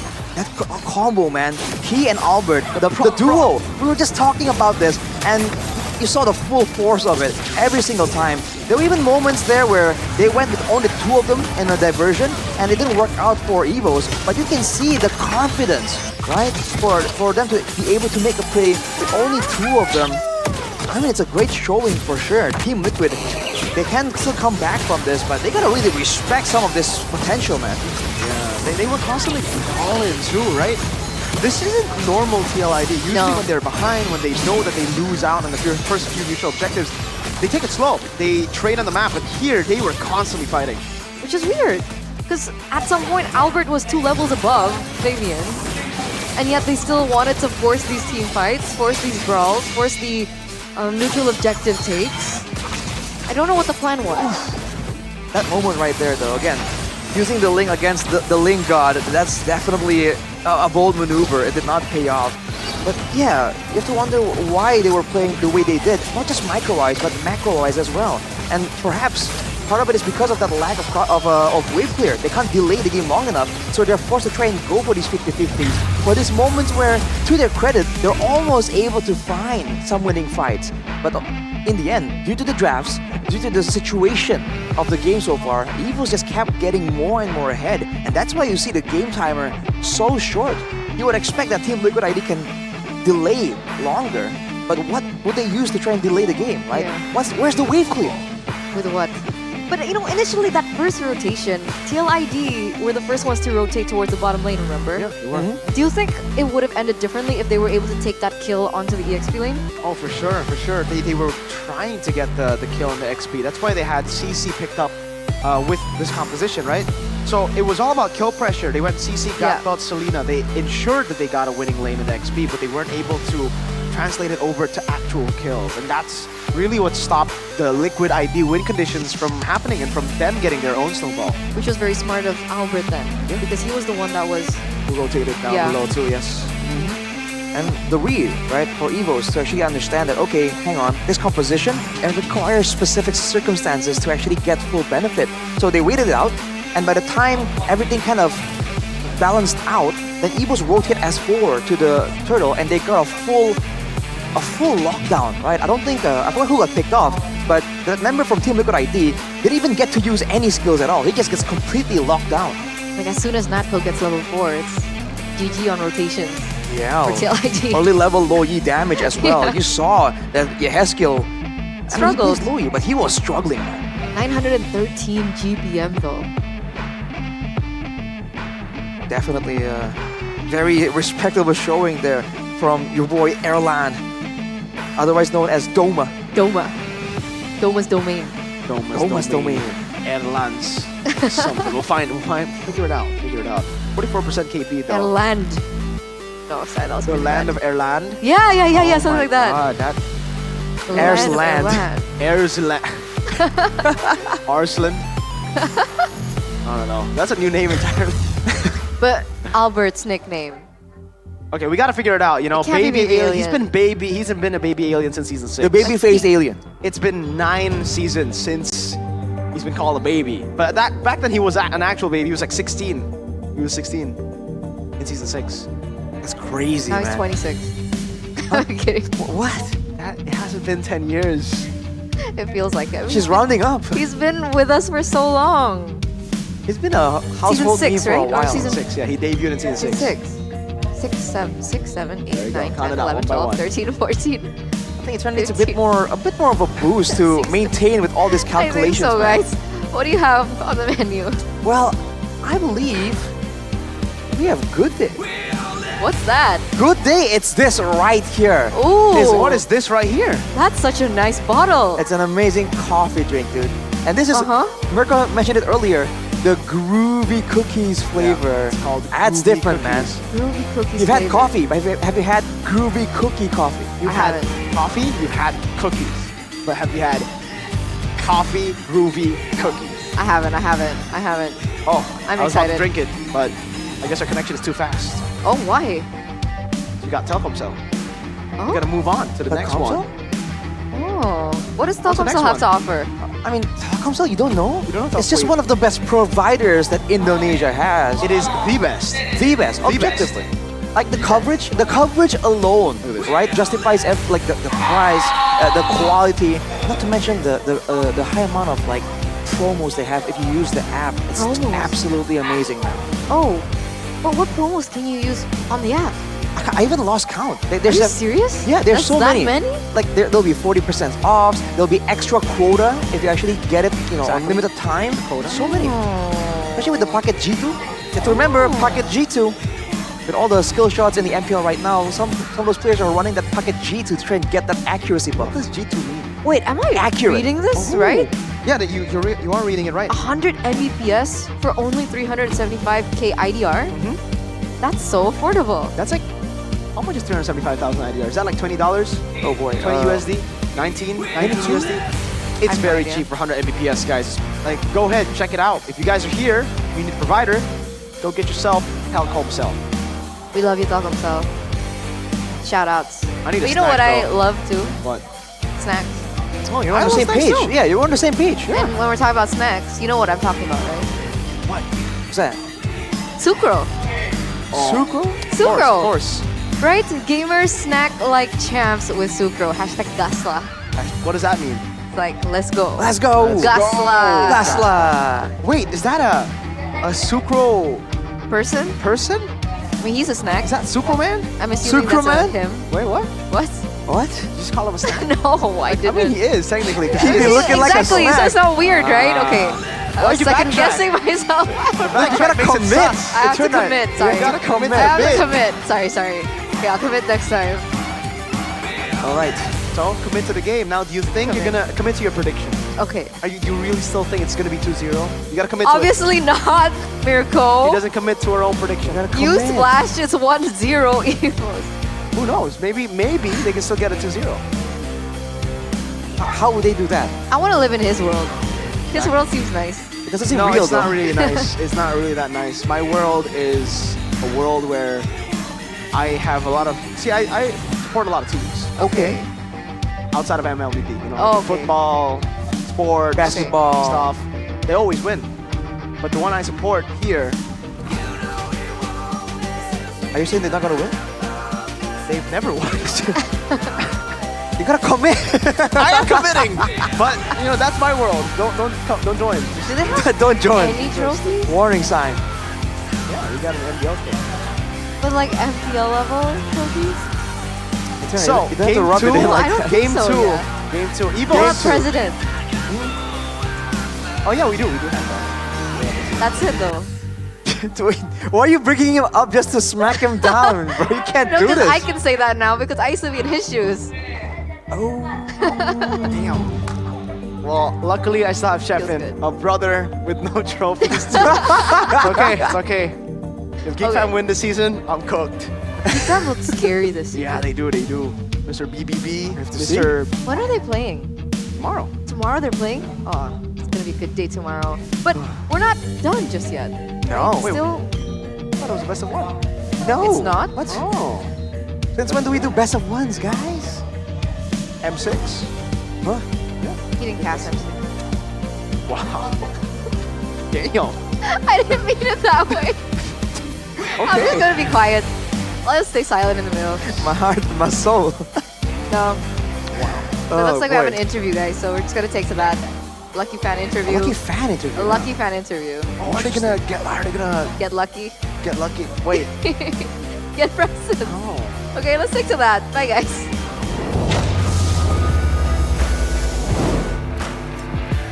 Begitu ramai pastinya di MPL Arena, masih pada semangat. Woohoo. Semuanya pasti menantikan bagaimana nih jalannya pertarungan karena baru satu game. Dan itu sudah membuat kita terbelanga banyak banget momen-momen seru. Tapi yang lebih seru adalah pastinya yang datang di MPL Arena. Karena kita tuh lagi nyari lucky fans. Fans yang beruntung. Perempuan juga bisa ya nggak? Cuma laki-laki. Tapi kalau ngomongin tentang lucky fans, banyak banget benefit yang bisa mereka dapatkan. Kalau mereka hadir ke MPL secara langsung. Dan di antara kedua tim ini, dari kedua super fans, sudah kita temukan inilah dia dua lucky fans yang bisa punya kesempatan ke backstage. Ayo langsung aja nih dari EVOS fans dan juga Cavalry. Halo. Halo Bude. Halo Bude. Semangat hari ini? Semangat banget dong. Hari pertama MPL, langsung lihat tim Liquid dan kamu jadi lucky fans. Nyangka gak sih bisa jadi lucky fans? Namanya siapa dulu nih? Namanya Hadi. Namanya Hadi. Ya. Gimana Hadi? Senang banget Bude. Gak nyangka. Kok bisa kamu datang jam berapa? Jam 4 sih tadinya kesini. Acara mulai jam... Wow, dedikasi ya? Iya. Emang Iya, sengaja kepengin jadi lucky fans? Gak sengaja sih sebenarnya. Ya emang beruntung Iya, ya. beruntung. Dia laki-laki fans. Keren. Kalau di sini Hadi, kalau di sini Rahdi Bude. Rahdi. Rahdi. Iya. Kalian berdua saudara? Hadi bersaudara? Enggak.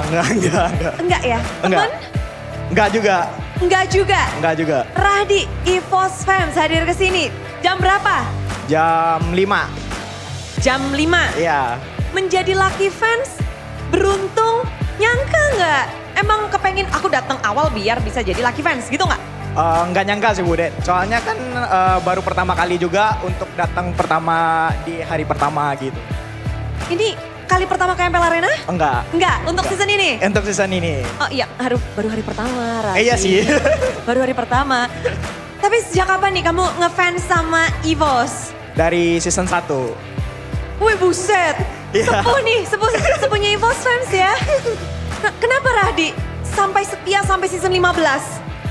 Seneng aja sih ngelihat gaya bermain EVOS gitu. Kayak ada naik turunnya gitu, nggak selalu yang monoton lah gitu. Oke, kalau Rahdi dari season 1, Hadi, Ya, dari Bude. season berapa kamu ngefans sama PL ID? Dari season 6 Bude. dari nama sebelumnya bahkan ya. Iya bener. Naik turun, dari turun lagi naik nih. Iya. Kok bisa tetap setia? Tetap karena pasti yakin Liquid juara lagi sih. Wow, langsung bro. Tapi ngomong-ngomong, ini kan tadi 1-0. Gimana responmu sebagai juara season lalu di 1-0-in sama tim yang gak lolos season lalu? Pasti bisa balikin lah. Itu mah kayak coba-coba dikit lah. Pemanasan dikit ya? Iya. Coba-coba dikit. Oke, kalau di Sydney kayaknya tenang-tenang aja, ketawa-ketawa aja. Dari Evo sendiri, season ini kalian kedatangan 2 player yang bisa dibilang ini ikonik banget dengan 2 prot-prot. Apa respon Evo fans nih kedatangan mereka berdua? Menurut saya senang sekali sih Bude, karena kan season kemarin itu kurang banget di roamernya. Nah makanya dengan kedatangan Kayeye, saya optimis bisa juara season ini. Kedatangan mereka menjadi sebuah semangat juga ya. Dari EVOS fans makin semangat dan tadi sudah pembuktian tuh 1 game. Sudah dong. Nah kalau kalian berdua ada di sini, memang ada 2 lucky fans tapi hanya 1 yang punya kesempatan untuk ke backstage jika timnya menang. Sudah tahu kan? Sudah tahu. Sudah tahu. Pengen ke backstage nggak? Pengen banget. Pengen ke backstage nggak? Pengen banget. Yakin bisa 2-0 berarti? Yakin dong, 2-0. 2-0? 2-0. Kalau ke backstage, kepengen ngapain? Ngobrol sama pemain sama juga foto-foto. Ngobrol sama pemain foto-foto, kalau kamu ke backstage mau ngapain? Mau sweet sama Fabian. Sweet sama Fabian? Siapakah dari kedua lucky fans yang akan ke backstage? Mereka harus melihat timnya menang terlebih dahulu di match kali ini. So, MPL Arena, mari kita sambut game kedua dari Best of 3 Cities. The Battle of the Blue dari tim EVOS Glory dan juga tim Liquid ID.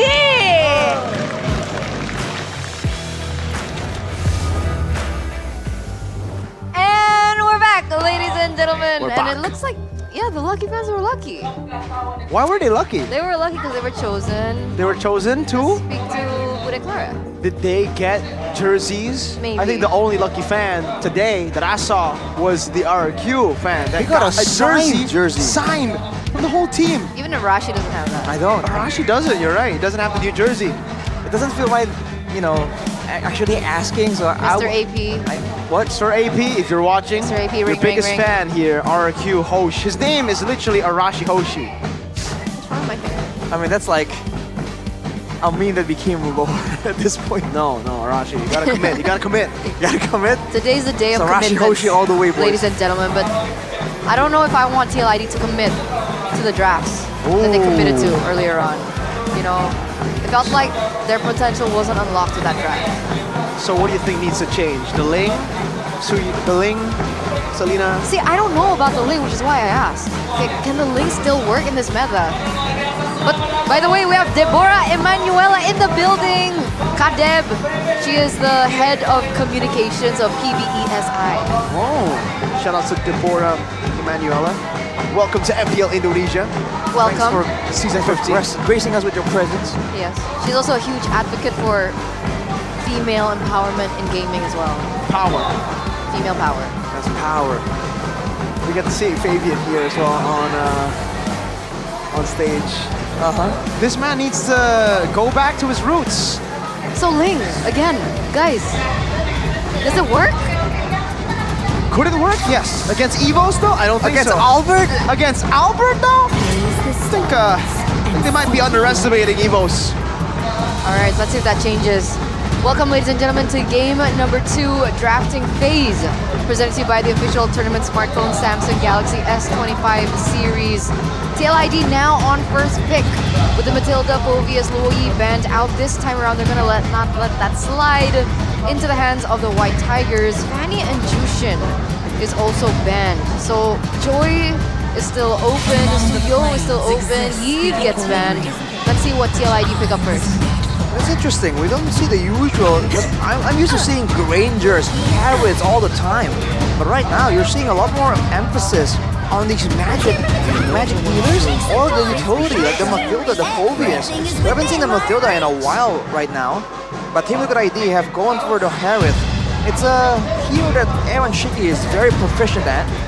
But for Evos, now they have their hands on the CC and they have that Suyo once more. It's one of his comfort picks here, the Harith. But what are you gonna combo the Harith with here? The Joy is up for grabs, and that's why Evos went for the Suyo instead, right? Because if TLID go for the Joy and Harith, then it'll make it very, very magic damage reliant. For Evos, they can still, shuffle between mage in the mid lane for that magic damage. They also have the CC, and I think CC will continue to rise out as a prio pick in the first phase. There's no reason why it shouldn't be a prio pick, but down is the response, and Team Liquid ID are indeed capitalizing. Now, they have a bit more of a front line, more utility with the Badang. Technically, the Harith can also provide a healthy amount of wave clear, but we have to see how the rest of the draft, rounds out, because otherwise they're gonna be stuck in the same situation as they were previously. But remember, this is Iran's Badang, supposedly, right? I mean, it can still kind of flex on Witty, but yeah. But I mean, we talked about the problem with the Selena earlier on, right? We talked about the Selena paired with the Gatot. We understand the function of it, but the wave clear seems to be lacking. So let's see whether or not this Badang goes to, Iran instead of maybe pick up a Cho for Weedy, because we know Weedy is also very comfortable on the Cho. Ranger gets picked up from Evos as we head over to the second phase. All right, both teams. And then for Team Liquid ID, the question of who's going to be jungling, what kind of tool you want to put in the hands of Fabian becomes a big question here. And I feel like there's going to be a lot of thought here to stopping the CC. Because man, whenever the CC gets rolling, whenever this hero isn't shut down, it is just awful to deal with. We see the Hanzo ban as well. That's a good call made by Evos here. To ban out the Hanzo, the Valentina also gets banned out by TLID, so they're trying to really put the pressure down on Evos' mid lane, Natco. Without the low Yi, Valentina, what are you going to play? The Yi was also just banned out by Evo, so TLID might just go all in for the mid lane, taking every mid laner that can actually do well against the Selena, like clearing or having dashes, and then giving the Selena a better road to doing what he wants to do. And also, Lucas ban. So Lucas jungle has been coming up, I guess, in scrims for TLID, and that's why Evos have just banned it 2 games in a row.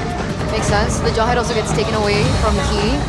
We did see that Selena was also having quite some problems against the Jawhead, especially in the early phase of the game, and towards the end, it felt like Key just was always able to find moments with the Jawhead. So Gatot goes in for Evos instead, assuming it is going into Key's hands. I think so. With the CC pick already in XP, I don't think that's flex, so Gatot should just go to Key. TLID now, do they want to pick up Nolan for Fabian? Nolan right here, not a lot of good targets for him technically. It kind of fits the whole idea, physical damage in the jungle, a burst to kind of capitalize on the fist crack or a abyssal arrow, but I feel like it's going to be a bit dangerous right here, especially with all the all-in chase potential. It's going to be Khalid shown first, and along with that, it's going to be a Joy. Dude, wow, they're just going all in magical, dude. It's the only option to go for right now. I don't think there's a lot of different options to eat. We're forced to go for the Joy or the Hayabusa. Hayabusa, similar problem to the Nolan, right? There's not a lot of targets. Actually, no targets to go for. Maybe Alpha, difficult. Yeah, very difficult. Joy is the way to go here. It does look kind of sus because they have magic damage. They have too much magic damage, but they gotta do it. They gotta pick the Joy. There's yeah, the Alpha wouldn't do too well either. There's a lot of CC and a lot of shred. But there's no frontline. The Khalid though, yeah. I think they have frontline at Badang and Khalid, but CC. This is why the CC is so prio. And technically, if they really want to win fights here, they have to try and stop the CC somehow, lock them down. So we'll see if they are able to do that with the limited amount of card control that they actually have. Into the land of dawn, match point, ladies and gentlemen, for the White Tigers as Evos lead this best-of-3 series 1-0. Can the Cavalry come back, force a game number 3? As again, it is their honor and it's their title that they're defending in this match. See how this plays out, man. The Garut Kacha with the Revitalize still for the side of the Evos. It's gonna be a bit more annoying to deal with. I feel like the Joy will also have to respect the potential for a very quick taunt to actually stop him from going in. So in the early game though, I think Widdy is gonna be trying to be as aggressive as possible on the Khalid. That's one of the stages of the game where this Khalid actually has extra value. Oh, look at this! Up top, Erlan trying to go and get the Rhapsody. Oh, the flicker from Erlan to get the last shot. Unfortunately, he doesn't get it. For Aaron, a sigh of relief. That was close. Very, very close. Erlan even took a turret shot in the final stages of that fight there, of that engagement. So, gotta be a bit more careful. Weapon mastery though for Aaron Shiki. He is playing for that late game. But for Witty, Wither's Blessing and Agility, it's all about zooming across the map, providing the extra damage, and more importantly, the wave clear for the mid lane as well. JCC again! The taunt into the Terrify and the Surge of Albert. First blood, he's on the board. And so far, the Selena has not been working out for TLID. At all. At all. And you'd think that the early game is where the Selena shines, right? Because Selena's one of those heroes that, you know, even before level 4, she already has most of her kit in hand. And Vexana's not even level 4 yet, but this is kind of the result that we're getting from the White Tigers. So again, they're the ones kind of dictating the pace. And how will this pan down as both teams are now going to be centering around the next neutral objective? Turtle, the first turtle. There's a big rotation here for the side of Evos. Reggie is already level 4, so there's no issue with him leaving the lane. Look at this. Team Look at ID wrapping around. Reggie for the damage. Oh, Fist Crack 2 onto Reggie. There you go. That's the Fist Crack. Fabian will actually wait a bit. Albert going to be chunked quite low as well, but gets the Soul Severed Eternal God from Natco. Catches 2. Fabian and Witty both knocked him early, but Fabian is able to escape. AOG doesn't catch him. Just a turtle in the kill. Natco goes and shoots the Terrify out. Doesn't get it, unfortunately. Up top, still a duel. Audience prediction has shifted. 79% for Evo. So wait a second, Fabian? Yeah, this orange bump might be taken away. Fabian has the retribution, but they do have enough damage to take him out. Go! Now Aran with flicker forward. No Fist Crack available. Reggie's still able to sustain out, but Fabian assassinates it. Albert blinking away to safety. Fabian still playing with a rhythm, and Aran with the Fist Crack. He will be stunned, and Yehezkiel gets the kill. Now TLID in the lead. There you go. Almost a 2K gold lead earlier on for the White Tigers, but TLID have now turned things around with those 3 kills now under their belt. It's a great play for Team Look at ID to just move in and out of the fight there and eventually catch up to Evos. You can see that there's a bit more vision in what they're doing right now. In the first turtle fight, you saw that they were really trying hard to get Albert out of the picture before the fight begun. And Yehezkiel did land the Abyssal Arrow, but they gotta be a bit more careful because Albert is expecting that, right? He knows that there's a target on his back. He is him. He is him. 1-1-1 at the moment. He's not doing as great in game number 2 than he was in game number 1. And it feels like every time they go in for these team fights, this CC is kind of broken. She was on like a sliver of health, popped in the Vengeance, and was able to zone out 2 members from the side of TLID away.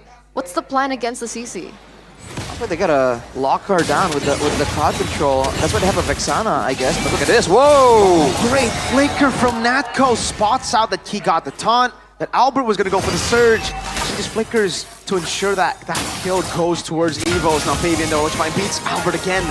Too fast for Yehezkiel to catch. Now with that, there's control by Evos on the turtle pit. I think Team Look at ID are gonna force it. It's free. The arrow does land on Natco. It's a shot death Sonata over to Aaron Shiki. But for TLID, they won't be able to contest this turtle. It's taken for free, and Evos are looking for a turret. It's interesting because Fabian was actually a level above. Do they not have the right firepower just yet? Is the timings just not right for team fights? I think they were just concerned about not really winning up in the setup for that fight. Evos were already in position, and if Team Look at ID approach carelessly, they get punished very severely due to, once again, for Evos having so much lockdown. The Vexana and Catcher combo allows them to actually catch anyone and lock them down long enough to actually get a proper pickup. But Fabian now has a Starlium side, so we'll have to see if Team Look at ID tries to find some more. Erlan's damage is not okay. No, not at all. I wonder what item he's on. He's on Hunter Strike. On with the Skype Cursor key. There's a wall there, but it is just a GK down to Kacha. He's all good. Aran on a signature pick is stacking up those Thunderbelt stacks. You can stack up the Thunderbelt stacks using the face crack on the Badang, which is quite interesting. It's like a range Thunderbelt proc technically. But oh, Aaron, whoa! Jumps in.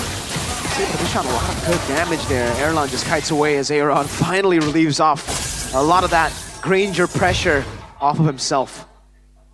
All things considered, this game is pretty static, man. 3-3. Evos does have 2 turtles, but only a 600k gold advantage. So either Evos are slowing down after getting those objectives, or Team Liquid ID are just playing the lanes and the farming rotations that much better, because that gold lead is constantly going further down and down. But the question is always, second. Ooh, that's a lot of damage from Erlan. What is that? Luckily, Witty is around. That could have been a dive from Evos. Yeah, that's the Granger damage. Evos' gold lead is actually increasing. It was 100-200 earlier before. He's been getting the gold crabs, Granger constantly, and also just been zoning Aaron. 1k now. Look at Witty though, he's in prime position to try and surprise Evos. Oh, whoa, still Albert is able to escape. The Eternal Guard gets placed down as well in the back. Albert unable to get in range there. But look at Iran, melted down. The arrow dodged away from by Natco. Great sidestep up top. 1v1. A solo kill against Aaron. Goes to the wave, still trying to survive. Oh! Almost does it with a dash, a cheeky one at that. But Witty had the passive stacked. Evos, though, will find value off of that solo. Land of Erlan? Land of Erlan. Yikes. That was looking kind of close, but Evos, they're not done. They have a wave on top right here. They can kind of pressure. Really can't clear this long enough without exposing himself to a potential pickoff. Evos, whoa. Really wants some more. He revitalized. He doesn't have the AOG. He is stuck there, but look at the Eternal Guard coming down. The Radiant Sandstorm is there. Good stun. Aran cancels out the Albert Blade Surge, and now they're fighting under the Zaman Force. Another one. Fabian dives to the back, finds another kill, and it is TLID who are able to equalize. It's a prop duo that gets taken down. Key and Albert. Unfortunately, there aren't any objectives for them to translate those kills over, but maybe it's enough for them to kind of reset the tempo that has already been built by Evos. I mean, the gold lane now favors them instead. The fact that Evos fought in the Zaman Force, that was a bold move for sure. Now with the Holy Crystal completed for Fabian, it's going to allow him to do 1v1, potentially, but also allow him to secure these neutral objectives way easier compared to before. Finally, a turret does go down for TLID. They're going to be able to push in the tempo. There's some rotations coming from Evos. Witty should be able to spot this out. Oh, Missile Arrow? Ooh. Yeah, they're not going to commit onto it. Interesting. While that was happening, by the way, look at what Witty was doing. He can clear the wave, but he just stands there holding the wave for his teammates instead, funneling the gold to the players that really matter in this composition. And look at this.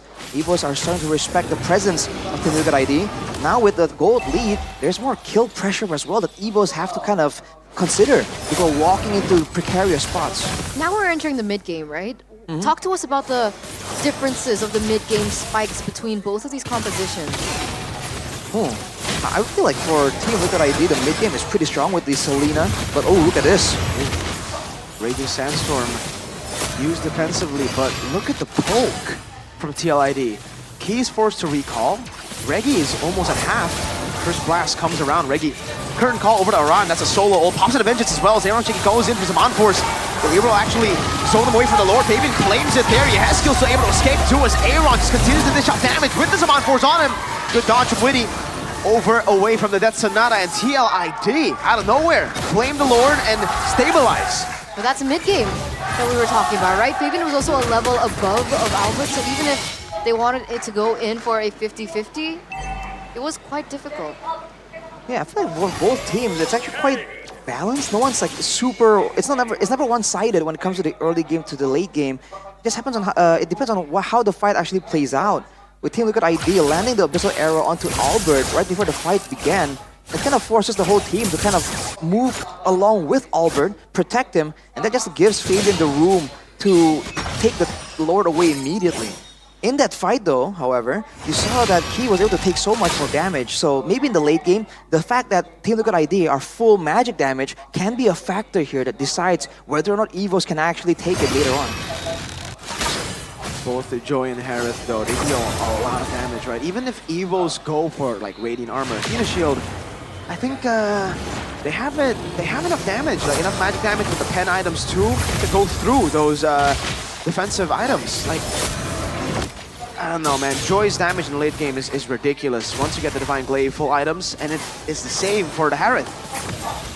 And remember, they also do true damage with the Starlium on occasion. So with a 3.6k gold lead for Team Liquid ID, I think items are going to start swinging in their favor.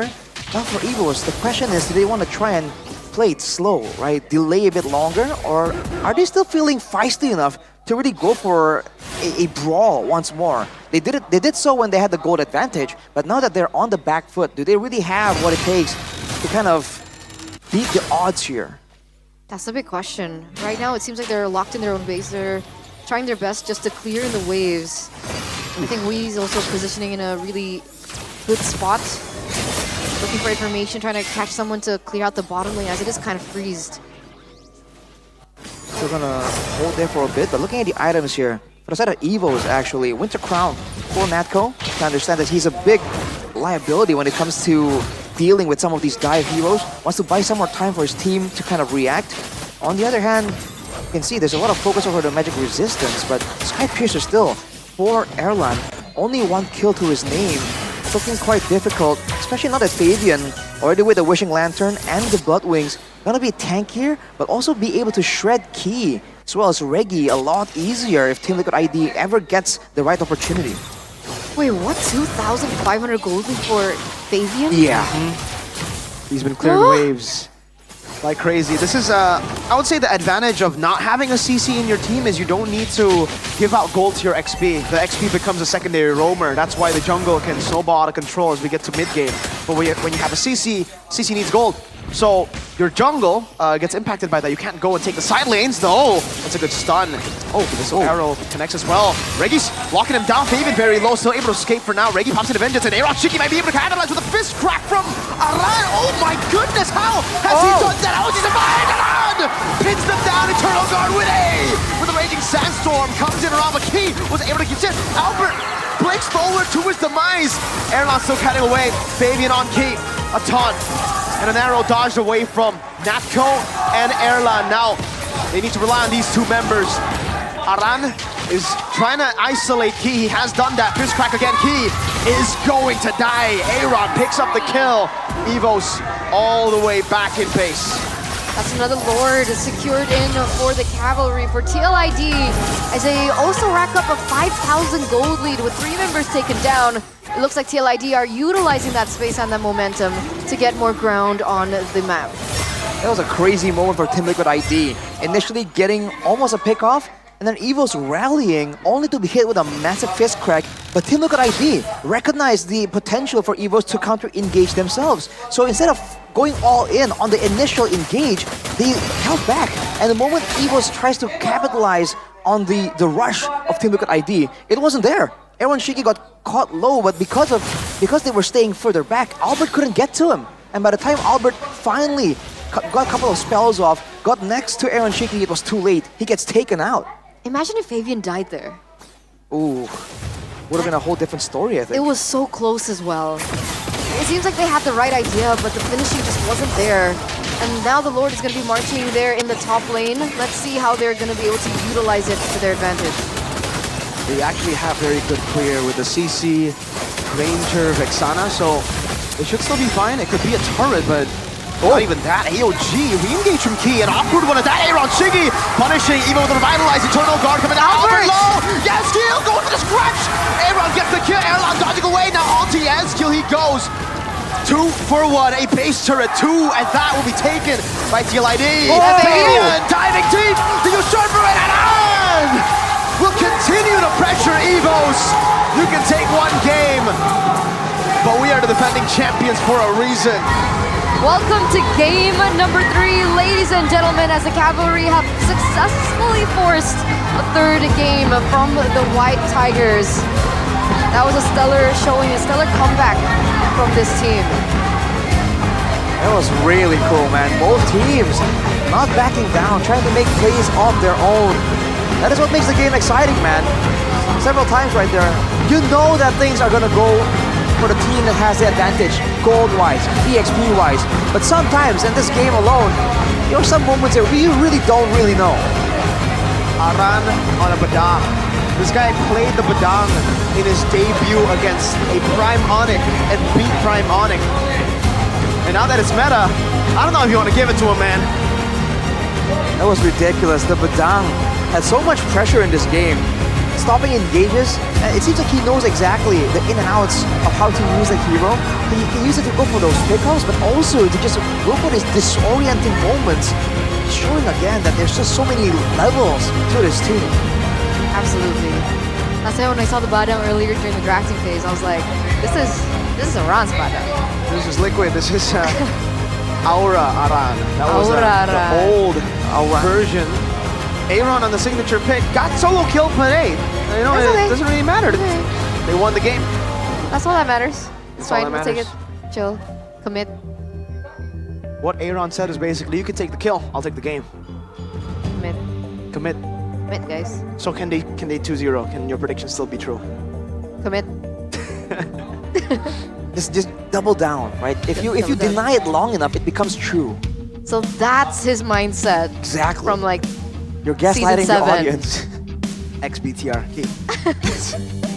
But man, the Selena, I was quite surprised, man. Yeah, to see it again?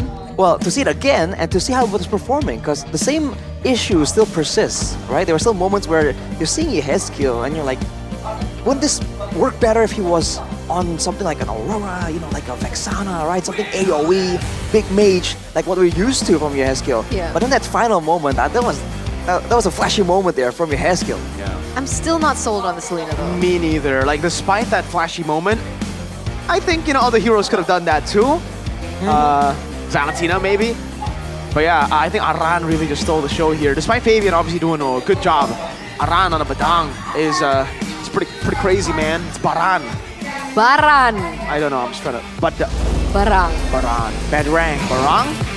Or Badang? Badang. MVP. MVP. There you go. Oh. MVP. He's number 1. By the official smartphone Samsung Galaxy S25 series, and yes, he's number 1. 1-1. 1-1. Damn. That's 4. With white hair, that is main character energy, my 4 sir. is an A is Aran. What? 4 is an A, Yeah. A is Aran. Yeah. Like the old first letter in the alphabet Yeah. is also A, Aran.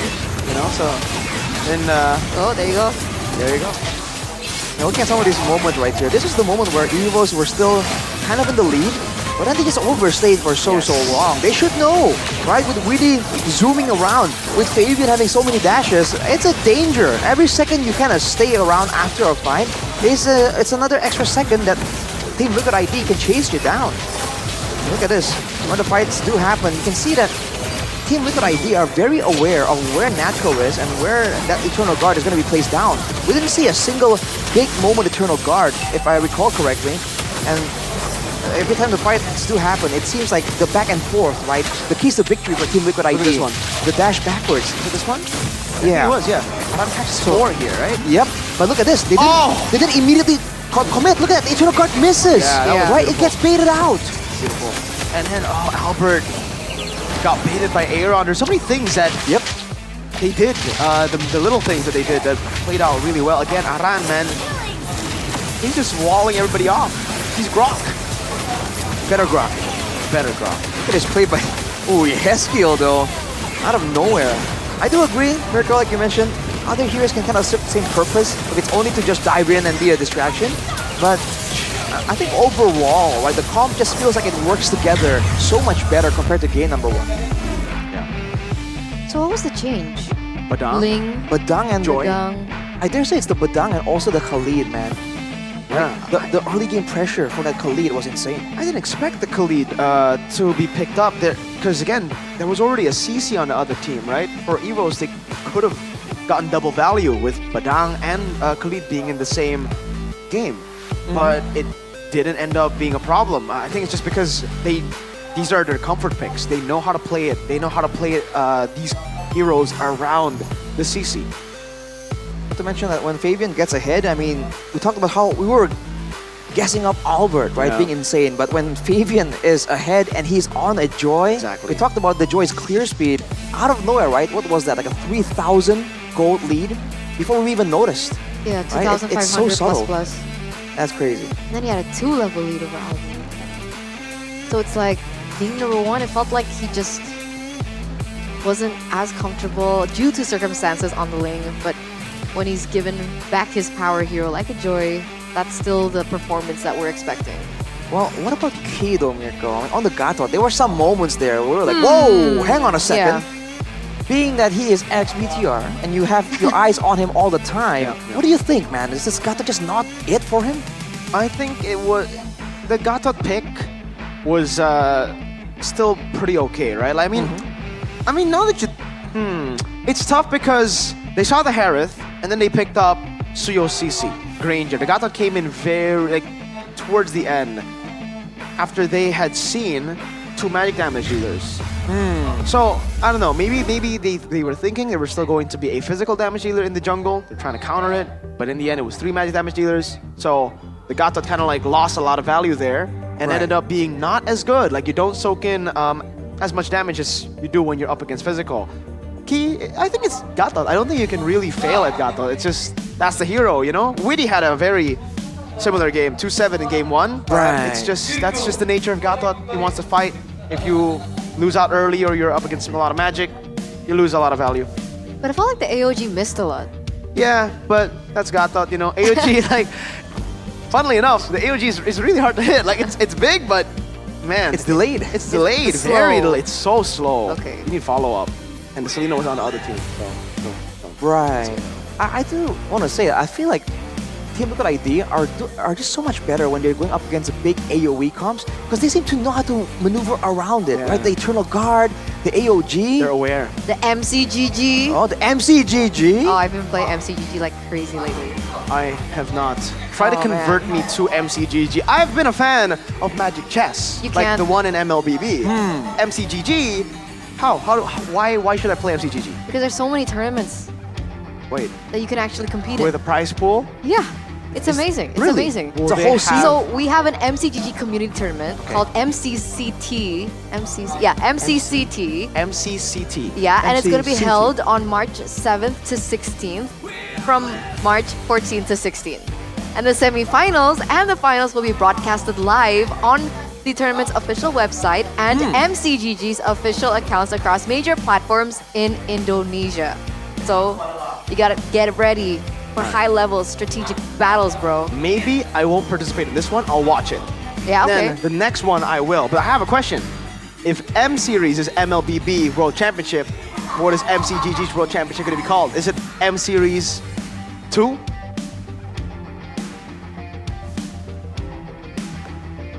Muntan. Or maybe it's G Series. The Muntan. Go, right? M Series. It sound like a car naming scheme. just Yeah. letter series. Yeah. I don't know. M Series. Is that a hint? I just want to let the viewers know that you can bring a horse to water, but you can't make it drink. Oh, You can. Horses drink. But you can't make it drink. You can lead a horse to water, but you can't make it drink. You can. You can't force a horse to drink. but why is that relevant right now? Yeah. I just want to put it out there. Words of the day. Fun facts. Words of the day, It's guys. because we can tell you all about the great things of MCGG, but if you don't want to enjoy tactical battles, literal chess games, then we can't help you, man. Exactly. He gets me. I still don't understand, but MLBB is fun and all, right? But if you don't have the quick reflexes, you want to utilize your strategy, utilize your brain. If you are getting older, MCGG is an amazing game to just go and play because mechanics do run out later on. Run out? Yeah. I don't think that's the technical term for it, man. Run out. Well, point is MCGG. If you want to play and you got a good brain, MCGG is where it's at, brother. Yeah. Starting big today, brain people. casual MCGG matches will be held live at every MPL match in the venue. So, you guys talk a big game about being good at MCGG. Why don't I see it firsthand and then I'll decide if I want to play MCGG? I'm so epic, to be honest. It's pretty garbage.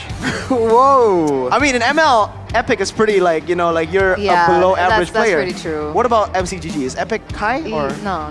This is when you lie and tell them it is high. It is high. What is the highest I'm rank? not a liar. What is the highest rank in Mythic. MCGG? Oh, it's just Mythic. I don't know. I Or haven't is there reached an it. Honor, Glory, Immortal? I haven't reached it. Do you not I'm ask not there KB? yet. What about KB? KB what would know. Yeah. He's over KB? there. KB? KB? Maybe? KB? Would you just yell out, KB? He's kind of rude. He is very rude. He has not responded to us. Maybe because we're not as good as him in Because MCGG. he literally said it this morning. He What? like walked in the talent room and What he's he said? like, I see you're still epic on my Oh friend my, list. that's dang. You're that kind seems of very disgusting. judgmental. Oh, disgusting. I was like, okay, sorry. He just fired shots. I'll try my best. Okay. Arashi, what pushing. rank are you in MCGG? I don't remember actually. I haven't played I a bet he lot hasn't at even all. played. To be fair, my focus is on other things. That's his. I am Mythic Immortal. That's the lie. Really? In MLBB. Oh. Ah, okay. I am. We're not talking. We didn't ask about that. Hey, fun facts. Stay on the topic. Fun facts. Stay on topic, bro. I'm proud. Yeah, thank you. That's impressive. Thank you. Good for you. Good for you. Thank you. What rank are you? Me? Yeah, Rashi. Both of you. Mythic something. Mythic. Honor? Is it 25? You have 25 stars. I think it's somewhere there. How do you not know? He's lying. He's lying. I'm just I'm getting. honestly just mythic. Oh, you're Not honor just yet. Mythic. Yeah. Did you finish your placements? Yes. Oh, But like really low star. I'm at 11 something. 11. Yeah. Something Just like that. Maran, Pretty 11 bad. assists. 1 kill, 1 death. How do you remember that? It was right there. It was literally the last thing we saw. Oh. How could he have known? We're going to game 3. Yay! We expected game 3. Well, did you predict 2-0? I predicted it too. Do you think they can still get 2-0? Well, what's your prediction? Wait a minute. 2-1 TL. 2-1 TL. 2-1. Same. 2-1 TL. Okay. Okay. So we have a chance of getting What- it right. What's yours? 2-1 TL. 2-1-2? Uh-huh. 2-1-2. 2-1-2. 2-1-2. TOO. He 2 prediction to 1. Ah, yes, yes. Broken English. Understand. Understood. But we are going to take to an interview right now. Ladies and gentlemen, we'll see you after.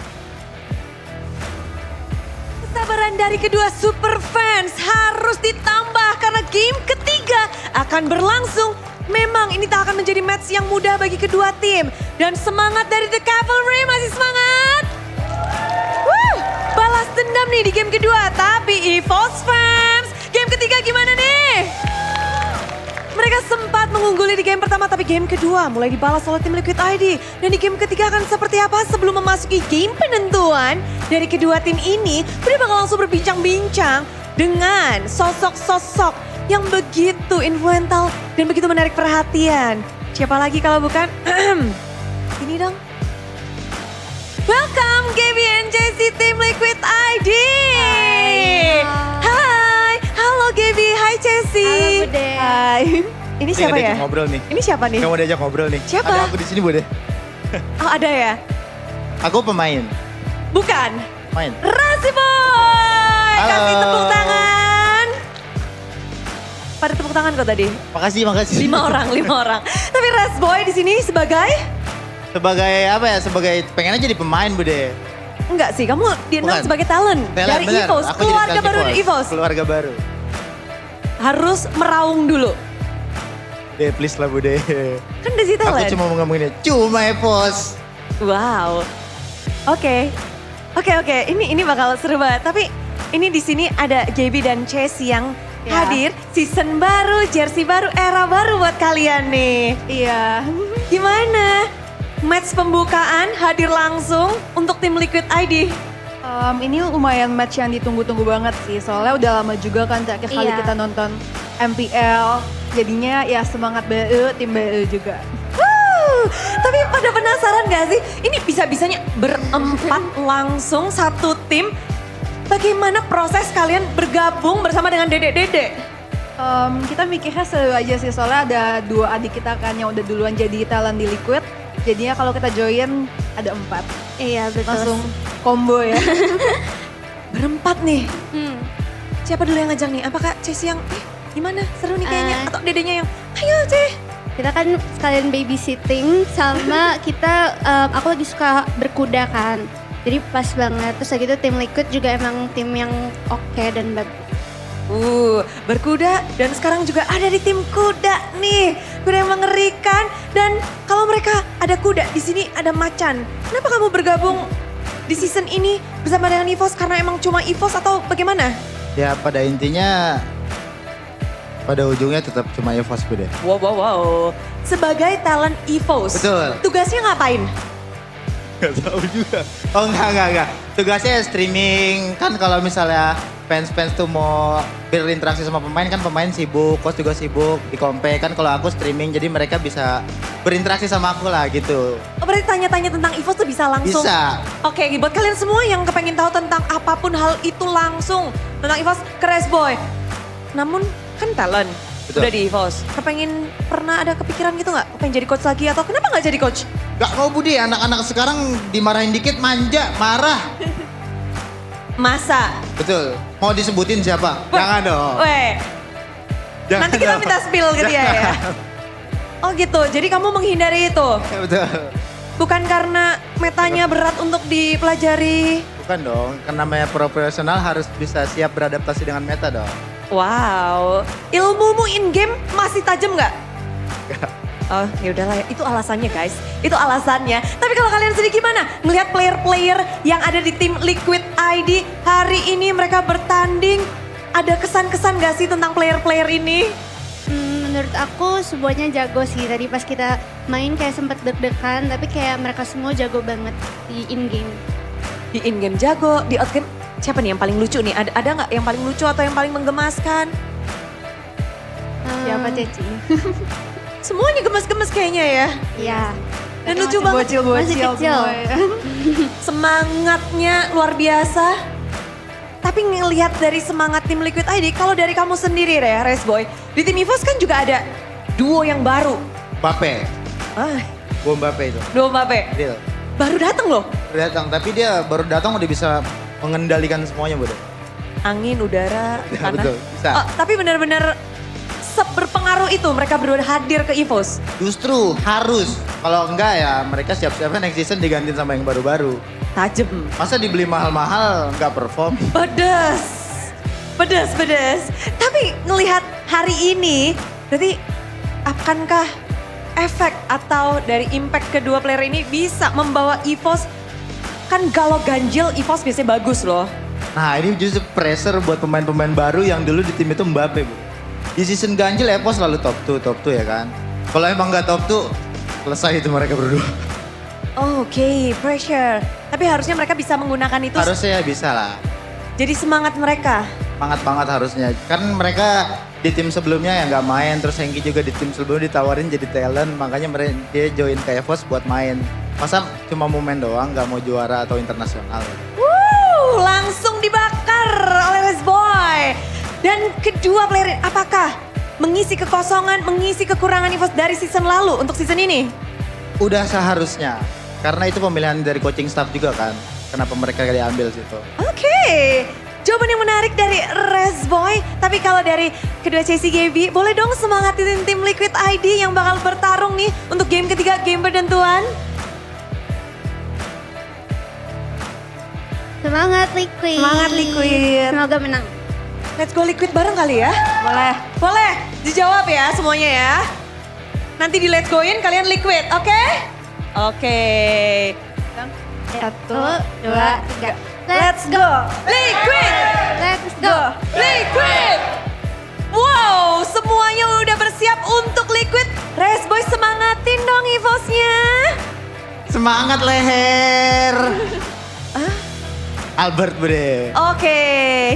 Dan mari kita beri semangat bersama-sama untuk EVOS.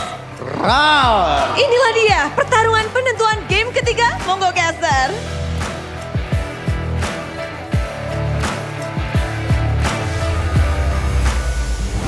Game number 3 is upon us, ladies and gentlemen. Now down to 1-1 between two blue teams. We have EVOS Glory on one side and we have TLID on the other. 1-1. It was a stomp in game 1 by EVOS. TLID came back with a batang. Still sticking to the Selena, committing to the Selena. I wonder if they're going to go 3 games to the Selena. That would be crazy if they triple down on it. I mean, talking about doubling down, but tripling down, man, that's crazy. I don't think we can condone that kind of reckless behavior. Or maybe you might just have to Yehezkiel it. Like, just pick it up again. Ah, Yeah. I was Is that a thing? confused. I mean, we're down for committing, right? Mm-hmm. So it worked in game number 2. Why can't it work in game number 3? Oh, did it work in game number two. I mean, I think the other guys worked in game number two. Okay, I understand. Selena was present during the victory. Albert was also present during a lot of Onyx trophy lists. Kabuki too. That's true. Kabuki, there you go. For some I think time. the Selena is, a substitute in that game. He was just like, yo, I'm here. So credit where credit is due, for sure. He did show up. That's about it. But that's the thing, right? Because I feel like Yeskiel has been an amazing player for he's TLID. great. Of course, of course. And it feels like the Selena just doesn't really do him justice. He's been amazing on, we have to see the heroes, right? Like Novaria, Eve. Xavier, Eve, Harsa, these high ground, Vexana. Vexana, yeah. Aurora sometimes. And, time to time, Loyi. But it's all kind of, they don't go in. The Valentina isn't really a Yeskiel super pick. It was back in like season 13 when he debuted. 12? Yeah, 12 when he debuted.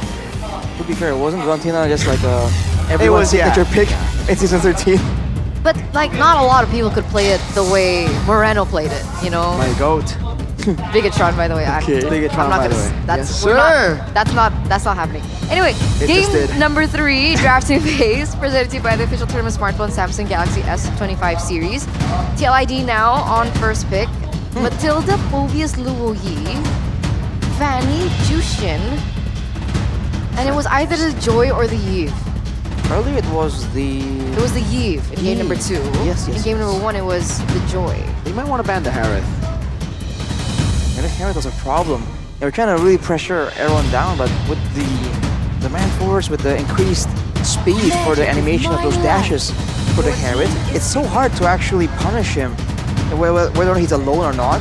And the Zaman Force also allows him to get like a basically guaranteed clear, right? So it's a lot of pressure that can be alleviated, but the first pick is going to be instantly Joy. I think they should go Granger now, together with... that's the question here. Do they go Granger CC, Granger Badang? I think I'm a fan of Granger Badang again. Experience the They go Granger Gatot. Wow. Granger Gatot. This is the same pick, but earlier it was on the second, the third and fourth pick for Evos. So kind of pushing it up right here. What's the idea? Are they trying to deny any physical damage? Because Team Liquid has shown that you want to go full magic, we'll take you up on that, no problem. So Badang, now for TLID, right? Irithel or Moskov should be the choice unless they want to go Bruno again. No. Wow. They go for the Hylos and the Selena. Triple down. Selena pick. Hylos. Ooh, what do we say about the Hylos? This is the first time we've seen a Hylos today. So a CC can come through. Yes. A CC could come through. But should it? I think so. I think it's good against the Joy. It's amazing against the Hylos. I can barely hear you, dude. The fans are going get a jungle. crazy. Oh, Lucas. But this is still flex for them. This is still a good flex. That's why they ended up going for Lucas over to CC. Yes, they can just ban CC. The Phobius is already banned out. They've set up really well for this flex pick, wherever it's gonna go. Lucas, jungle or XP. I mean, Lucas is flexible as well, but it also requires a certain composition right here. With a Gatot Granger, if Lucas is flexed over to like the jungle, I feel like it's gonna be a bit dangerous, but yeah, Eterna's giving me a look of what's going on. Liquid fans in the building It's going more like crazy. I can't hear Arashi at all. Yeah. I can barely hear myself. I thought we were on the Evo side. Turns out the Liquid fans are louder. Yeah. After the 1-1 equalizer, the Liquid fans are feeling it in the building. Valentina. Still banned. Yes. Do you think that the Selena could be flexed into the roam? No, they are expecting Valentina XP to counter the Lucas. I think this will be a Valentina and a CC ban from Evos. Suyo. Valentina XP? Valentina XP, go Brave Smite is against the Lucas is a great way to counter Lucas in XP. So Valentina has officially shown up on all 3 lanes then. Because remember, Gold Lane Valentina was a thing. Yes. Right now. It was Chadera. Yeah, Chadera. That guy is a cool player. But final bans here. With the attention on the jungle potentially for Xara Evos, for Albert. The Badang gets taken away from Team Liquid ID, but The Khalid technically is still an option. Yeah, they don't ban the CC. CC as well, yes. Oh man. I guess they're so Evos are going for Lucas jungle, I think. Because if it's Lucas XP, not banning the CC is interesting, you know? Very odd choice. Very bold choice as well. But if they are going to the jungle, CC won't be able to meet up against Lucas that much. I mean, they can just pick another XP to just like, I mean, something like an Edith maybe again to secure neutral objectives and fights. So the Hayabusa is the one that gets banned actually. Yeah, they're not convinced that this Lucas will go jungle. I mean, if it's going to jungle as well, it's in the hands of Albert, you know? We talked about how he used to be well known for those assassin plays, right? The fighters, not bad, but really, it really doesn't stand out as hardcore as his assassins do. But it feels like Albert lately has been trying to shy away from that image. I don't know why. He's been playing the Fredrin. I think in SPS we saw him play the Fredrin a whole lot. And he has gone, I don't think I've seen it on Alpha though. Only hero. Let's see. Yeah, we are trying to flex this Lucas all the way to the end. Team Liquid, they're going to respect it though. Still, I think they're... Can I go for the CC? Yeah, the CC is not a bad option at all right here. Also gives them a very needed physical damage boost technically. But that's why the Lucas pick here is just so good, right? Because if you go CC, Lucas just goes jungle, and then they can try to get a good matchup against a CC. Not a good matchup, but you can just wait for the rest of the team. Harry gets picked up, and CC, so they go and double down on Shred. They know it's a very tanky lineup here for Evos, and they'll just have 2 Shredders now. Instead of just going for CC, they go CC carry. So both lanes, they can deal with it. Evos, I think same choice would be Lucas jungle, with the CC already being picked. They go Lucas jungle though. What's the idea? What's the matchup they want? XP? Got that roam. He on roam? Yeah, see, they go Edith. So Edith XP, Gatot roam, and then Lucas the jungle. So that's our debut Lucas in the jungle. Yeah. Out of nowhere. All right. A lot of brawling power for the side of Evos for sure, but will that be enough though? We've seen Team Liquid able to weather the storm, and right now, actually, I do feel like their wave clear suffers quite a bit. This might be a dangerous situation to be in for Team Liquid ID. Up against so many fighters without any wave clear, I would expect a lot of dives coming in from Evos. Selena Hylos. Yeah. They could play aggressive, but again, that's right. The wave mid clear control is horrible against Vexana and Gatot, yeah. It's not looking too good, ladies and gentlemen, as we're match point for both of these teams. Old versus gold, with the new blood reign supreme against the veterans in this matchup. Only time will tell as we head into the land of dawn for another game between TLID and Evos Glory. As we mentioned earlier, the mid control is going to be the big question for Team Liquid. In the jungle though, Lucas in the jungle, plays ganks. I wonder what's the idea for Albert. Does he want to focus more on these hard skirmishes, the invades? A lot of approaches available to Evos, especially in the early game when they have such a beefy front line, right? No, it's just, yeah, super slow. Reggie in the XP on the Edith against the CC. It's not a winning lane, this pick. They picked it up basically just for the team fights. They know CC will have the lane control completely, so he's just going to play for the team. Rotate around, just try to clear it faster perhaps sometimes. But he did go for Warcry, by the way. So this will be pretty heavy artillery Edith in these team fights with the Primal Wrath. Just extra DPS. Maybe they're concerned about the late game threat, essentially. If later on it's going to be a full, long, drawn-out fight, having the extra DPS will be great for the side of Evos. But I think we have to really wait on that first hurdle. I think when that happens, both teams have a plan, right? With the Selena in the picture, also with the 3 fighters, I don't think both teams can really afford to let go of the jungle, of the neutral objective. But it seems like what we were talking about is kind of true, right? TLID, they're falling behind in the mid lane, wave clear. I think the only thing that ESPL can offer at this stage is just visibility, right? Using the traps to open up the map, give information. Like he's doing right now. You also get a bit of a setup, I guess, technically with the Abyssal Arrow, but right now there's not enough burst for Team Liquid ID to really capitalize on a massive Abyssal Arrow. Because again, with the 3 big frontliners, who is gonna melt them down that fast this early in the game? I mean, Haskell did some damage on towards the Gatot earlier, right? Good stun.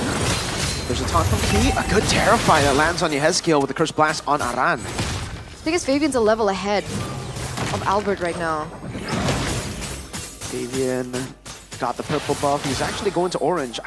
Both of the teams are not going to commit to first turtle just yet. But Team Liquid idea is hovering around though. I mean, both teams are trying to make sure that they at least keep an eye on it. They don't want to make sure that they, they kind of blink and out of nowhere the opposing team has a setup. But EVOs make the first move right here. They're trying to brawl with these fighters, man. And they do it. They should be able to. This composition was made for that mid-pressure and with the Edith to control neutral objectives. So first neutral objective going in favor of EVOs. No trades from TLID. There was no commitment either, right, from TLID. The Fabian was still on his orange buff earlier on. Didn't want to go for the 50-50 contest either, despite having that level lead. So I think Fabian's just going to do what Fabian does best. Rotate, farm, look for opportunities on the side lanes later on maybe. Yeah, power farming is definitely a great idea because Joy can melt tanks down, but only with the right amount of items. But look at this Key. Oh, great Terrify from Natco! AOG out of there. Albert looking for the play on Fabian. Electrifying beats though from Fabian. He will get away from the beast. Oh, that damage! Albert! No! Even with the vengeance, Aran! Brave Smite now knocked up. What was that? Lucas jungle damage. Purple buff secured by Fabian. There you have it. That was kind of scary. Very scary. What is his item build?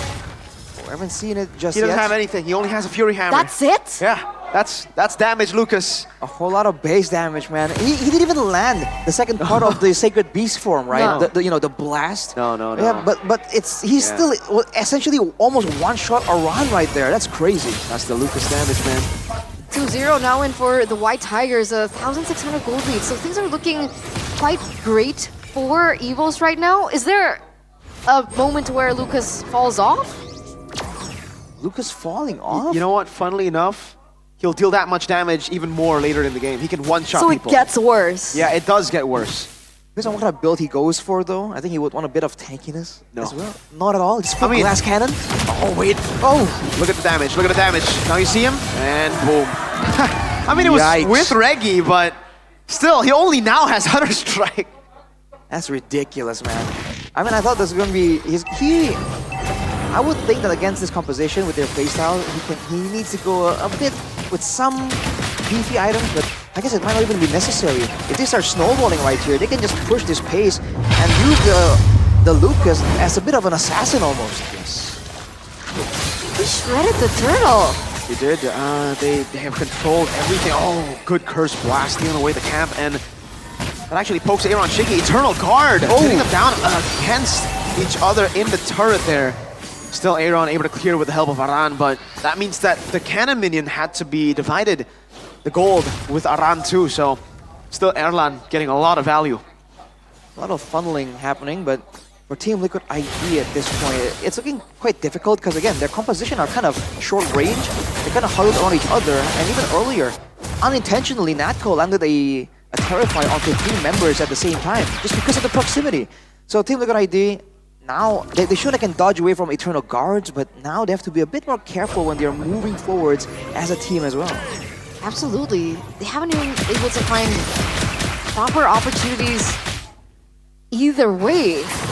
I'm still kind of stunned with the damage that this Lucas can have in the jungle. What's the counter towards this Lucas? What do TLID need to do? Do they just avoid the Lucas altogether, not go for neutral objective counters? Oh, you gotta kite back. Yeah. You have to kite back real good. Or have lockdown. Yeah, they do have lockdown. But remember, he cannot be CC. Right. And that's why he's pretty good. I think when he starts his assault almost, exactly. You can't really lock him down. You have to wait until after. But maybe later on with Aaron Shiki on the carry, right? That's a lot of damage. Maybe they can fight fire with fire, but Widdy, whoa. That's terrified. Whoa, hey! whoa. Who's this legend? This finals MVP? Wait, who is he? It's Mr. Aura. Oh my god! What do you mean? Is that him? Hey, an EVO's legend, watching EVO's play. Winning, oh, Aran getting away there. Yeah, shout out to Aura, finals MVP of the M1 World Championship, winning the World Championship with Evo's Legends back in the day. So if you guys want to... Oh, wait a second. It's going to have to wait a run. So the guard coming down too. Fabian walks with the electrifying beats. Oh my goodness, damage from Albert. Shoots out the damage. Reggie with a flicker forward. On your Hezkiel, Airline with a flicker as well. Trying to chase him down. Rhapsody as a Sky Piercer. That's Sonata. Not enough. Oh, he goes in deep. Gets stunned. Hezkiel. Official trap Fabian. Walks back in and punishes the man. Turtle, though, will still go to the hands of Alvaraba. Crazy outplay, though, by Fabian. It's so unfortunate though that Blizzard Arrow lands as Erlan was actually in turret range. Wasn't expecting that at all from him, but for Evos, overall it's still a great result, but they want to clean up a little bit. You know, small ones like this is what Team Liquid ID can use to try and find their footing in a game like this. They still have the damage, they still have more sustainability technically, but they have to keep their eyes on Erwan for sure. If they do have all the pressure to rotate around, they might want to use it to try and deny some farm, because Iron Shiki is relatively untouched right now. Yep, he already has 2 items, right? On the way to his 3rd item. And we were talking about him being one of the main anchors as to how TLID would be able to come back into the game. And right now he's going to be able to get a lot of gold actually from the side lane pushes that Evos have yet to kind of target him with. Ooh, don't forget about Reggie though, going aggressive. He actually did a ton of damage in the previous fight, and he has a very healthy, about 2k if I'm not mistaken, 2k gold advantage, somewhere near there. So man, this Edith does a surprising amount of damage. So if Team Liquid ID are tunneling too much on the Lucas, tunneling too much on the Granger, Erlen can just stay out of sight, out of mind, and just poke around, where Reggie can stand there, and if he's being ignored, he's gonna shred people down too. It's 3-0-1 as well. Exactly. 2,400 gold lead. Key, Reggie looking for an opportunity once again. But TLID, they're not picking up the bait. Fabian's going to be able to have a little push into the bottom lane as another purple buff scenario goes down. But Albert still will be able to take it and deny it away from Fabian. Might be a collision soon here with both teams converging on the top side. Evos are going to have the quote-unquote push advantage, and they're going to rotate straight through the lower. Team Liquid ID, what's the response? They have Fabian in a bit of a weird spot. Yeah, lower contested. Oh man, Albert's 2 levels. Oh no, he's the same level. Interesting. Albert. Yeah, he's super squishy, so you can definitely tell that he's going Counter-Strike War Axe. Okay, so he's going Radiant Armor. There you go. A bit of respect to the Joy. Yep. For now, it's going to be still a back and forth. Team Liquid ID, again, this Selena hasn't really landed any massive shots, but maybe later with more items from the rest of the team. But look at this, Albert! What? Look at that burst. Albert wants to go back in, and he actually out-damages him in the end. Keep revitalized, still able to survive. Look at Airline with a gun down. That's a triple! Almost a Maniac. Was that a Maniac? No, Fabian gets a shutdown on Reggie. And Fabian gets away just barely. Lord, though, was secured. And now it is Evos who are trying to siege it down. Only Fabian and the Hezkiel left to defend. What happened? That's a very good question. Albert was just taking a ton of damage from Aran, and out of nowhere, he says, all right, my turn, and just flips the table, man. Team Liquid ID were caught completely off guard, and Evos are making sure they make use fully of this momentum. Absolutely, 3-for-1 trade, and they get the Lord. That's value, value, value, value. 4 values. And looking at the skill hit rate, talking about value, oh boy, that is just not so value at the moment. Especially if now they're being forced into a defensive posture. I feel like the Selena loses even more value, right? You need to be able to see your opponents when they are forced to clear the waves. You need to be able to hide in the bushes and find weird angles to throw these arrows from. Right now, he walks in the wrong bush, he gets taken out. Yeah, it's been really tough for Hezkiel, and the clear, AOG, flicker out from Hezkiel. It's an Abyssal Arrow connecting on the key. Again, Witty's going to be bursted down. Natko finds the kill. Erlan, that's Sonata trying to get Aran down. The Vengeance used up. The arrow connecting, but there's no follow-up here. Fabian walking back and forth, electrifying beats used up already. A ton over. Oh, goodbye to the HP bar. Aran decimated. Aram purify out. That's Sonata not ready just yet. No way. The base is open, wide open. Evos have just defeated the defending champions of MPL Indonesia in their debut performance. What a way to make their way onto the stage. The Prot duo, Key and Albert, alongside with Natko, Erlan, and Reggie. Against the predictions of all the casters, Evos have done it. An upset on day one. Evos, odd season Evos. 2-1 against Team Liquid ID. They were tried and tested. They were up against weird compositions, but they were able to adapt, bring out odd combinations of their own. And they have done it, man. They're showing the fans proud as the arena just erupts into energy. Selena, man. Selena, man. Selena, man. It was the Selena, man. The complete opposite for Evos, though. They did not stick. Well, they did stick to the Granger 3 games in a row, but that was a great pick in the end, and Erlan was able to utilize it really, really well. But we gotta say, Albert, man, stole the show with both performances. Game 1, Suyo. Game 3, Lucas. What can you say, man? The Lucas jungle. You're gonna go with a bit of a defense. You're gonna go with full damage. It doesn't matter, man. You better, when you try and take him out, he better stay out. Glory, mereka membuka season 15 dengan memukau Sang Macan meraung. 2-1, pembukaan yang manis banget untuk Evos. Bagaimana kemenangan pertama kalian di season 15 di match pertama kalian ini? Kita cuman alhamdulillah ya sih Bude. Alhamdulillah aja. Tapi lawan kalian adalah juara dari season lalu. Apa yang sudah kalian lakukan sehingga bisa menumbangkan pasukan kuda? Kita punya Regi. Oh, Regi. Bener ya, udah nggak ada Fluffy di sini ya. Fluffy kemana? Ketinggalan kayak di tim yang lama. Doma kemana? Hilang juga itu. Hilang Entah juga. kemana. Bentar, ini gimana? Kenapa ada pergantian nama ya? Pakai nama asli. Apa nih? Apa karena pergantian nama ini jadi membuat sesuatu hal yang baru kah untuk kamu? Loh, kan kamu juga ganti nama, Doma. Dulu Doma, sekarang sudah bukan Doma lagi, sudah bukan Fluffy lagi. Gak apa-apa sih aku, soalnya Doma gak pernah menang kan. Jadi ganti ya ke Erlan. Dah, Erlan aja dengan harapan akan membawa kemenangan dengan nama asli. Amin. Amin. Tapi apakah ini Regi yang ngajakin ganti nama nih? Kamu yang ngajakin ganti nama, kenapa berdua? Enggak, sebenarnya ada Albert sih. Albert kan namanya aslinya Albert. Jadi kita suruh aja nama asli aja brother. Pada nama asli semua. Nama asli semua. Oke. Bentar, ini nama asli semua berarti ini ya. Menarik, tapi kemenangan ini bisa dibilang sangat menarik untuk tim Evos. Khususnya di sini ada Natko yang berubah role. Natko, mid lane, kamu habis, kamu libas tim Liquid di season ini. Bagaimana role barumu, Natko? Seru sih, seru aja. Seru aja? Iya. Tapi kamu belajar mid lane ini, apakah ada kesulitan atau malah enjoy di mid lane? Enggak sih, basicnya udah ada mid soalnya. Jadi lancar aja? Iya. Lancar. Ngeri banget.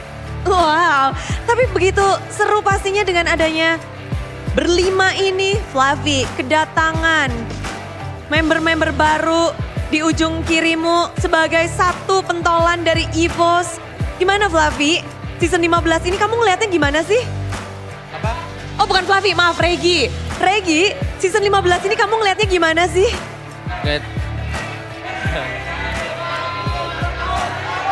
Oh, di sini Regi ulang tahun. Happy birthday Regi.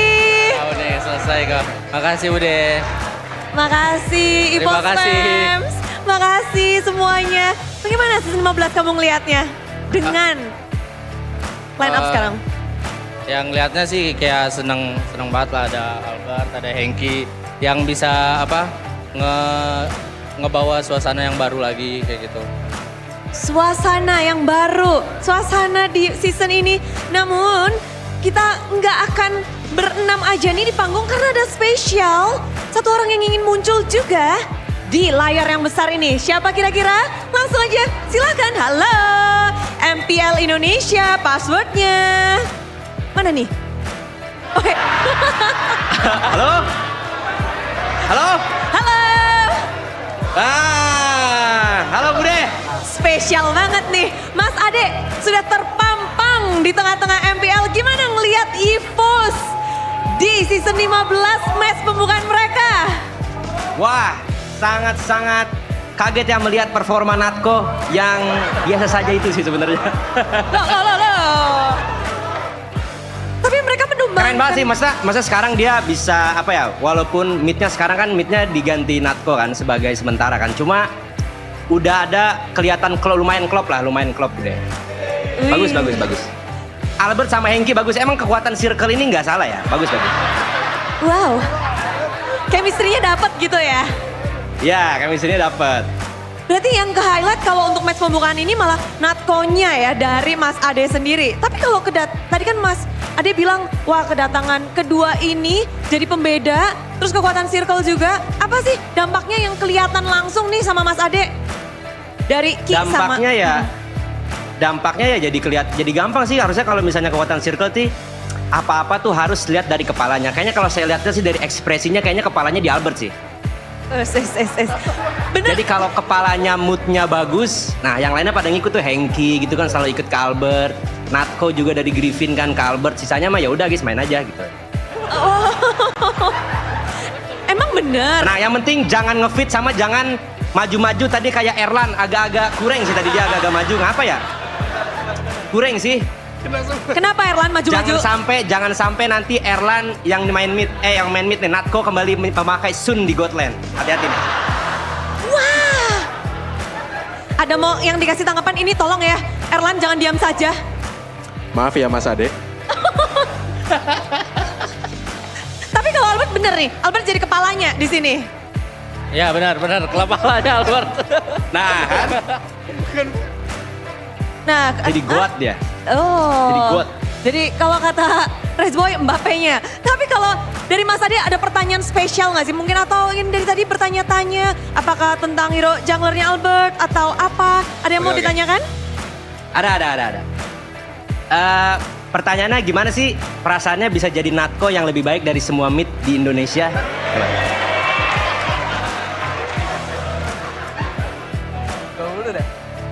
Ayo. Pertanyaannya apa Mas? Budek apa ya orang ya?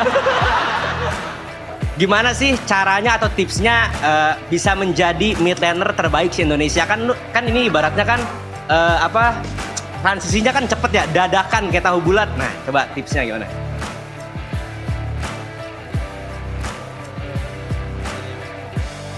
Gak ada sih Mas, orang belum paling jago. Tapi Mas Ade... Udah coba. Lah kan udah coba itu cek di kantongnya ada siapa tuh, ada Yeskil nggak kira-kira tuh? Ada nggak? Di kantongnya ada sesuatu nggak Natko? Nggak ada, masih kosong. Masih kosong. Oh masih kosong, oke siap. Oke. Mantap. Ini ada lagi nggak Mas Ade? Kalau Natko kayaknya ini masih match pertama, belum panas nih di sini. Ada yang lain mungkin Mas Ade? Udah sih itu doang. Udah itu aja. Sama ini Bude mau titip-titip pesan sama roster sekarang ya. Apa nih? Semoga bisa di season ganjil ini ya, ini memberikan sedikit-sedikit trauma ya. Semoga mereka nggak ada yang ninja kalau lolos ke MSC Bude. Udah itu aja sih. Tolong dicatat itu ya, digaris bawahi semuanya ya. Karena itu sangat jangan penting. mencontoh dua orang itu ya, jangan. Pasti ya. Ya nggak semuanya, semua angguk. Tapi Mas Ade, satu pertanyaan terakhir. Dengan roster ini, Mas Ade, seberapa jauh kira-kira EVOS Glory akan melangkah? Kalau dilihat dari cara bermain ya Natko cuma bisa loyi sih kayaknya 7 ini masih nih kayaknya. Gak masuk tahap dong kalau 7? Nah tapi kan bisa ya, namanya performa Bude kan baru hari pertama nih. Mereka udah main tadi di game 1 mainnya bagus banget tuh Bude, kayak ih kaget ini EVOS beneran nih gitu kan. Game kedua ya balik kandang nih. Game 3. Cuma ya game 3 juga oke banget tuh digendong Albert nggak sih jujur-jujuran sama Hengki. Tadi Erlan udah mulai rada-rada tuh, cuma ya bagus lah mereka tetap sinkron sih. Seenggaknya mereka tuh sekarang berlima ini udah bisa recover cepat sih, bagus. Dengan adanya Hengki yang mahal itu dan Albert yang blind buy dibeli itu mantap. Banyak ya. Langsung terjawab beberapa tapi masih panjang. Kalau Mas Ade tadi kan pesan untuk MSC. Kalau untuk perjalanan di MPL ada pesan untuk EVOS Glory? Ya coba cepet-cepet bisa adaptasi aja sih, karena kan tiap ada match satu hari ini kan musuh tuh pasti atau lawan tim itu biasa mereka tuh belajar cari windownya, caranya EVOS tuh main gimana, kalahnya tadi kenapa, draftnya apa aja, gini-gini aja, bisa kayak gitu sih. Ya supaya mereka bisa adaptasi sih, apalagi sekarang kan coachnya ada Afil juga kan, ada Caleb juga, sama ada Textam nggak dihitung sih, udah itu berdua dah. Jadi ya semoga aja mereka bisa mulus sih jalan ke depan, ya gitu aja sih. Gitu aja, semoga dicatat dengan baik dan diingat-ingat. Tapi terima kasih sekali Mas Ade, ditunggu juga. Siap, sama-sama Bude. Mungkin bisa ke MPL Arena Mas Ade. Enggak terakhir dikasih roti doang. Hei, tidak ya. Udah Mas Ade, terima kasih. Tidak, udah banyak ya sajennya, tapi thank you sekali lagi Mas Ade. Siap Bude, sama-sama Bude. Sampai jumpa di lain waktu. Itulah dia Mas Ade bersama dengan EVOS Glory. Punya histori yang panjang. Tentunya Mas Ade punya harapan yang besar dengan EVOS Glory saat ini. Ki dan juga Albert, kalian kayaknya pundaknya agak berat gak nih di season ganjil masuk EVOS yang historinya memang di season ganjil EVOS tuh jadi runner up, top 2, mewakili Indonesia. Gimana Ki? Kalau dibilang berat apa enggak, pressure-nya sebenarnya enjoy aja sih. Kita fokus step by step lah, match by match. Kalau emang rezekinya nanti lolos, ya alhamdulillah. Alhamdulillah semuanya kita ngelihat bahwa bagus banget. Tapi Albert, satu hero, Lucas Jungler. Banyak yang bertanya dari Albop sendiri, dari baby alien kita, bagaimana munculnya Lucas untuk di game ketiga? Apakah itu memang kunci rahasia? Udah di plan sama coaching aja sih, jadi ya dipakai aja. Latihannya juga banyak main Lucas juga. Oh, jadi sudah dilatihan? Ya udah dilatihanin, udah dipersiapin juga sih. Untuk melawan tim Liquid ID? Lawan siapapun. Kemenangan yang luar biasa, kemenangan, satu kata kemenangan hari ini? Mantap. Mantap! Dan kemantapan ini mari kita rayakan kemenangan untuk EVOS Glory!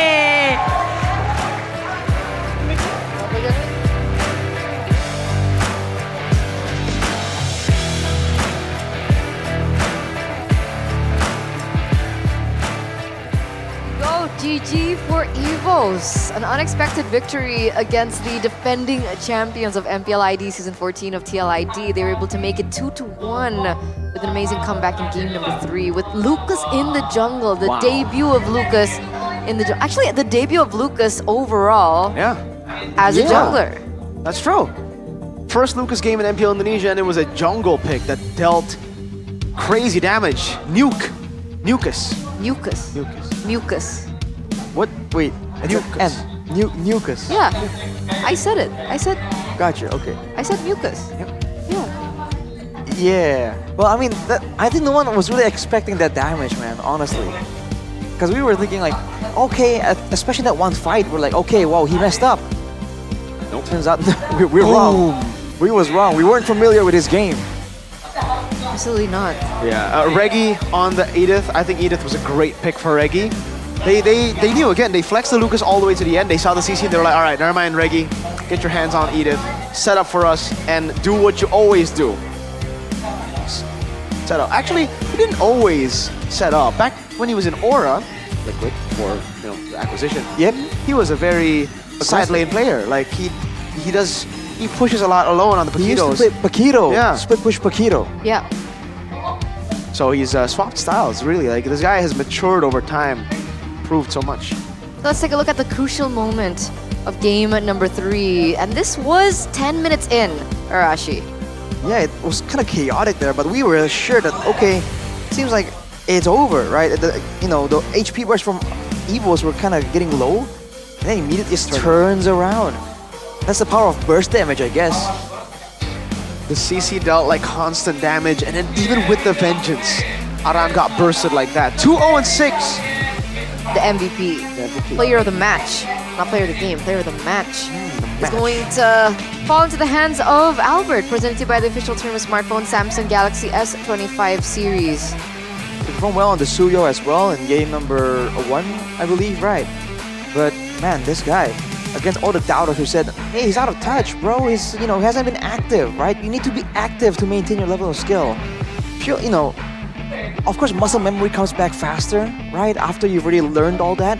But even the decision making, right? The split-second things, I think you can judge from how he's playing that it's there. The calculations, right? On how low he can get before he pops the ulti. The damage calculation on the Suyo, the read, right? In game 1 against Fabian, that really stands out. It seems like he has been out of the scene for a while, technically, but he's still sharp as ever. I think he's sharp depending on his heroes. Because I don't know how good he would perform on like a high mechanical hero.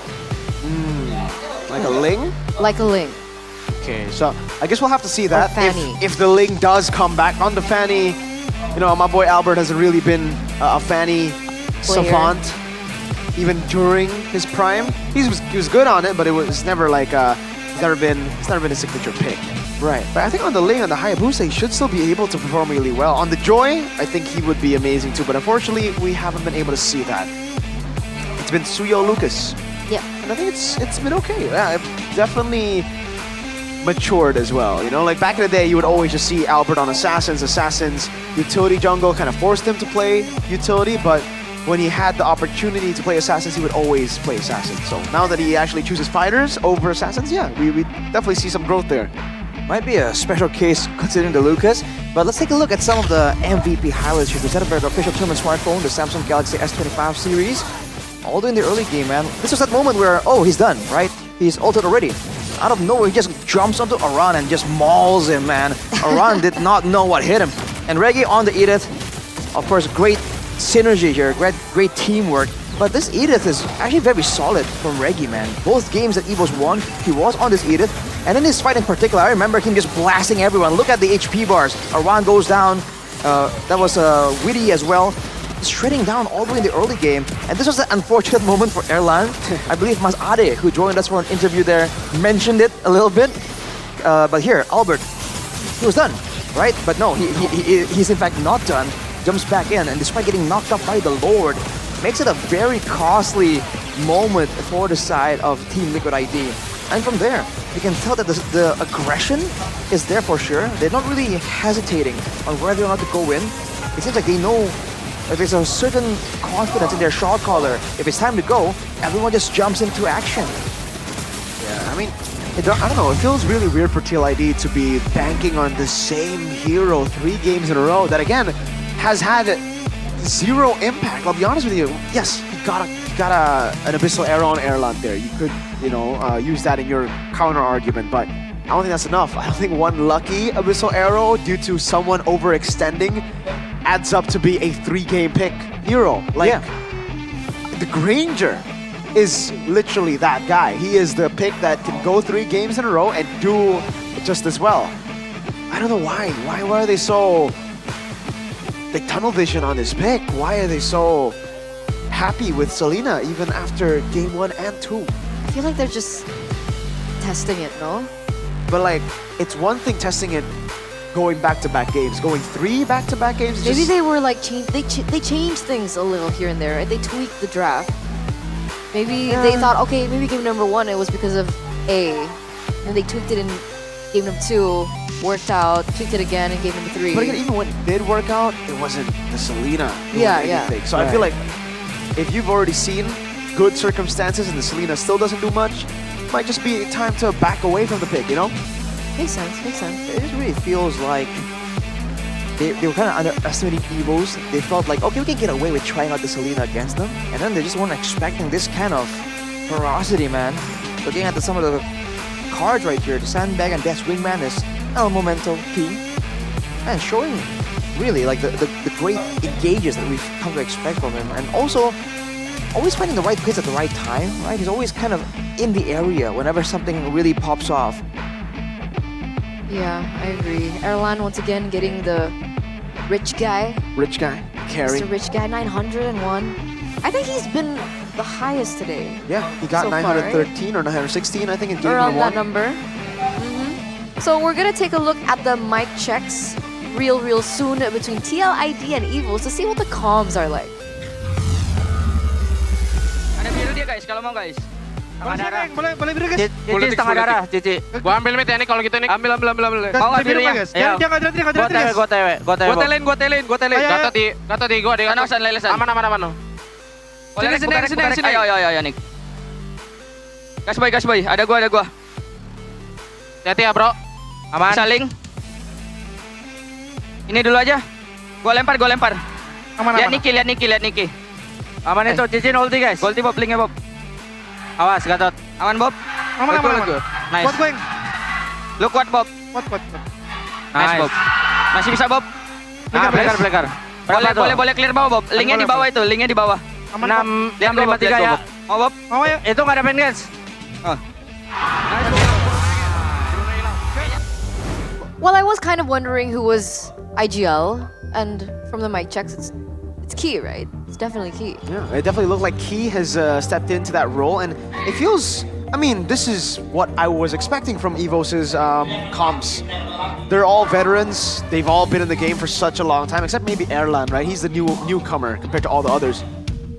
It's clear. I mean, like everybody knew what to say, which is nothing.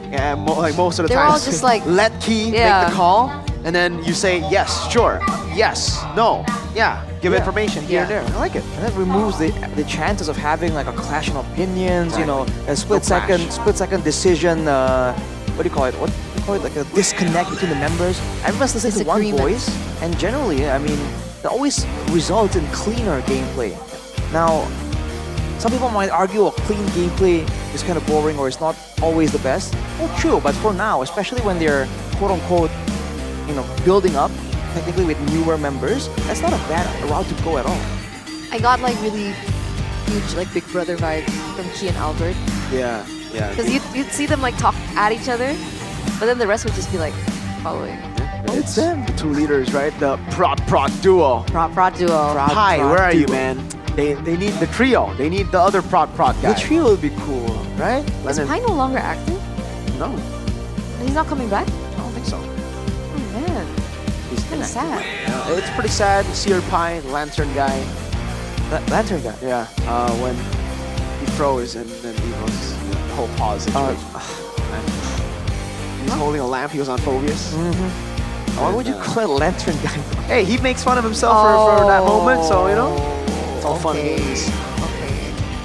Just anything. That's a tough one. He reminds me of Rizal. Yeah, because he said for some reason Rizal Bihun is better, which is not true. So let's see what TLID have to say about that loss, right? We have a lot of questions, obviously. So I think Bude Claremongstar should be in the back rooms. Back rooms? Stand by. Zetsuna? Not with Zetsuna, unfortunately. The god in the back room? Either with Facehugger or Saint Lucas. Ooh. It's a fun one. I hope it's Facehugger. We haven't seen him in a while. Facehugger. Oh, it's Facehugger. Oh, we just got confirmation. You just spoiled me. How do you know? You didn't even watch the clip. I have What is this? Telepathic TP. abilities. Huh? Yeah, TP. TP? Telepathy.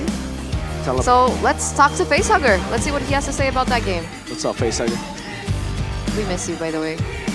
He's not coming back. Yehezkiel's really good. And maybe on That's Selena, true. after that Selena But I'm pretty performance. sure Yehezkiel was taught by Facehugger. Maybe. Facehugger. Di backdrop ini kita bertemu dengan tim Liquid ID. Facehugger sebagai juara musim lalu dan datang ke MPL Season 15 ini. Match pertama, rungkat nih. Bagaimana kamu menghadapi match pembukaan ini? Belajar lagi. Butuh belajar lagi?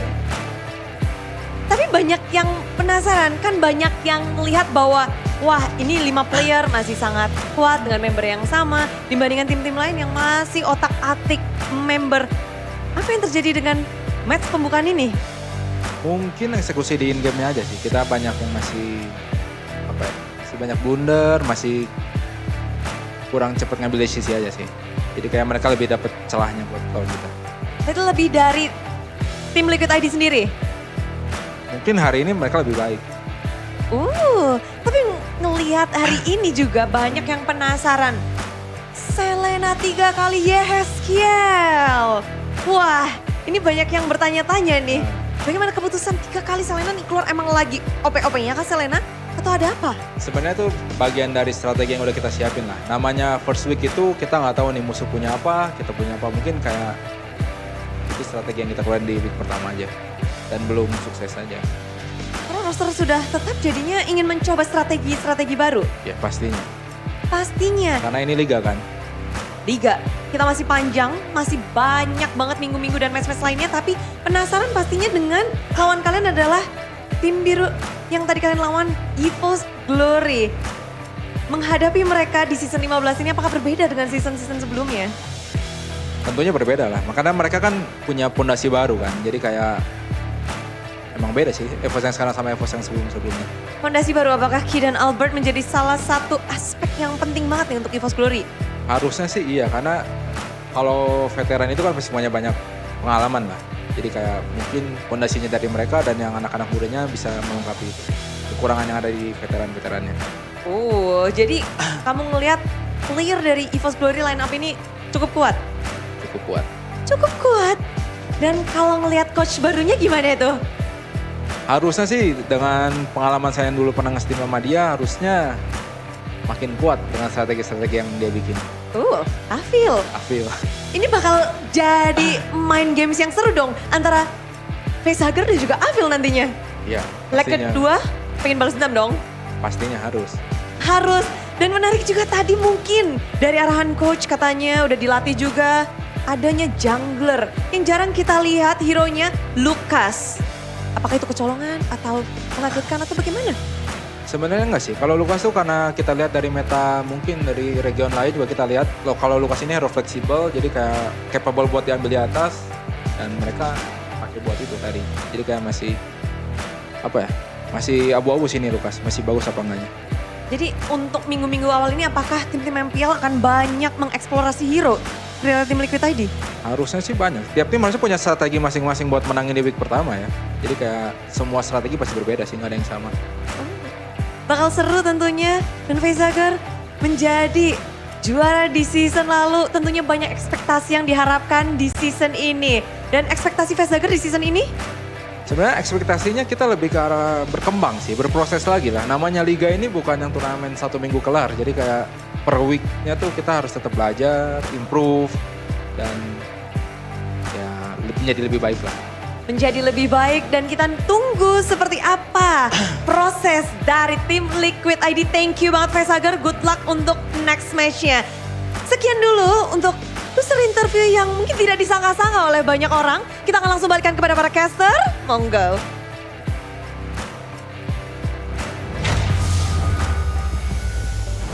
Thank you, Budeklar, Mongstar, and as well as thank you, Facehugger. But unfortunately, we didn't get as much information as I would have wanted.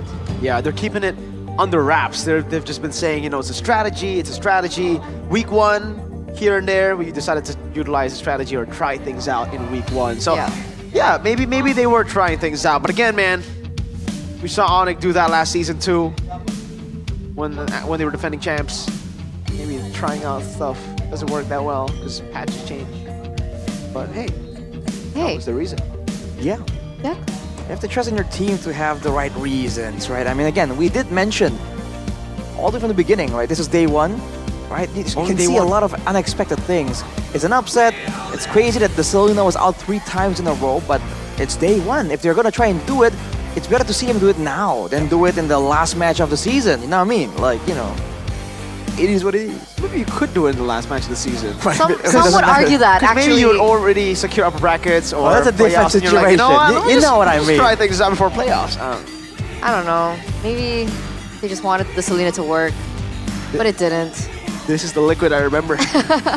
Like, first week, it's always a bad time for a Liquid or a fan, It's fine. We're used to it.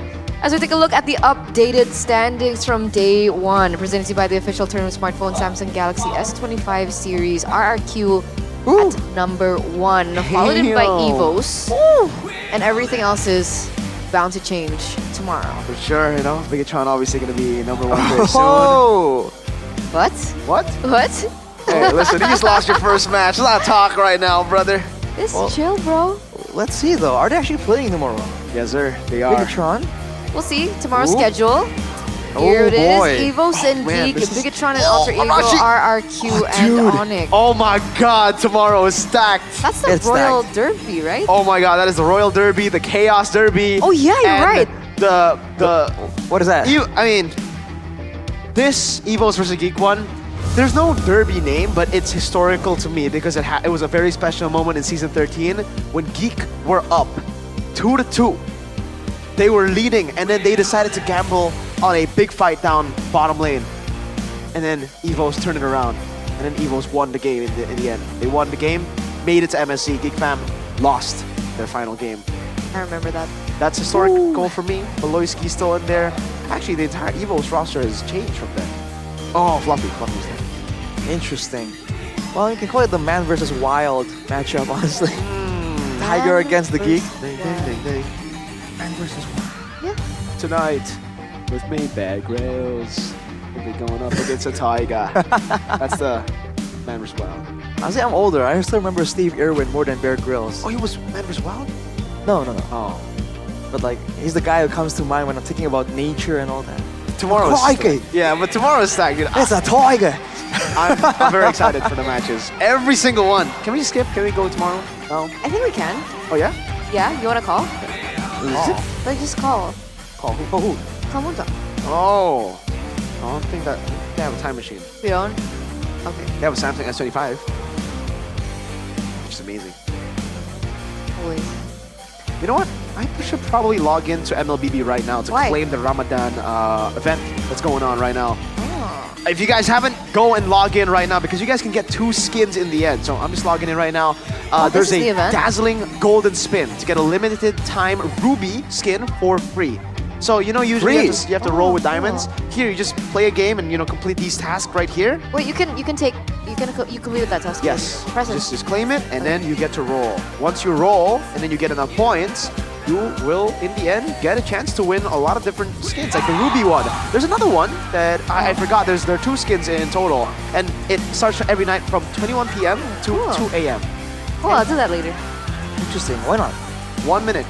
Just play the game, claim tasks, and then get a free skin. Don't miss out. Don't miss out. I have Don't not miss missed out on a single day. That's why I'm very close to the skin. Very close. But also, we would like to remind you that, in the spirit of the holy month, of the Ramadan month, MLBB will actually be sending 10 lucky players and their chosen companion on a free Umrah trip. Wow. All you need to do... That's actually crazy. That's actually crazy. Yeah. It's crazy. So it's all the way All the way over to there, right? Makkah. To the middle. Yeah. Yeah, all the way to Makkah, free for 10 people. So how do you get this, Eterna, Mirko, and Arashi? All you do is post a video or a picture about your Ramadan daily life. So any kind of good content works. Don't forget to use the hashtag Hadiah Ramadan MLBB in your post. And that's it, because everyone has a chance to win. That's Free. honestly, Free. that's actually crazy. If it's like, man, you play this game, you watch MPL, and that could result in you getting your mom, your dad, together to go to Umrah. That's actually wow. That's so cool. So cool. W Muntan.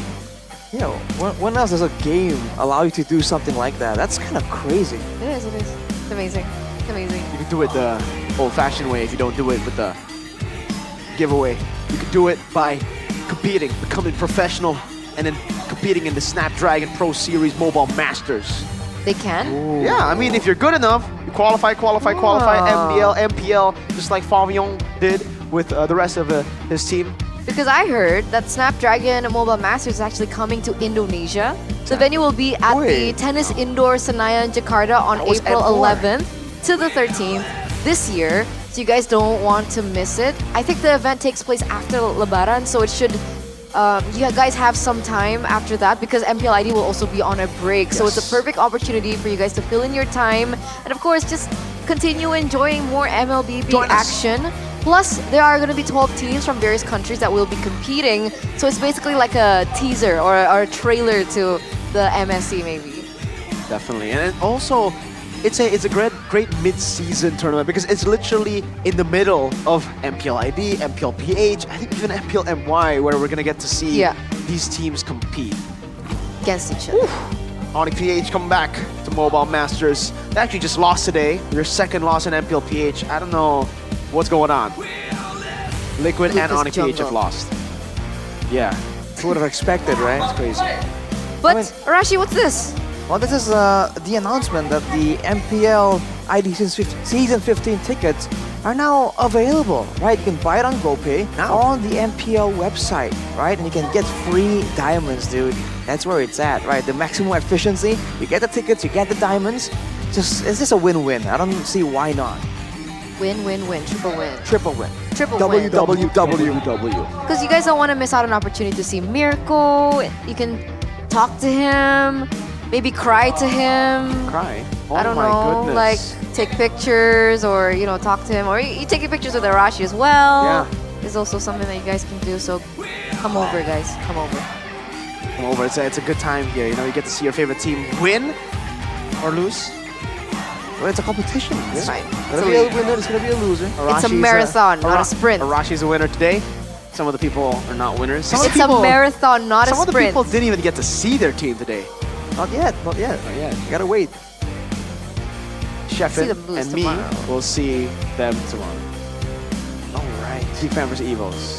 Bigatron versus Alter Ego. RQ versus Onyx. Oh my, can we skip? Such please? good matches tomorrow. Tomorrow is the day of the week. What's your Tomorrow is highlight for A-Day. tomorrow? What's your highlight for Which tomorrow? is your match of the day? It's gotta be the RQ one, I think. RQ one. I agree. Of course. I think So, it's cool. with that, ladies and gentlemen, it has come to a close. We're going to throw it over to Bude Clara Mongstar. We'll see you guys tomorrow.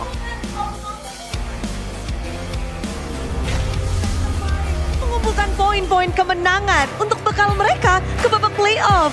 Dan kita sudah melihat 4 tim, masih akan ada tim-tim lain yang beradu untuk esok hari. Besok di malam minggu, malam yang panjang, akan ada 3 match yang berlangsung di mana 2 derby akan hadir. Ada derby SF dan juga Royal Derby. Jadi jangan sampai kelewatan, langsung aja datang ke MPL Arena, jangan lupa punya tiketnya. Dan ajakin semuanya untuk menonton bersama dan menjadi saksi bagaimana player-player Indonesia menunjukkan kebolehannya dan memberikan yang terbaik bagi para timnya. Hari ini begitu meriah dan begitu sangat-sangat mendebarkan. Tapi izinkan Bude mengucapkan terima kasih karena semangat kalian, semua super fans yang telah hadir dan juga yang ada di rumah. Dan tak lupa pula untuk kepada para sponsor dan juga partner untuk MPL Indonesia Season 15 powered by Munton. Presented by Official Tournament Smartphone Samsung Galaxy. Supported by PBSI, Official e-wallet GoPay, Official Sponsor Head and Shoulder, Official Coffee Partner Good Day. Bersama dengan partner ini sports ada Telkomsel, Dunia Games, IndiHome, dan juga advertiser Kacang Sukro. Ditambah dengan supplier RSV Helmet. Semua yang telah mendukung acara ini tentu saja benar-benar menjadi dukungan yang luar biasa. Jadi buat kalian para super fans, jangan mau kalah. Hari ini semangat kalian luar biasa. Tapi esok hadirlah, jadilah saksi dan berikan dukungan kalian karena perjalanan masih panjang. Hari ini kita sudahi, selamat malam, terima kasih dan sampai jumpa di hari yang kedua, minggu yang pertama MPL Indonesia Season 15. We own this.